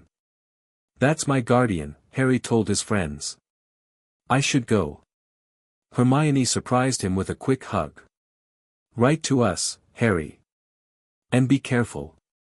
"Yeah, mate," Ron agreed, shaking his hand. "Don't let Snape keep you brewing potions all summer. You need to practice Quidditch if you're going to try out next year." Harry smiled at this assumption that he'd follow the traditional Potter path to Quidditch glory. "We'll see. Have a good summer, everyone." He made his way through the crowd to where Severus waited, noting the curious glances they received from other parents and students. "Ready?" Severus asked simply. "Yes, sir." They moved away from the crowded platform to a designated apparition point. Severus placed a hand on Harry's shoulder, a rare physical contact that had become necessary only for side-along apparition, and with a crack, the station disappeared. They reappeared on the familiar path leading to their cottage in Yorkshire. Nothing had changed externally, the same protective wards hummed in the air, the same overgrown garden surrounded the stone building, the same sense of isolation and security that had defined Harry's childhood. Yet as they crossed the threshold into the cottage, Harry realized something had fundamentally shifted. He had left this place as a child, sheltered and protected by Severus's careful guardianship. He returned having faced Voldemort directly, having made friends and enemies through his own actions rather than inheritance, having begun to understand the complex legacy that shaped his life. Severus seemed to sense this shift as well. As they settled into the familiar routines of unpacking and preparing a simple meal, his usual brisk efficiency was tempered with occasional thoughtful glances at Harry. It was only after dinner, as they sat in the study with cups of tea, that Severus addressed the unspoken changes between them. "Your first year at Hogwarts," he began carefully, "has proven more eventful than anticipated." "That's one way to put it," Harry agreed with a small smile. "While the specific circumstances were extraordinary," Severus continued, "they represent merely the beginning of what is likely to be a challenging educational journey. The Dark Lord's attempt to return confirms what I have long suspected: your life will not follow the comfortable pattern of ordinary wizarding children." Harry nodded, having reached the same conclusion himself. "Because of the prophecy." "Partly," Severus acknowledged. "But also because of who you are, not merely the boy who lived or James Potter's son or even my ward, but Harry himself." The choices you've already made, your friendships, your approach to house divisions, your response to challenges, these define you more than any prophecy or legacy. It was perhaps the most personal observation Severus had ever shared, acknowledging Harry as an individual beyond the various labels and expectations that had shaped his life so far. "Thank you," Harry said quietly, understanding the significance of this recognition. Severus nodded once, then shifted to more practical matters. "Your summer studies will intensify this year. Recent events have demonstrated both your progress and the areas requiring further development." "More potions?" Harry guessed. "Among other subjects," Severus confirmed. "Your shield charm requires refinement, your transfiguration practical work needs significant improvement, and we will begin more structured occlumency training to protect your mind from external influence." The rigorous schedule was expected, but Severus's next statement caught Harry by surprise. Additionally, his guardian continued, appropriate social development requires peer interaction beyond the academic setting. Therefore, limited visits to the Granger and Weasley households may be arranged, provided adequate security measures are established. Harry couldn't hide his shock. "Really? I can visit my friends?" The corner of Severus's mouth twitched slightly. "Within reason. Your primary responsibilities remain here, but yes, some social engagement will be permitted." This unprecedented concession suggested a significant evolution in their relationship, a recognition that Harry's world had expanded beyond the cottage and its protections, that connections formed at Hogwarts had genuine value beyond academic convenience. "Thank you, sir," Harry said sincerely. "I appreciate that." Severus inclined his head slightly, then rose from his chair. "Rest tonight. Tomorrow, we begin your summer curriculum in earnest." As his guardian left the study, Harry remained seated, contemplating the extraordinary year that had passed and the future that awaited.